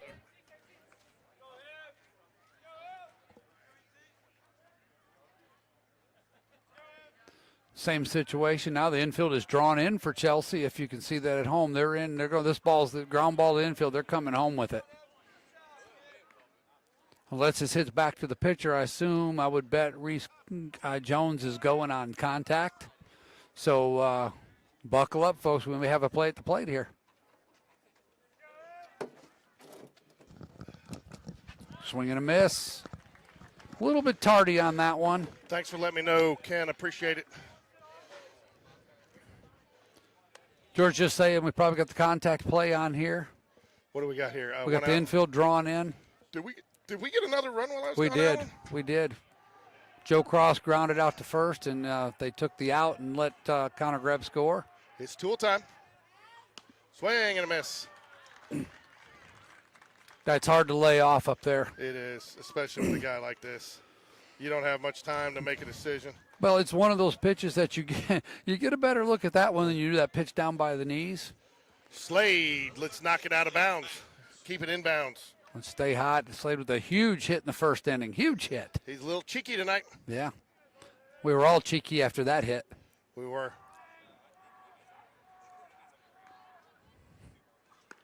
Take strike one. Didn't want to say it on the air, but, my cheeks relaxed after that hit, but I'm not going to say it on the air. Of course not. All right, Dr. Maddox. Now, Dr. Maddox does realize he's coming onto a playoff game on Thursday, right? Yeah, he absolutely does. So it'll be a little bit more baseball than last time, not as much community talk. Yep. And I kind of set the stage for the one inning type deal. Or he can stay a little longer, but who knows? Maybe he wants to. Maybe now we got all the accolades out on him last year. Now he wants to call for some sports. 0-2 count to Slade bounce. Grant Hill looks like he's got a little pissed off. Pitching, bear down a little bit more, brought that pitch up just a little bit higher. So. Good take. Good take. Hey, you can move that chair. We can move that chair. Yeah. Give me that chair. Hand me that chair. Yeah. That's on me, Doc. Yeah, I'm sorry. I'll put it over here in case I make a friend. Yeah, that's a long shot. Maybe I can put it in front of these two guys, and we can put another player there to protect them. Let's put the running back there. You can protect them, right? Yep. Slade bounce. 2-2 count now. Reese Jones on third base. Would love to see a pass ball here. 13's batting here. He's a very confident batter. Interesting, he's got that foot on that back line, giving himself every millisecond he can to read that fastball. Speaking of which, I'll tell you a little interesting nugget that I learned the other day. Ball 3. Wow. 3 balls, 2 strikes. He refuses to chase. I love it. Jack Hammer Lutenbacher stands on deck for the Jaguars. Yeah, they don't want hammer time. Maybe his walk-up music should be "Can't Touch This." Fouls it away, hanging tough. Slade bounce. Now look at that pitch count, up to 60. Did you see the way he came back? He wants the next pitch. He's ready. He wants it. That's a confident hitter right in the box right there. He loves the challenge here. I didn't realize that he had played with Will for as long as he had, that he's that age of Brody and that they are so tight. And I guess he was on those teams that Will coached for a number of years. Yeah. 3 balls, 2 strikes, 2 outs here. Fly ball. I think it's going to get foul. It's drifting foul, and it will get foul. Off the hitting facility. I'll tell you what, they are still giving him a huge hole to the right side of the field. And I tell you, as much as he's gone to, if anything, I'd shift my shortstop over more behind second base. They got to move that guy. Yeah. He's not playing where he's playing on Game Changer. He's never been over there. You see this a lot as an alignment. Just, I don't get it. Line drive, right field. That's it's going to get down. It's going to be fair. It's going to be down. He's going to get 3 out of this, ladies and gentlemen. He is flying. He is flying around. He wanted that one, and he got it all. He's going to get a 4th. He's going to get a 4th. He's going to get home. Oh, my. Ladies, it's Slade bounce. Triple with the throw. Scores on the air. And just like that, Unbelievable. Unbelievable. You will not find a better at bat in playoff baseball than that, my friend. Slade Bounds, have yourself a game, my friend. I'll tell you what, too, that is a tough one because, Hill 3-2, started 0-2, battled back. You were never going to find a better at bat than that in playoff baseball. Oh, my goodness.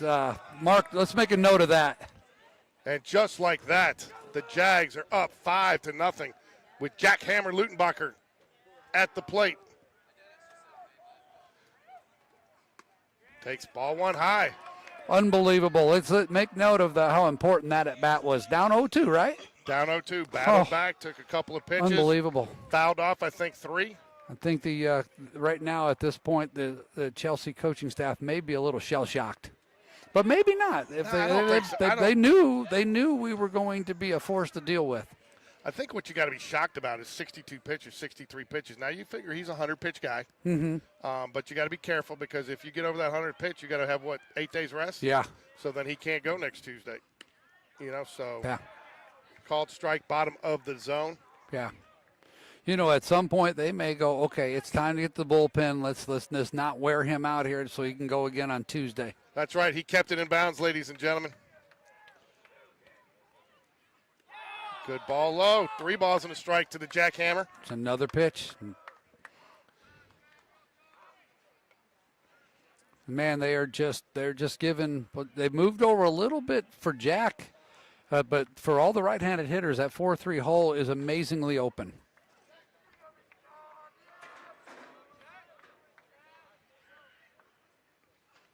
Ball 4. And I would just be looking to serve one over there if I was a right-handed hitter. Just all the way. Just slap it in there.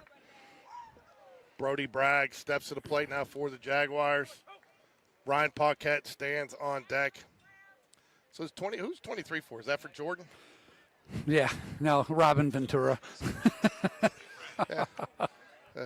You know which game he got the most hits in, right? Yeah, I do. That game against Nolan Ryan.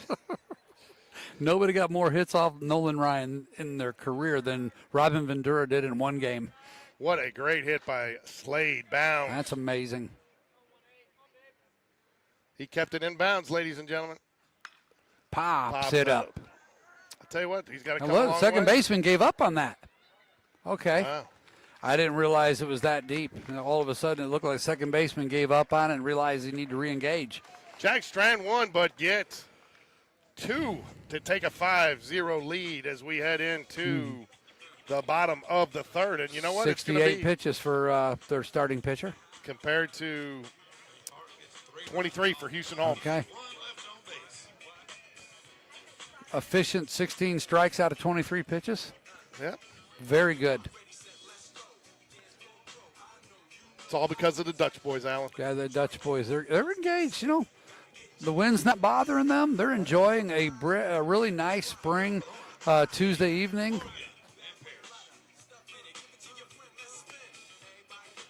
I never thought it was a great sign to see the coach gathering the team for a talk early in the game. Chelsea's getting together with the coaches getting with their team and trying to keep them focused and make sure they don't quit.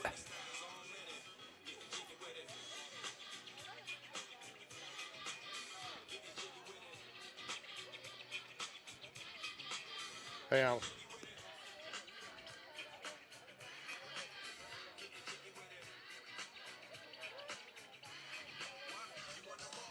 So just text me. They don't want to say anything on air, but text me real quick. Okay. Text you? Yeah. Or Yeah. so 6 or 7, 8, 9 hitters. I'll tell you, I don't know that you could have scripted it. I know Coach Dunn probably scripted it this way, but I don't think you could have scripted it any better than this if you're a Jaguar fan, player, or coach.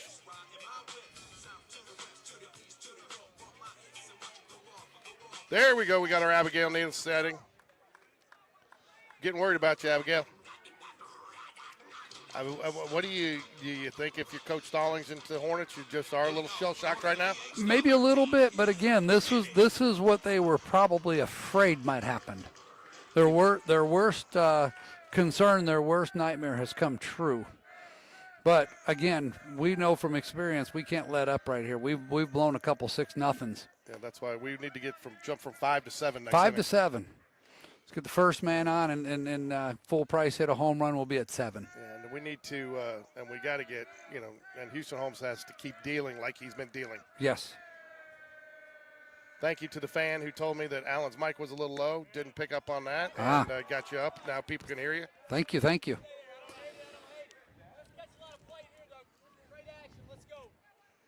2 balls, no strikes here. I think the coaches thought that one should have been called differently. Fouls it back, swinging there, green light 2-0. So, I mean, but, again, that's the message I'm sending. We've seen him blow some leads. We just chip away at this. It's early in this game. You keep chopping. You just got to keep chopping. Every inning you go in there and you just stay aggressive. We can get more aggressive now because we've already run the pitch count up. Yeah, and you got to wonder, too, how long. Oh, where did that miss? Wow. I'm not sure where that one missed. That looked really good. That's the right attitude.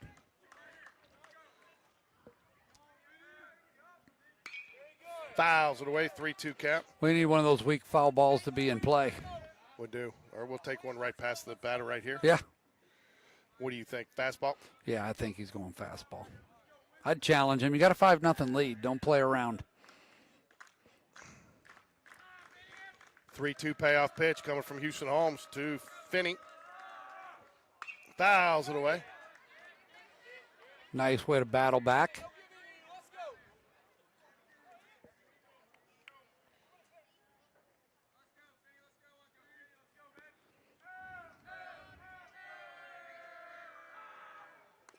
Oh, man. He about had it past him.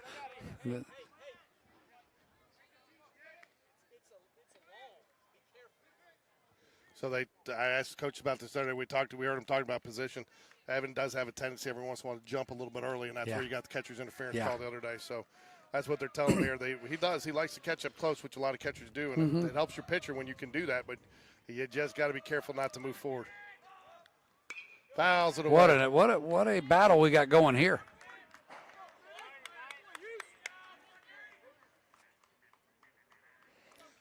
David Spencer just put that on the dot. I mean, I want him as my Jarts partner. Bocce ball. 3 balls, 2 strikes, payoff pitch coming from Houston Holmes. That's going to get that Brody Bragg makes the catch. The only person who could have gotten to that ball, too. And that is a Wall defensive play, the outstanding defensive play nominee. I'll tell you what, I'm not sure who gets it there. Brody Bragg gets it for the catch, but you got to give Houston Holmes credit for battling back on that. Yeah, 2-0 and 3-1. Didn't get a call on the 2-1 pitch that looked really, really good from our angle. Yeah, great work. Why does it keep doing that every time I do it? Got the 8-hole hitter up for Chelsea and Morgan, number 6.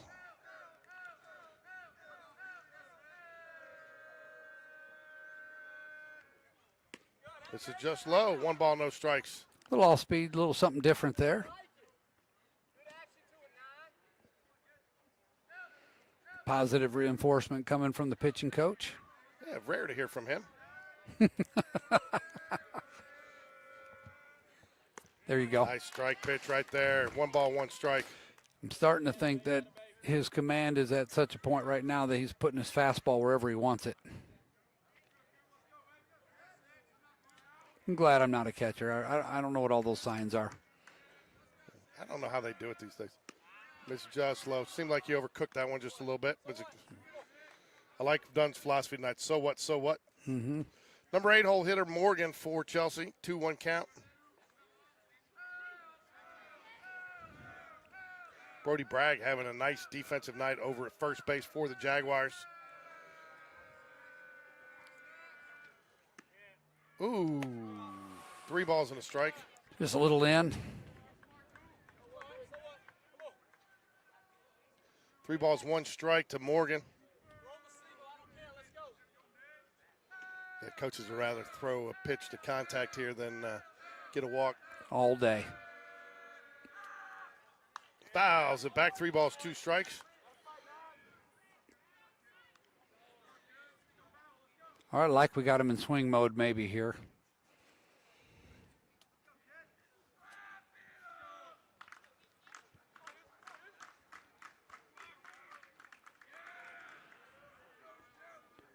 Yeah, I like getting off the mound there. Step off. Don't fix your hair on the and then don't start over. Start your routine all over. All right, let's get comfortable with this 3-2 pitch.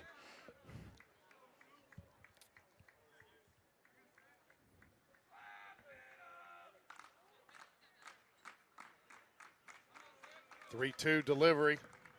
Someday. Swing and miss. Team. Nice catch by Evan Taylor to hold on to the foul tip. Again, we battle back from behind the hitter. I agree with you. Houston is cooking. It's Houston's restaurant night. All he needs now is an oven mitt. Yeah, he's so hot he needs the oven mitt. He's going to need Well, everybody better put their oven mitts on when he high fives them when they come in. Yeah. Parrish, number 9 hole hitter, up. Oh, Sammy Parrish, their center fielder. Oh. Got to be careful there. There was a little adrenaline on that Yeah. one. The 58-footer isn't going to help. No. And I think there's a little bit of scuff on that ball from the wall back there.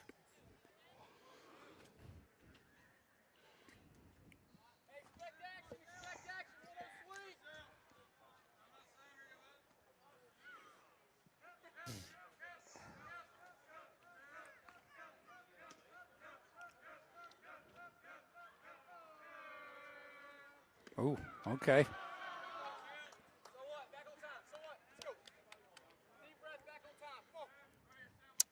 Evan Taylor really catching a nice game tonight so far. Really framing it up nice, helping his pitcher. And I'll tell you what, too, when you catch some of those in the dirt like that, it doesn't make it feel as like you've missed by as much, and maybe you get that low call. Swing and a miss. Glad to see them not taking all the way there. He was really, really late on that pitch. He blew that one past. It was going to be a strike anyhow. It was a really nice pitch. Pop fly. Oh, that's on. That's in play. Oh, Connor Greb bails everybody out on that one. Oh, my goodness. Yeah. I mean, I'll tell you what, my pitching coach said if that's something like that, he better see me sitting in the dugout. You know, he's expected to pitch and run the dugout. Yeah. 3 up, 3 down, 3 straight innings. The communication was a little bit dicey there, but Connor Greb, I think he recognized the fact that neither Evan or Houston had a real good beat on that, and he come in and made the catch. The last thing you want is your catch. No offense to Evan Taylor, but the last thing you want is your catcher catching, and the next to last thing you want is your pitcher. Yeah. So, yeah, that definitely is good to see the third baseman come in there and grab that ball. Ryan Paquette will lead it off the top of the 4th for the Jags.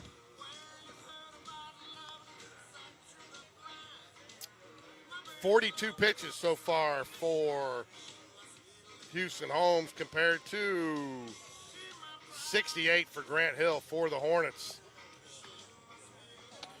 There's full price coming out. Full So, price. Full price. We don't take discounts here. Everything's full price. He's full price.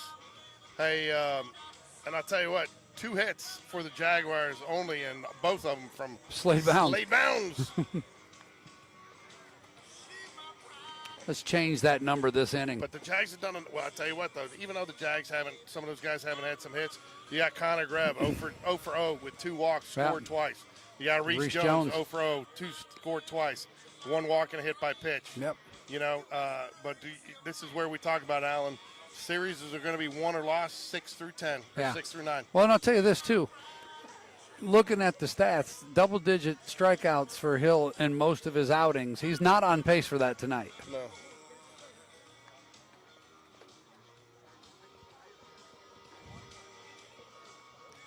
I think this is that Barnett kid from Mountain Brook to our left. Oh, yeah? Wonder what he's doing. Just watching a friend. All right, Ryan Paquette steps in for Jaguars. To your point, too, some of these guys have now had a second opportunity to see Hill through. Let's see what happens here. That speed. Houston is throwing that thing. Good take low. Well, that time they got his last name right. What do they usually? Pickett? Paquette last time. Ryan Pickett. Been called worse.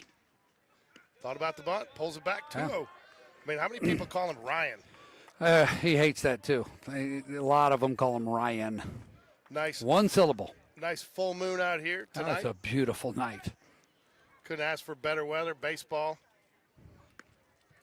Now you go. Now you go.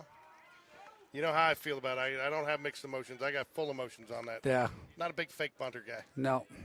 And especially He with the might pitch- not have been faking. No, especially with a pitcher at this. Yeah. When third baseman's in now. So Yeah, you're not he's bugging. in. All right, 3-1. How important is a base runner here at the bottom of the order, George? Oh, it's huge. I mean, because you're definitely going to turn it. No matter what, you're going to turn top of the lineup, but you're going to turn top of the lineup with a base runner. All right. Strike. I think I'd have taken that one too. I would have too. Now you got it. Now you got to be aggressive. Well, to your point too, when you're talking, you talk about Hill and hard throwers. Hard throwers, we got a disciplined order. Probably a more ground ball, second base. That's going to be a hard play. He's running to get away from it. Oh, got him. Did a nice job getting into play though, and second baseman though an even better play. Yeah, he made a nice play on that ball. It was bang bang, but he was out. It was close, and he Yeah, did a nice good job. hustle. And he had to come a long way for that, but that'll bring up the full price Barrett price.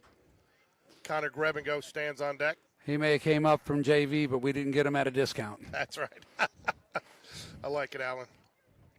There you go. You're coming along. Yeah, maybe Brian's rubbing off on me. Yeah. There's a ground ball. Shortstop. And he boots it. Hard ground ball, make things happen. All right, now we got someone on at the bottom of the order.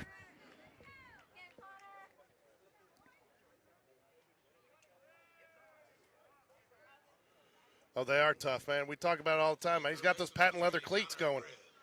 Barrett Price. They are Montevallo approved, as Brian Carter would say, because you just have those cleats polished.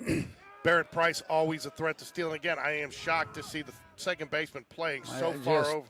Giving. And I've got a lefty up, too. Yeah. All right, this is going to be interesting. Well, I mean, you can't tell me that they have not scouted what we have been doing and the way Connor Greb has been hitting the ball. Yeah. And the last thing you can have here is a Greb and gone. Yeah. Now we keep giving Houston a hard time about catching all these bats, but maybe it's working for them because, when you're pitching like that, you don't change what you did the inning before, right? Just keep throwing a bat at him every inning. Yeah.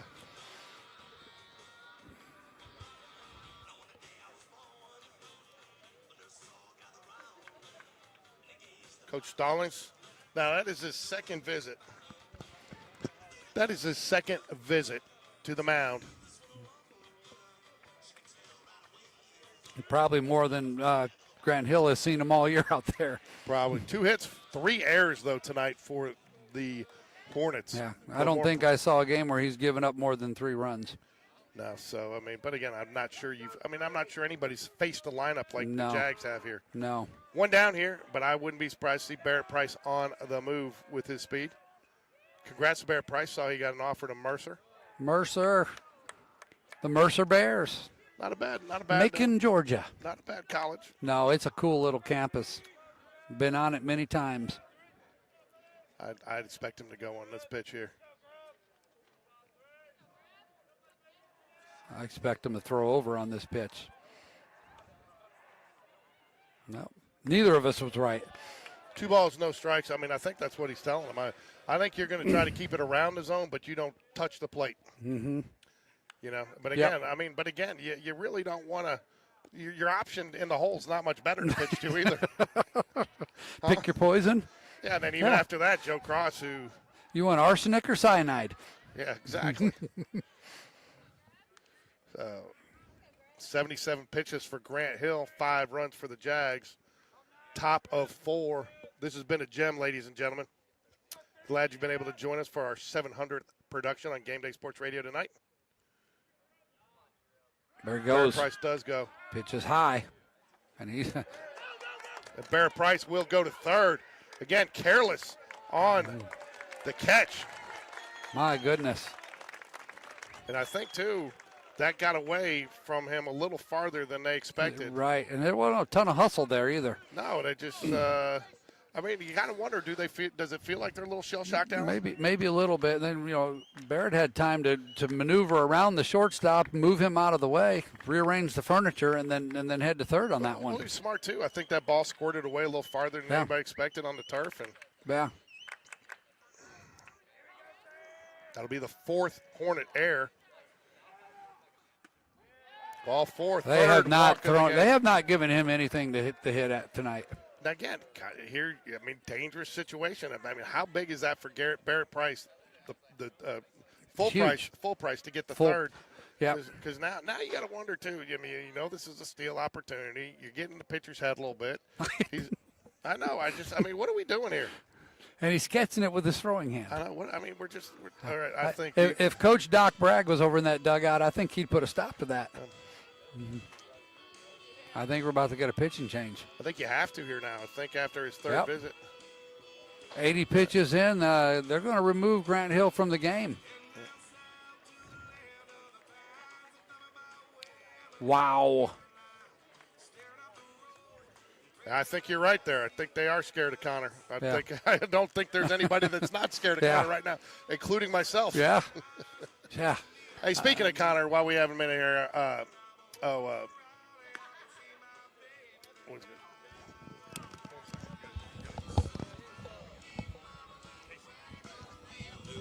the Hornets, number 6, Cooper Morgan. Sorry, waiting for them to announce pitcher, Cooper Morgan. But, hey, speaking of Connor Grab, got to give Casey Grab a huge shout-out. What she does for this team, her, Beth Phillips, we talked about it on Coach Smith actually mentioned on his show yesterday. When you sit there and talk about what they do for this team with the team meals, the way they get these boys, I mean, she's had meals there for them, and it really makes the season enjoyable. The boys have done it, and all the team moms, Brooke Smith, Susan Walker, Yes. so – yes. But Casey is like, and that's what I told Coach Dunn yesterday, or not Coach Dunn, but Coach Smith when we were doing the show.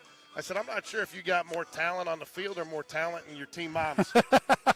But Casey Grab deserves a shout-out because she's been great to us, and when they've had some extra meals, she's thrown them our way, which we appreciate, not expected, but appreciated. But I told her she kind of got railroaded like I did. So when Cameron was playing basketball, her sophomore year, they talked me into being president of the Basketball Booster Club, knowing that Jordan was coming up right behind her. So they got me for like 7 years. Yeah, lock you in. They did the same thing with Casey with 2 kids, and I just didn't realize there's a third, a younger Grab, the girl. So, but Casey, thank you for all you do for Spain shout out Park. to you, Casey. Thank you. Thank you. And Beth Phillips, thank you for always letting me know where I need to be, because there's about 3 times this year I would have gone to the wrong field had you not texted me. So. Well, Morgan's pitched a lot for the Hornets this year. As I did my research, one of their 4 or 5 guys that they rely on. I don't care who you go to, though. The velocity is definitely coming off a little bit. Yeah, we might be early now.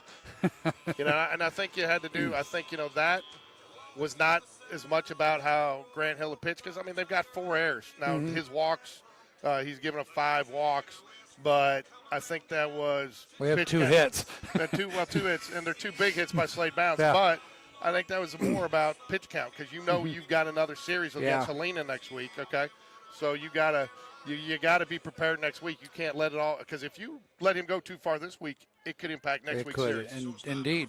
And we don't know. He may need more. He may be a little bit like Hudson Franks, just needs a little more time in the recovery. They both throw very, very hard. It may have an impact, and it may just be the program that they're on. Mark it down, ladies and gentlemen, 7:56 p.m. Allen made a great point. Look at this. Oh, and throws it away. Another error. You better get – here we go. This is good, though. This is good. Oh, there's nobody covering second base. He's in there. Oh, time to call him out. Smith is beside himself. He's trying to compose himself here. He just really thinks he got one there.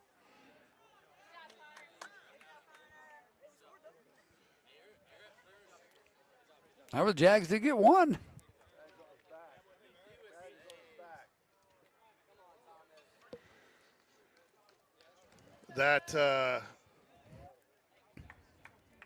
that, I'll tell you what, Connor probably could have gone back there because there was nobody covering second, and Reese would have gotten in there. Yeah. But he probably didn't see that part of it because he's watching the ball. yeah. So, but again, gets at least one run in there. And then their shortstop's completely out of the play. Thought it was a pickoff play. Morgan didn't go to. He went home instead of the second, and he found himself standing at second base as the pitch was coming to home plate. I mean, they are just all out of sorts right now.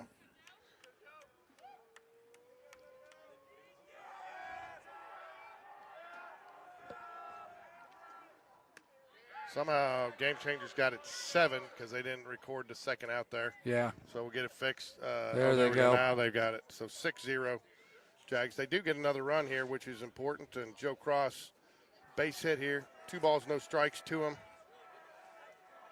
I thought with that throw so high, Connor got in under that tag. I'd love to go back and look at that one on replay. In fact, I will tonight when I get home. Yep.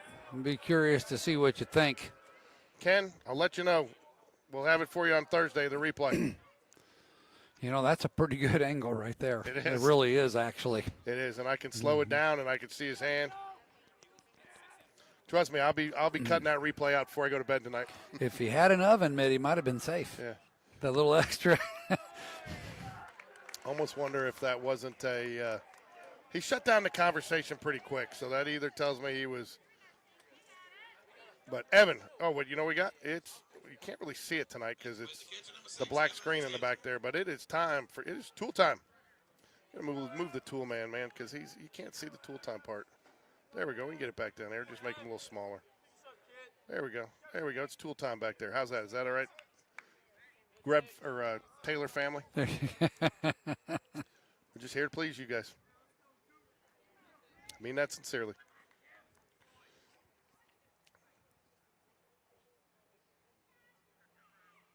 Oh, Ben Cooley. He said he was safe. And if Ben Cooley says it, you can book it, ladies and gentlemen. If Ben Cooley tells you tomorrow's Easter, you better get home and paint your eggs. Here's the other deal, too, Chelsea. You gotta start thinking about the next game a little bit, too. Mm-hmm. You want to see your guys compete. You don't want to lay down in this because, you got to bounce back and play in 2 there's nights. there's a lot of ball to be played tonight yet. We're at the halfway mark. Look at this. We're about to get another run. And there's the run. Wow. Get there, Cross. Get there. Oh, my goodness. They are throwing the ball all over the place. Now I Folks. got to go fix the other camera. Folks, a 7U baseball game has broken out. Yep.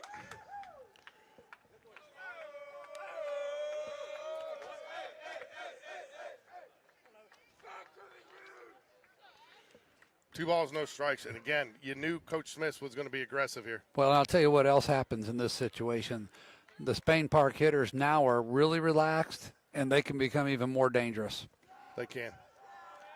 Well, now your pitcher starts pressing. He's 2-0. Little fly ball. That's going to be a problem. That's got a chance. That's a problem. No, what are we doing? Nobody covers second. I'm telling you, they're not doing anything right now, and the coach has got to be beside himself. I tell you what, good heads-up base running by the tool man right there, taking advantage of another, and that will not go down as an error, but it should. Yeah, that's definitely a mental error on the part. I guess that would have been certainly the shortstop should have been covering second. We give our tool time salute to that one. We give Evan our tool time salute to that one. Hey there, Tim, the tool man. That's right. 2 outs now, 8-0 here. Who had 8-0 in the top of the fourth on their bingo card besides me? Not me. Okay, I'm lying. Who had I had Duke, Illinois in my Final Four, and that was about it. Yeah, and Duke should have been there. That was probably the worst coaching I've seen the last. Don't worry, folks. I'll get the outfield camera fixed in a minute. It's just changing in light and the net. We won't have the net on Thursday night.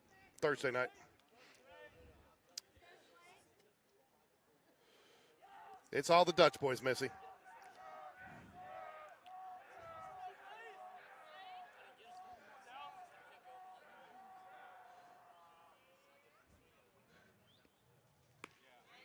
I'm not sure pitching if ahead. I'm not sure if I'm the second baseman. I am holding that guy on. When Slade Bounce has hammered it twice to the right half of the field. Yeah. Yeah, there's some inexplicable things taking place in this game on the Chelsea side right now. He is holding the runner, giving him a wide open hole, and Slade Bounce has gone to the right side of the field twice. One of them was right middle, and the other one was right line. And they got him that time. Yeah, he did. But not before the Jags get a couple. Put 3 more on the board, 8-0 Jags. All right, got to go fix the camera. Going to the bottom of the fourth.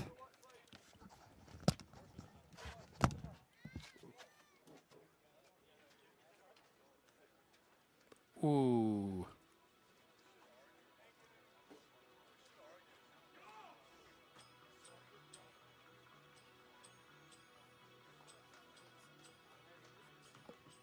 Park gets 3 runs off 1 hit, 1 left on base.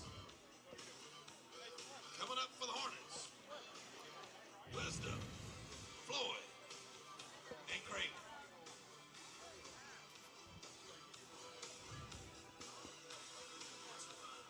Wow. All right, just got a good peek at the close-up of the replay on that play at home, and looks pretty much like Greb was in there safely.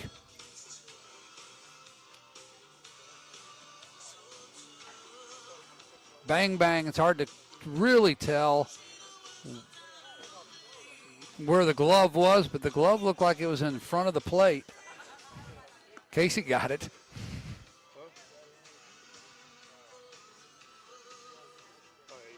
Yeah.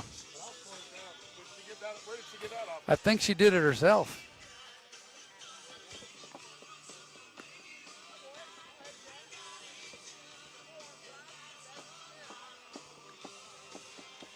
All right, folks, we're going to go to the bottom of the fourth here at Chelsea High School. The area game 1 between the Spain Park Jags and the Chelsea Hornets.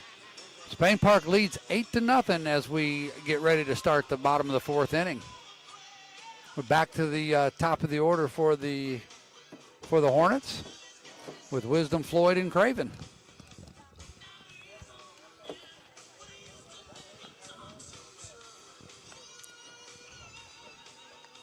What is this? I don't know. Understand the question that somebody's asking here. Alan, can you see that?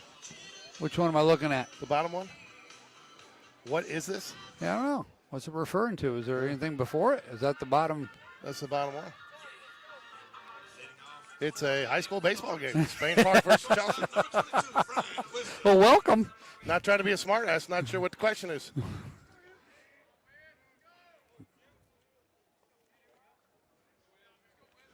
Sometimes you got to be careful. This could be a bot. Ah.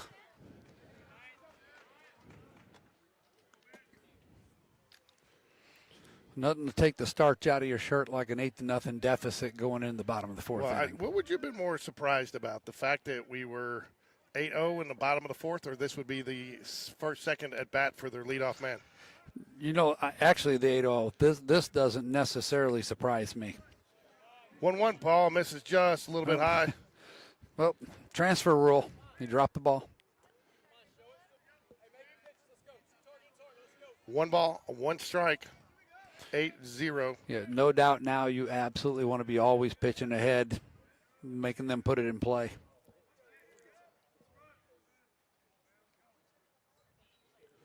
Fouls it back. Looks like we're going to get maybe some fog rolling in from the football field side. Yeah, maybe. Dew points dropping down just a little bit there, Alan Roker.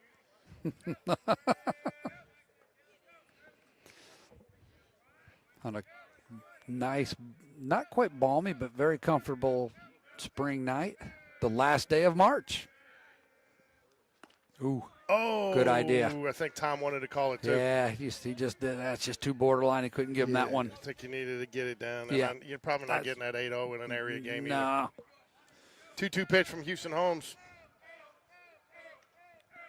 A little bit of chatter coming out of the Chelsea dugout. They're trying to get anything going right now. Swing and a miss. Oh, my goodness. I mean, is that 6 strikeouts on the night now for him? He will saunter back to the dugout. Little adjustment on that curveball. Coach Dunn letting him know that's the one I was looking for earlier. Yep, and that will bring up the number 2 hole hitter, Floyd, second baseman, Pink Floyd. Pink. And he wears pink batting glove. Or maybe he's Pretty Boy Floyd. There you go. You don't want to be Ray Floyd, though. No. Probably one of the most hated golfers on the tour. I was watching something this weekend. Oh, really? Oh, yeah. People didn't like him, apparently. Man, Brody's feeling pretty good out there, moving better than I've seen him move since the injury. I agree. So much so that ball was way out of play. He still ran for it. He just wants to move. Keep it loose. Kind of wonder what kind of treatment he's getting before the game. No balls in a strike here. Houston Holmes dealing. A little TLC from Little Mama. Yeah, maybe. Yeah. And our trainer staff at Spain Park does a nice job. But he looks like he's free of the ankle wrap. That's a good sign.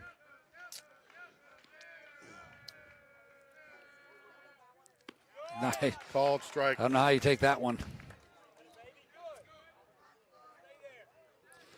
Well, with all the consternation, everybody wondering who's going to be our starting pitcher. It looks like the coaches knew what they're doing, don't they? Yeah. And I'll tell you what, it was nice. They had some debate. They all talked about it. They roundtabled it. Yeah. All kind of weighed their options. And oh, man. ground ball, Reese Jones, nice play. Takes his time, makes the throw, and gets the out. They finally had to join the game. The infield, just other than Brody, hasn't had any action. No. And Barrett Price. I'll tell you what, and that just goes to show how big it is to get that first out. Yes. You go look, Spain Park gets a pop-up first inning, first out, and it sets a tone. Yep. Chelsea starts off kind of grab with a walk and followed by another walk, and then it's just it's then Katie bar the door. Quicksand, coach, quicksand. Right side should be ready here. This is a quick bat.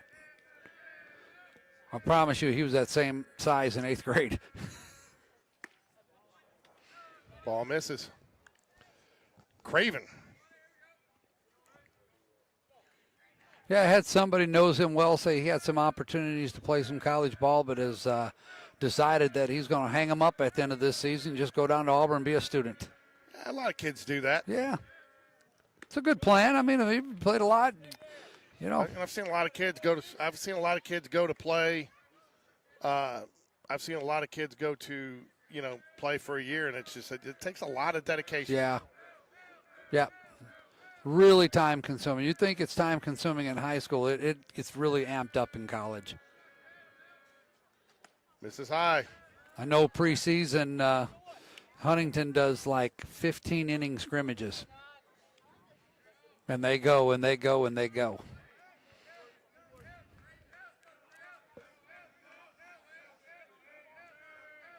Dr. Maddox chiming in.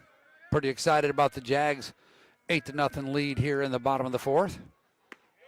Called strike, Ooh. bottom of the zone. Yep. Good Tell pitch. Dr. Maddox needs to be chiming in from the chat. Yeah. I don't know if that's superintendent approved.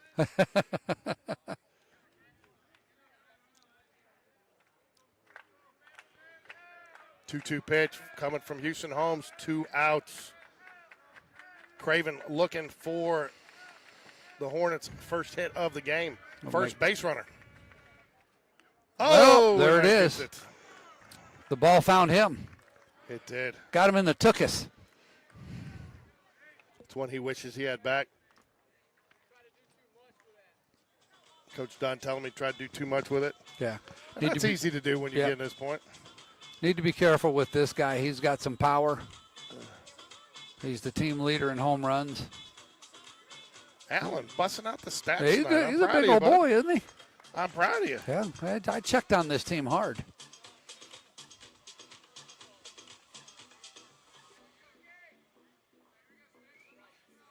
Next up for the Hornets, first baseman, number 11, Luke Neal.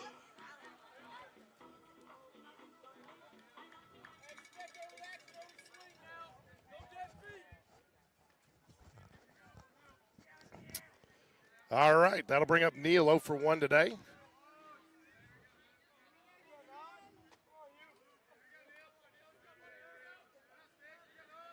Two outs here. Jags would love a soft ground ball out here. Swing and a miss, though. I'm going to send that link to Dr. Maddox. Let's tune in, buddy. Oh, he didn't know we were winning off of watching? No, man, I've been keeping him posted. Oh, come on, man.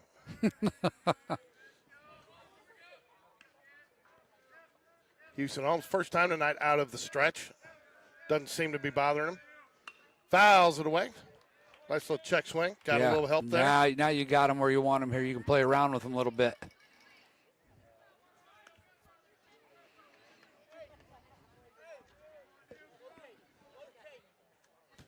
So Coach Dunn's won a specific location on this.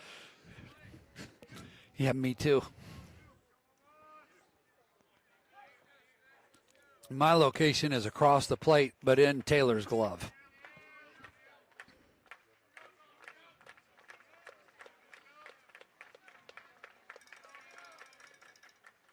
Swing and a miss. What a defensive Shuts him swing, down. too. That was not an aggressive swing at all. No. He had him guessing, and he guessed wrong. What is the blacksmith's favorite music? I don't know.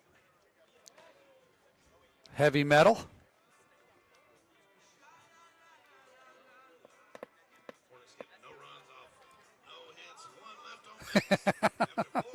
That was my answer. So we're at the point where we got people watching who send us jokes. I don't know. That's pretty good. Are they talking to each other or are they talking to us? I think they're talking to each other. Heavy metal, that's right. There you go. A little joke in the chat. I like it. A little comedy. Mm-hmm. That'll bring up Jackhammer Lukebacher. Kind of be the way you would describe the Chelsea defense thus far. Yeah. So A comedy of errors. You got me, Mr. Allen. So Jackhammer Lutenbacher steps up here to lead off the fifth, followed by Brody Bragenreitz, and then Rhino Paquette. Top of 5, 8-0. Maddox is watching and listening, so I have to behave now. We will. I can't talk bad about the superintendent or anybody. So that's all right. We're looking forward to having you on Thursday, Dr. Maddox. It'd be nice to have some talent on the air finally. Yeah, goodness, we've been lacking it all season. Yeah, me and Alan, you blow us both away. I guess, we put that out there, maybe our ratings will go up a little bit. Yeah, they probably should. Got to remind him that it's an area game. We're going to be all baseball, all serious. He doesn't have to carry us as much. No, we don't. He doesn't have to be worried. He doesn't have to get all his stats ready. Like I asked him, what's the budget and how many A's, whatever. So got another pitching change. Yeah, well, I think you got to. I think you get some guys some work here, and you're going to try to have to. It's going to be all hands on deck for them Tuesday night. It's amazing that they could start a basketball team with this kid in Grant Hill. Yeah. So did they get a discount on those pants and they didn't take the stripe all the way down? I don't know, man. I was wondering that earlier. If Ricky was here, I'd be calling them pajama pants. He'd probably say the same thing about those stripes around the collar on the shirt, too. That's one thing I've always said about Chelsea, and I made that comment earlier. I don't care if you're 5 or 19 and you play for Chelsea, you're wearing the same hat and uniform. I think that's kind of cool.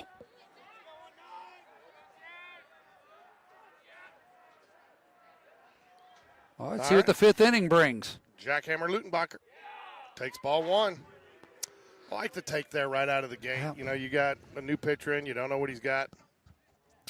Alan, the other important stat today? There's a lot of important stats today. Which one you going with? 0 dropped frames.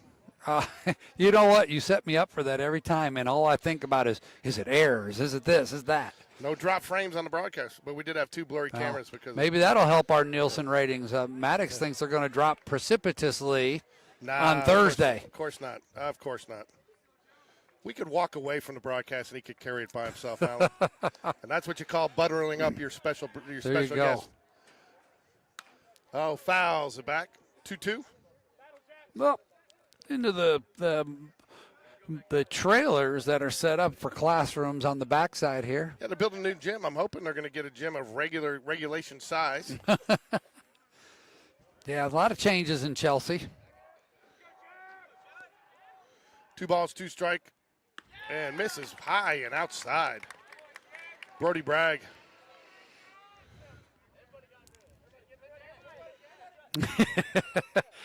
The dugout is amazing me. I'm What are just they telling doing you, they're all in it, man. They've been in all year too. They've been all in. Fouls it away. Yeah, there was didn't quite see that kind of life out of the Jags last year. You know, it was a little tougher season, but winning makes you just feel really good about yourself. Let's make you feel good about yourself. I like winning.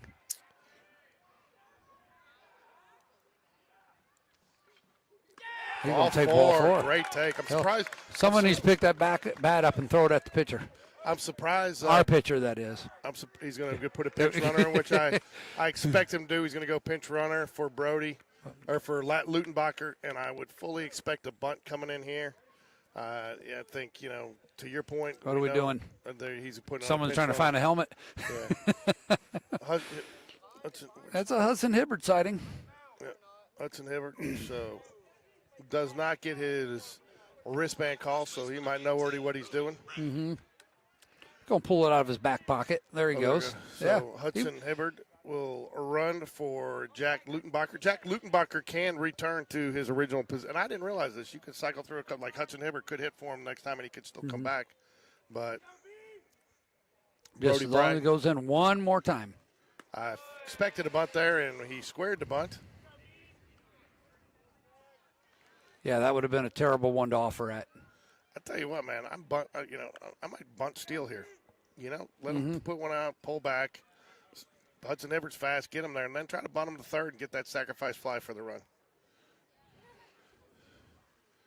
Or, you got a good contact hitter and Ryan Paquette standing on deck that likes to go to the right side of the field. Man, look, you're really pulling out the deep small ball plays there, buddy. Man. Get them up, get them on, get them over, get them in, right? And Chelsea's yet to prove that they can throw somebody out on the bases. Yeah. And I'm not saying that to be cheeky or no, well, negative. it's just the reality. Fouls it away. 1 ball, 2 strikes to Brody Bragg and rights. Well, this one, for sure at this point he won't be bunting. No, but I think you might see a steal here. I mean, you've got to have him somehow on the move. You don't pinch run here to not. Right. Knowing, the aggressiveness of Coach Smith, it's a pretty good possibility that he's going here. We'll see if Chelsea thinks so, too, with a throw over. Nope. No runner either. Oh, I don't have to. I got you a pretty good chance right now you're about to see a bunt. Yeah, I think so. First and second, nobody out. A little easier to bunt, too, when it's not coming at you about 92. Yeah. Joe Cross will attest to that. Barrett, full price, stands on deck. When you normally, because you have time to show the bunt and get ready, you don't have as much time. You have to show it a little bit early if you're when you're facing someone like Grant Hill, and I think that was the problem. Yeah, no, man, all you got to do is get it down here. So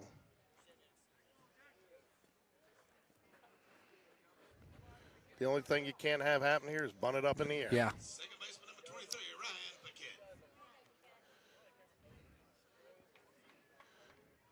Let me know what's going on. I can't see.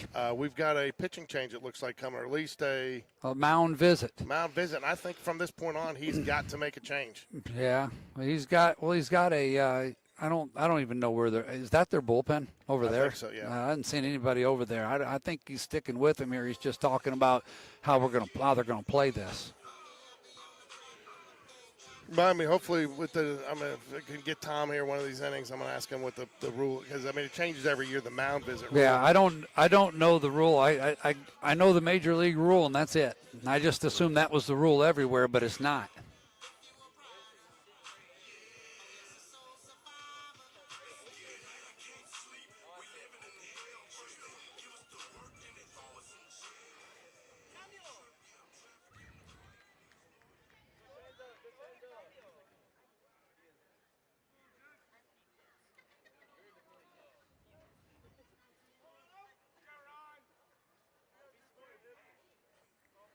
All right, here we go. Mound visit's over. Everybody's cleared back to their bases.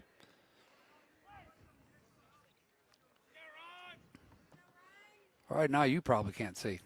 No, I'm good. I got Ryan Paquette here, but I think he's bunting here. He does. And he gets it down. Nice bunt. He might even get on this. He does get on. Bunt for hits. Nicely placed. A little hesitation. I thought the pitcher was going to go ahead and field that. I think he got called off, and then the third baseman came in and didn't even field it cleanly. I mean, that's the first time I've never seen Coach Smith. It almost looks disappointed now that we've got bases loaded and they got to force out at home. They just they called a balk. That's all right. We got it. Oh, they got that's the best thing about Game Changers, the rewind. Wait till you have to rewind like 2 innings sometimes. Paquette reaches on a balk. You know what, though? If Price can get on here, you're going to have to pitch the kind of grab. In fact, I would probably, go station to station just to force that. Of course, you're going to take any run that opportunity you get here. So the only way he doesn't score with Price getting on is a walk. I mean, or a hit by pitch. I mean, the thing is, if you can Doug Cole this, I mean, think about what you save. Mm-hmm. I'm not going to use the real word. That'd be a little presumptuous in an area game. Yeah. Yeah, I take nothing for granted, and I don't want to be disrespectful. But the bottom line is Chelsea's just not played a very clean game tonight. No, and they're capable of playing, obviously, a whole lot better than this. Yeah, and I think, look, and we saw this happen. We did this a couple years ago against Trussville. Trussville came back the following game, and that's beat right. us pretty good. Did it to Oak Mountain at third place. Got the opening win on the road, and Oak Mountain came back and beat us at home for the split. So, I mean. Well, I remember that. That's the thing. Everything resets. Mm-hmm. What you did tonight does not matter on Thursday. Nope, that's right. And that's the mentality you have to have. Every game stands for itself. You don't get to bring any runs with you to the next one. 3 balls, 1 strike here. Oh, and it's man, this is going to be a tough play. They're not going to get him. Oh, he shouldn't have let it bounce again. No, they're not going to get him. Man, that's the mistake. That's again. A mistake. Fielding, and now it's Yeah, not going to go you got to come get that short hop, or that's the only chance you got. It is. I mean, you've got to, and here's the other deal, too, though. You got to start wondering, this is going to be 5 straight in area play against Chelsea if this holds. Yeah. You got to start wondering, when are the Jags in their head? Are they starting to own them a little bit? Is there a mental aspect coming into play? Yeah, I know this much. If by chance we start this area play 2-0, the coaches will remember last year and remind the players of that to make sure we don't have that letdown again. Well, I talked to Coach Smith a little bit about that, and they put a lot of emphasis on that. Not they didn't put it all on his shoulders, but the team was different after Slade Bounds got hurt in that game last year. And we had a lot of illness too. Oh, we did. I mean, I forgot about that. I mean, half the team went through the flu. Yeah. And even the ones that were back were not full strength. No, and then, and people forget last year area play started. Then we went on spring break. Yes. And then you came back and everybody had the flu. Mm-hmm. So, yeah, a lot factored in there. So, but I'll tell you, one of the things I'll tell you in a minute after this pitch. Foul tip. Uncharacteristic swing by Connor Greb there. Went down, chase one low. All right, we're going to get a ruling on the mound visit from our man BC, Brian Carter. He says, I believe a coach gets 1 visit per inning. A second trip in an inning is a removal of the pitcher. Well, that would be the major league rule. Look at that off the back. That's what you talked about earlier, George. You got to watch those pass balls. And I saw it happen in the JV game. That ball got back to the catcher quicker than the ball got by him. Yeah, I mean, it almost got past the pitcher. That ball almost ended up at second base. I mean, you could almost set up a pickoff play with that if you're playing at home and you know it. Off the wall. Oh man, this is our trick play. Off the dugout, off the wall, back to the plate, nothing but net, right? Oh, they got him. Yeah. No, but what I was going to say is I felt it. I felt it in the Farragut game. I mean, that's hard for a batter when you've gone up and you've seen nothing to hit all night. But I talked to Coach. You felt in the Farragut game as much talk as there was about number 2 team in the state. You felt like they didn't care. They were playing a faceless opponent. Yeah. They just went out and did their job, and you kind of feel like that anybody they're playing. Mm-hmm. So I think you'll get that again on Thursday night from this team. Yeah. Well, I think that it's about to be where I'm convinced that this team's on a mission. Right. I'm almost there. Ball 2. I'll tell you, I think you'll see Brody Smith. No official word from the coaching staff yet, but I think that's kind of the way it looked like they were trying to set it up in the area. Brody looked good and really pitched well against a good Stanhope Elmore team. That team was very good. I mean, we were tied in the bottom of the seventh against them, and nobody's been close to us for quite some time. By the way, I still got that video, Ryan. I got to get it over to you. So very good. Reese Jones 0 for 1 today. If you're really talented and you get my voice off of it, he'd probably like it even more. Oh, I actually can do that. Can you do that? That'd be good. I can mute the sound, but. Oh, watch out. All right, Joe, got to pay a little attention there. Tighten up the batting glove a little bit. Just glad they didn't throw that one at Houston Holmes. Yeah, I don't think Houston would have caught that bat. So, or Nash Davis. I mean, Nash does have like a weapon on his arm. Yeah. I had that brace a few years ago, and I hope I never have to wear one again. Interesting thing, I don't think we've ever mentioned it, but you look at Reese Jones. I mean, this is what we did in high school. We only wore a batting glove on our bottom hand. Oh, me too. Ground ball. That's it's going to get over the third baseman's head. 2 runs are going to score. Runner's going to be in safe at third. Nice high hopper. This has gotten ugly now, folks. It's officially ugly. It is Doug Cole territory. It is, with Joe Cross coming up. And whatever noise was coming out of the Chelsea dugout has gone dead silent. There is a decibel reading of 0 over there. Honestly, their starting pitcher deserved a better fate. He if you look inside his numbers, they weren't bad. No, I mean, 4 errors is what kills you. Yeah. Oh, my goodness. Wow. Plunked him in the lower back. You charge the mound on that one? Every once in a while, the reels on social media will get to showing some of the best major league brawls, and then to me they're funny. It's tool time, baby. It's tool time. Evan the Toolman Taylor steps up to the plate with bases juiced and 1 out. I'll go ahead and give him a salute here in advance. You're going to give him a salute in advance.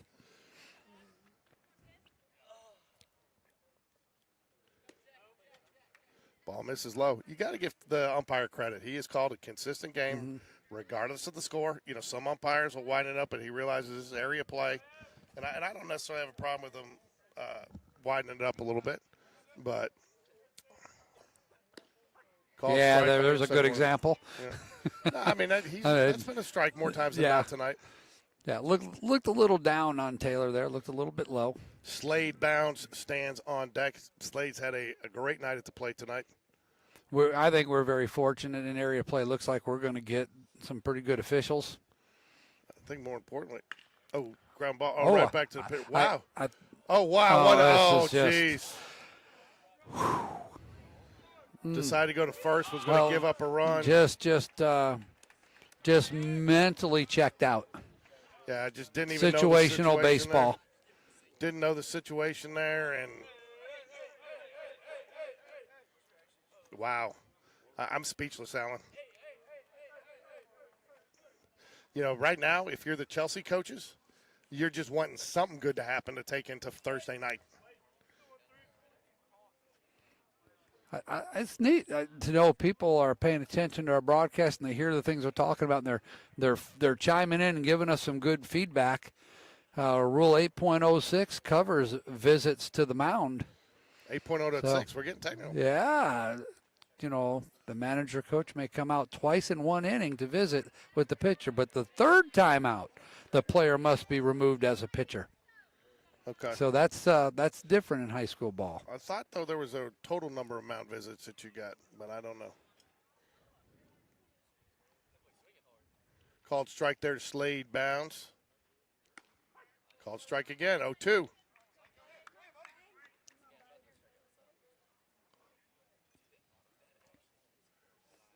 $13-0. I never thought I'd say those words in an area game, Alan. I'm ready to get the extra point here. Line up, Reese Jones kicking. Fouls it away. Yeah, I'm just going to tell you, I didn't see this No, I didn't. I expected a very close game.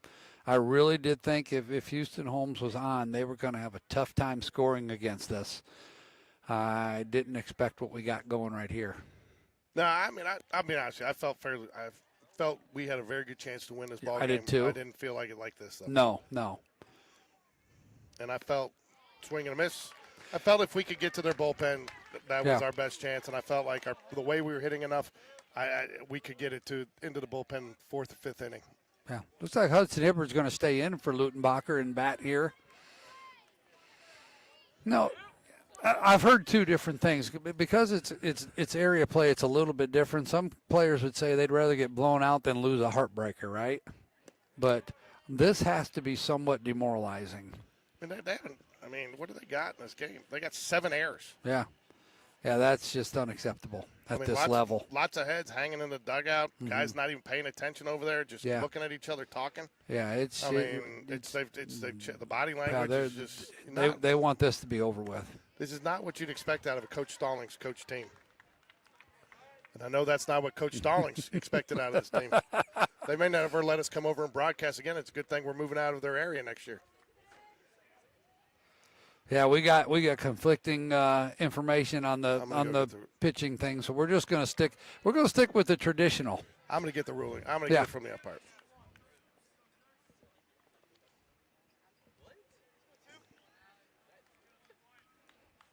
Well, we could get it from Coach Dunn too, maybe.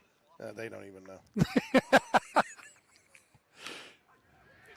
There was a year we batted out of order and they didn't even know how it worked. I had to tell them seriously.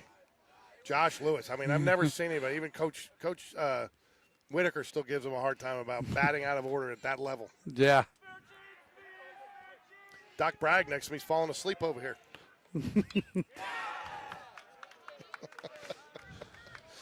We'll keep Doc, you up. Doc, it's almost over. Did you see this coming? He probably did. I like it a lot. Well.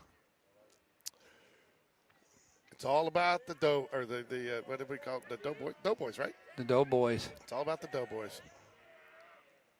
Swing and a miss. Missy, fun little fact for you. My nickname in college was Doughboy. What? Yeah. Did you earn it? All right, true confessions here. George admitting his nickname in college. Very superstitious playing.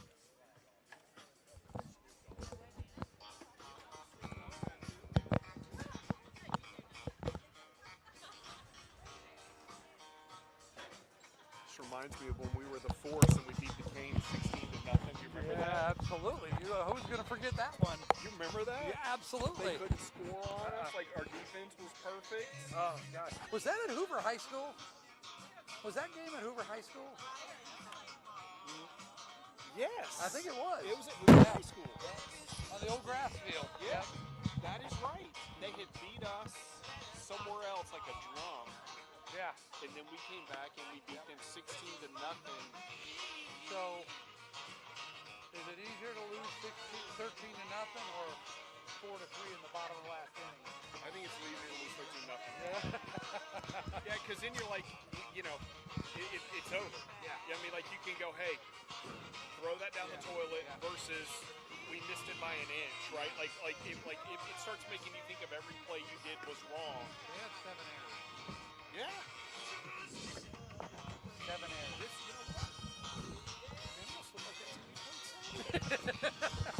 Like that shortstop for that team. And I didn't realize we knocked their shortstop out by hitting him. Yeah. And they're almost, I kept going, who's third baseman over? Anybody. Jeez. I mean, the bat boy. It just reminds me of I'd forgotten about that, but I remember that. So, Alan, little scoring update. Bottom of 6th inning for you.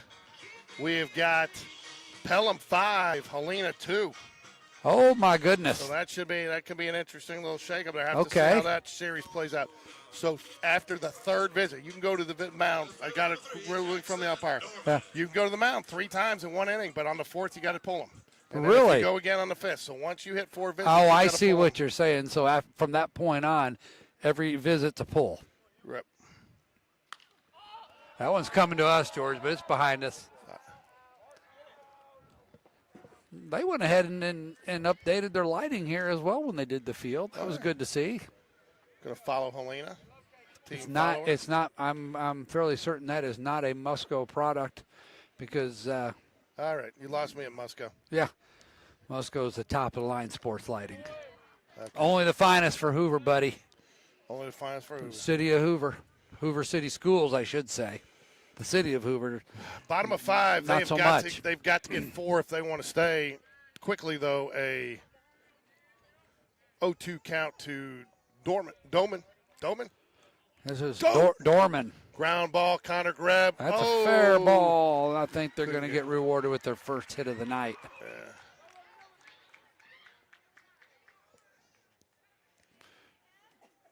That Tough was a play tough behind one. the bag. He had It to read was. it to see if it was going to hit the bag, and it actually might have. Dutch boys, Doughboys. Sorry, Missy. Dutch boys. That's right. Next up, the catcher, number 4. I was close enough to Doughboy. So it's 5-2 Pelham in that game. Is that what you said? 5-2 Pelham in the 6th. Wow.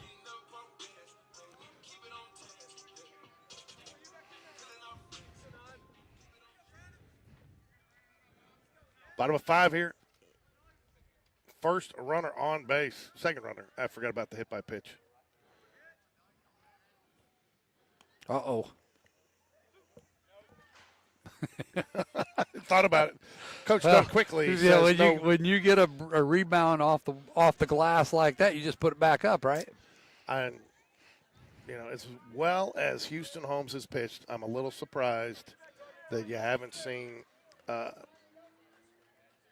They gave him an error on that. Still the no-hitter intact. Oh my goodness. That's a tough error to take right there. That's the home team score, or I should say our team scoring. So, yeah, why not?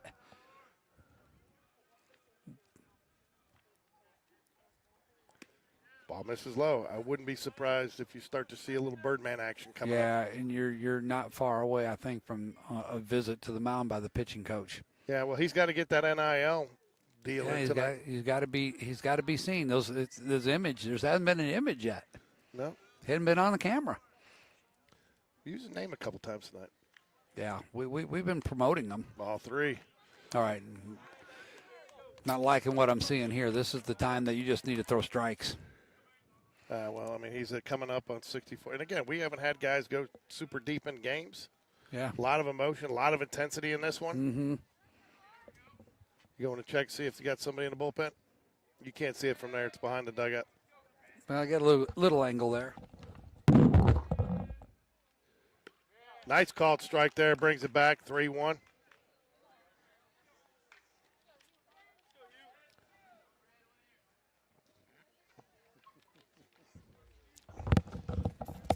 Well, the only thing I saw in the bullpen was 2 guys with grayer hair than me and more the hair than me, and I don't think neither of them have any eligibility left.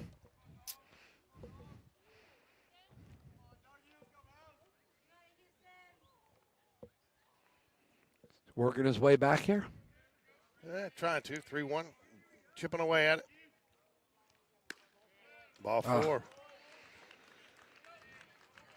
Now, this is the part of the order that you don't need to just give free passes to for sure. And here comes our first. Okay. Words of wisdom with Wilson's words of wisdom with Coach Dunn. So I think he just tells them bear down. We don't worry about these 2 guys on the base paths. Yeah, we're hunting outs right now. A W is a W. Is there a tiebreaker rule that where the score comes into play? No, because you play that 3rd game. Is that what you do? Yeah, Okay. you play that 3rd game now. The only way I think that comes in, I didn't even think that comes into play. I think coin toss is the.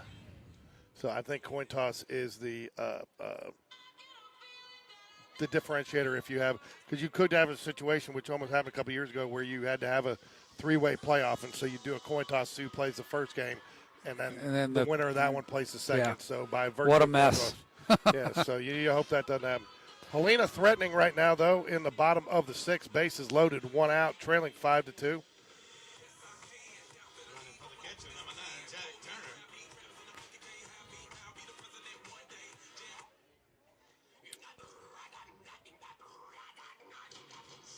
At the plate, the DH, number 13, Ian Finney.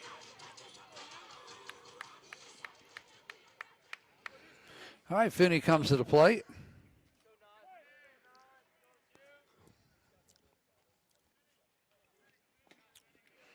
Well, we do have action in the bullpen. Michael Johnson is warming up right now. Wow. Guess they want to save the Birdman for. Ooh, line drive, Slade bounds, decides to let it fall. Comes in. Will get the cutoff by Brody Bragg. Bases are loaded. Chelsea threatening here now in the bottom of the fifth. With nobody out.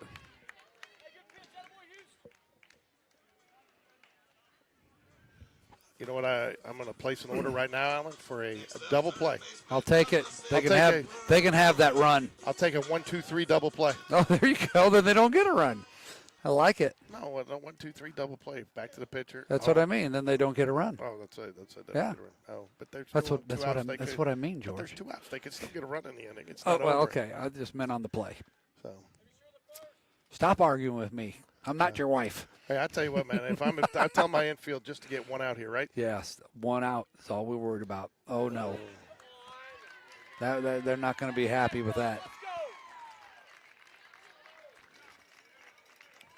This is what, if I'm a Chelsea Hornets coach, this is what I wanted to see. Something good happen. Yeah, a little bit of fight. Finish, maybe chip back over to Adam. Well, you say that, but you had the ground ball down to third base. Probably should have been scored a hit. Then you had a couple walks and a single, or a walk and a single, and now a passed ball. I'll feel a lot better when you get that first out and get the momentum back on our side here.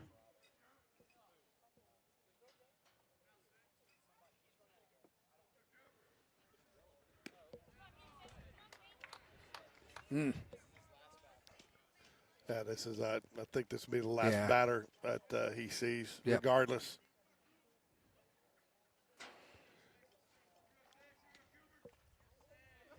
I didn't think we had a second baseman for a minute. We got an umpire out there, though. Thank you there. My goodness, he's getting squeezed. Thank you there, Jordan, for congrats on our 7 under at the broadcast. Appreciate that. Yeah. She tuning in to check on you? Yeah. She's a good egg, man. She just got placed at a middle school with down there with Young Life. So here comes Love Coach it, Smith. love it. Our first opportunity to do this, and we will go to. We're going to go. First, we're going to do the Sean Jones snack of the game. We know what that is. Boiled peanuts today. They had them in the concession stand. Got Sean a night, and I mean it wasn't a small tub either, man. Definitely, you got your $5 worth on those boiled peanuts. Got his protein. Got his protein. So Sean Jones snack of the game. We're also going to call to our Vance Law Firm call to the bullpen. Injury lawyers Kyle Weidman.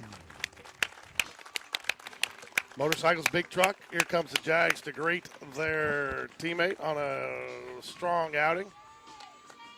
Want to thank our sponsors, Birmingham Landscape Design, Wells Fargo Advisors, Strong Box Self-Storage, and Marathon Electrical Contractors. I got to get a kick out of 3 of our 4 infielders have sunglasses on their hats.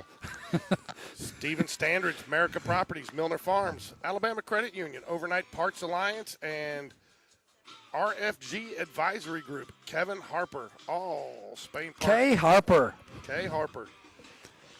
You know what I do want to find? I want to find a game, and I think we've got maybe one more home game in this non-area that we can do a broadcast from the Harper home run deck. Oh, my goodness. That would be so much fun. Seriously. Yep, so. Too bad that Briarwood game wasn't at home. I know. So Michael Johnson's going to come in with nobody out and the bases loaded. Yeah. Little surprised that they didn't go to the Birdman. Not going to question the coaches, but sometimes love what Michael Johnson's done on the mound this year, but every once in a while he takes a couple of batters to get into it. Yeah. It's just, but. Yeah, I don't think they'll go deep in his repertoire. Probably 1 or 2 pitches at the most here. Live with that fastball and see if we can get some outs.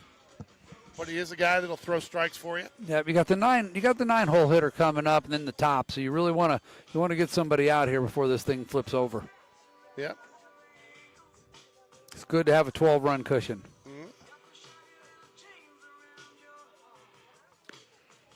I mean, if you're a Jag fan and Jag coach, the last thing you want to see this do, though, is go 1 more inning.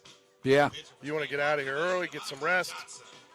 It's only 8:40. Hit Raising Cane's on the way home. I mean, now you got me thinking about that. What time they close? I don't know. That place was good. I don't know if I wouldn't have waited that long that people were waiting for. Oh no, it's just new.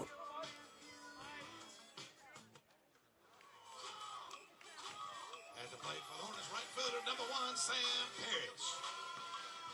Sam Parrish steps up 0 for 1 today. Michael Johnson in relief.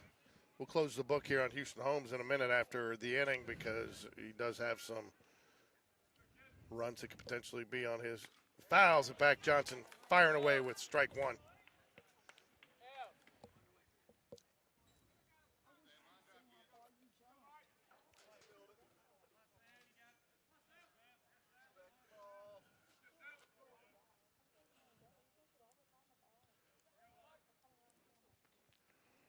It's quiet here. It is. Nice pitch. Nice pitch, bottom of the zone. And this is why they went to Michael Johnson. Mm-hmm. I mean, I love what Michael Johnson's done on the mound, but there are some pitchers that takes a Yeah. batter or two for him to settle in. And, Yeah.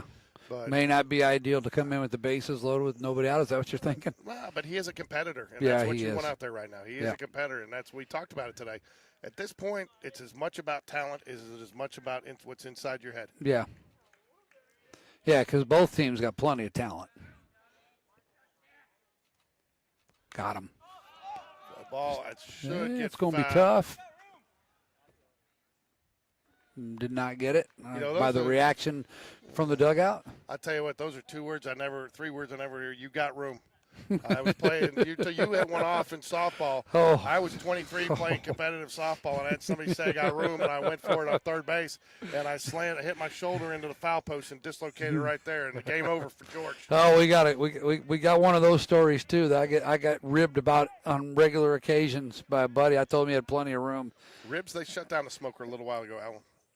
They did. Yeah. I think they. Got him. Swing and a miss. That's Strike a 3. big out. Yeah, I ran a guy in the fence. That was before the yellow was put on there. You know, that protection. Yeah. So it showed up at Spain Park Veterans, and not long after that. So the guy's name was Brad Hires, my buddy. I think he's probably listening to the game, and it showed up shortly after that. So we nicknamed it the Hires helmet. There you go.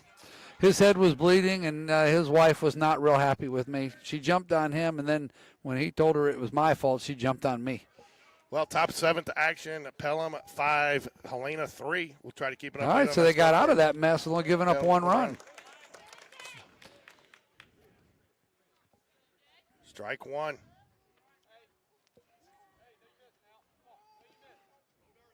So I guess the teams, you can play as much. Is there a limit how many ball games you can play in high school baseball? Yes, and that's why you got to be careful, and that's why you'll see, and that's why Will likes to do what he does, and I'll explain it to you in a minute. Swing and a miss. So you will see a lot of teams play an area. They'll play that third game as the tiebreaker, whether they need it or not. So, like if somebody goes and wins 2, they'll still play that third game as their extra game. Will doesn't do that. We agree to do that third game only as needed against the 2 teams. So that allows him to schedule some out-of-area opponents for some other games. I think 30 or 31 games is your max through area. So you got to do the math. So you got to be careful. You got to leave 7? No. How many games you got to leave? 2, 4, 6. Yeah, 7 games. You have to leave 7 games. And then once it resets, once you get to the playoffs, obviously. Yeah. But, whatever the number is, you can play -7 now. Some teams, they do less because they play those 3 games. Yeah. Swing and a miss. Got him. Well, I'm just looking at, Helena looks like they've only played 20 games. Yeah. But again, you also don't know the situation because do they have rainouts? Yeah, that's true. We've been fortunate with no rainouts this year. With the way, when the tournament we played, it was able to change those games and reschedule them. All right. So. All right. We've played in some tournaments that have really gotten us a lot of games over. We got 7 games over 4 days. Yeah, that's a lot of baseball. That's a lot of baseball.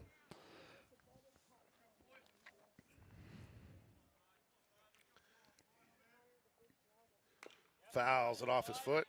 Jags 1 out away from going 1-0 in area play. Michael Johnson has been outstanding in relief here. Wouldn't you say outstanding? I would say he's outstanding in his field. Yep. So, guess, eight pitches, 9 pitches so far. I think he's thrown 7 strikes. If I had to guess, I think you'll probably see him at second base on Thursday with Ryan Paquette. in the dugout to be available to come out of the Yeah, bullpen. kind of switching roles. Oh, line drive. Oh, that's going to be a base hit. That's going to score 1, maybe 2. It will score 2. They are going to get Cut it it in off. a second. Cut it off.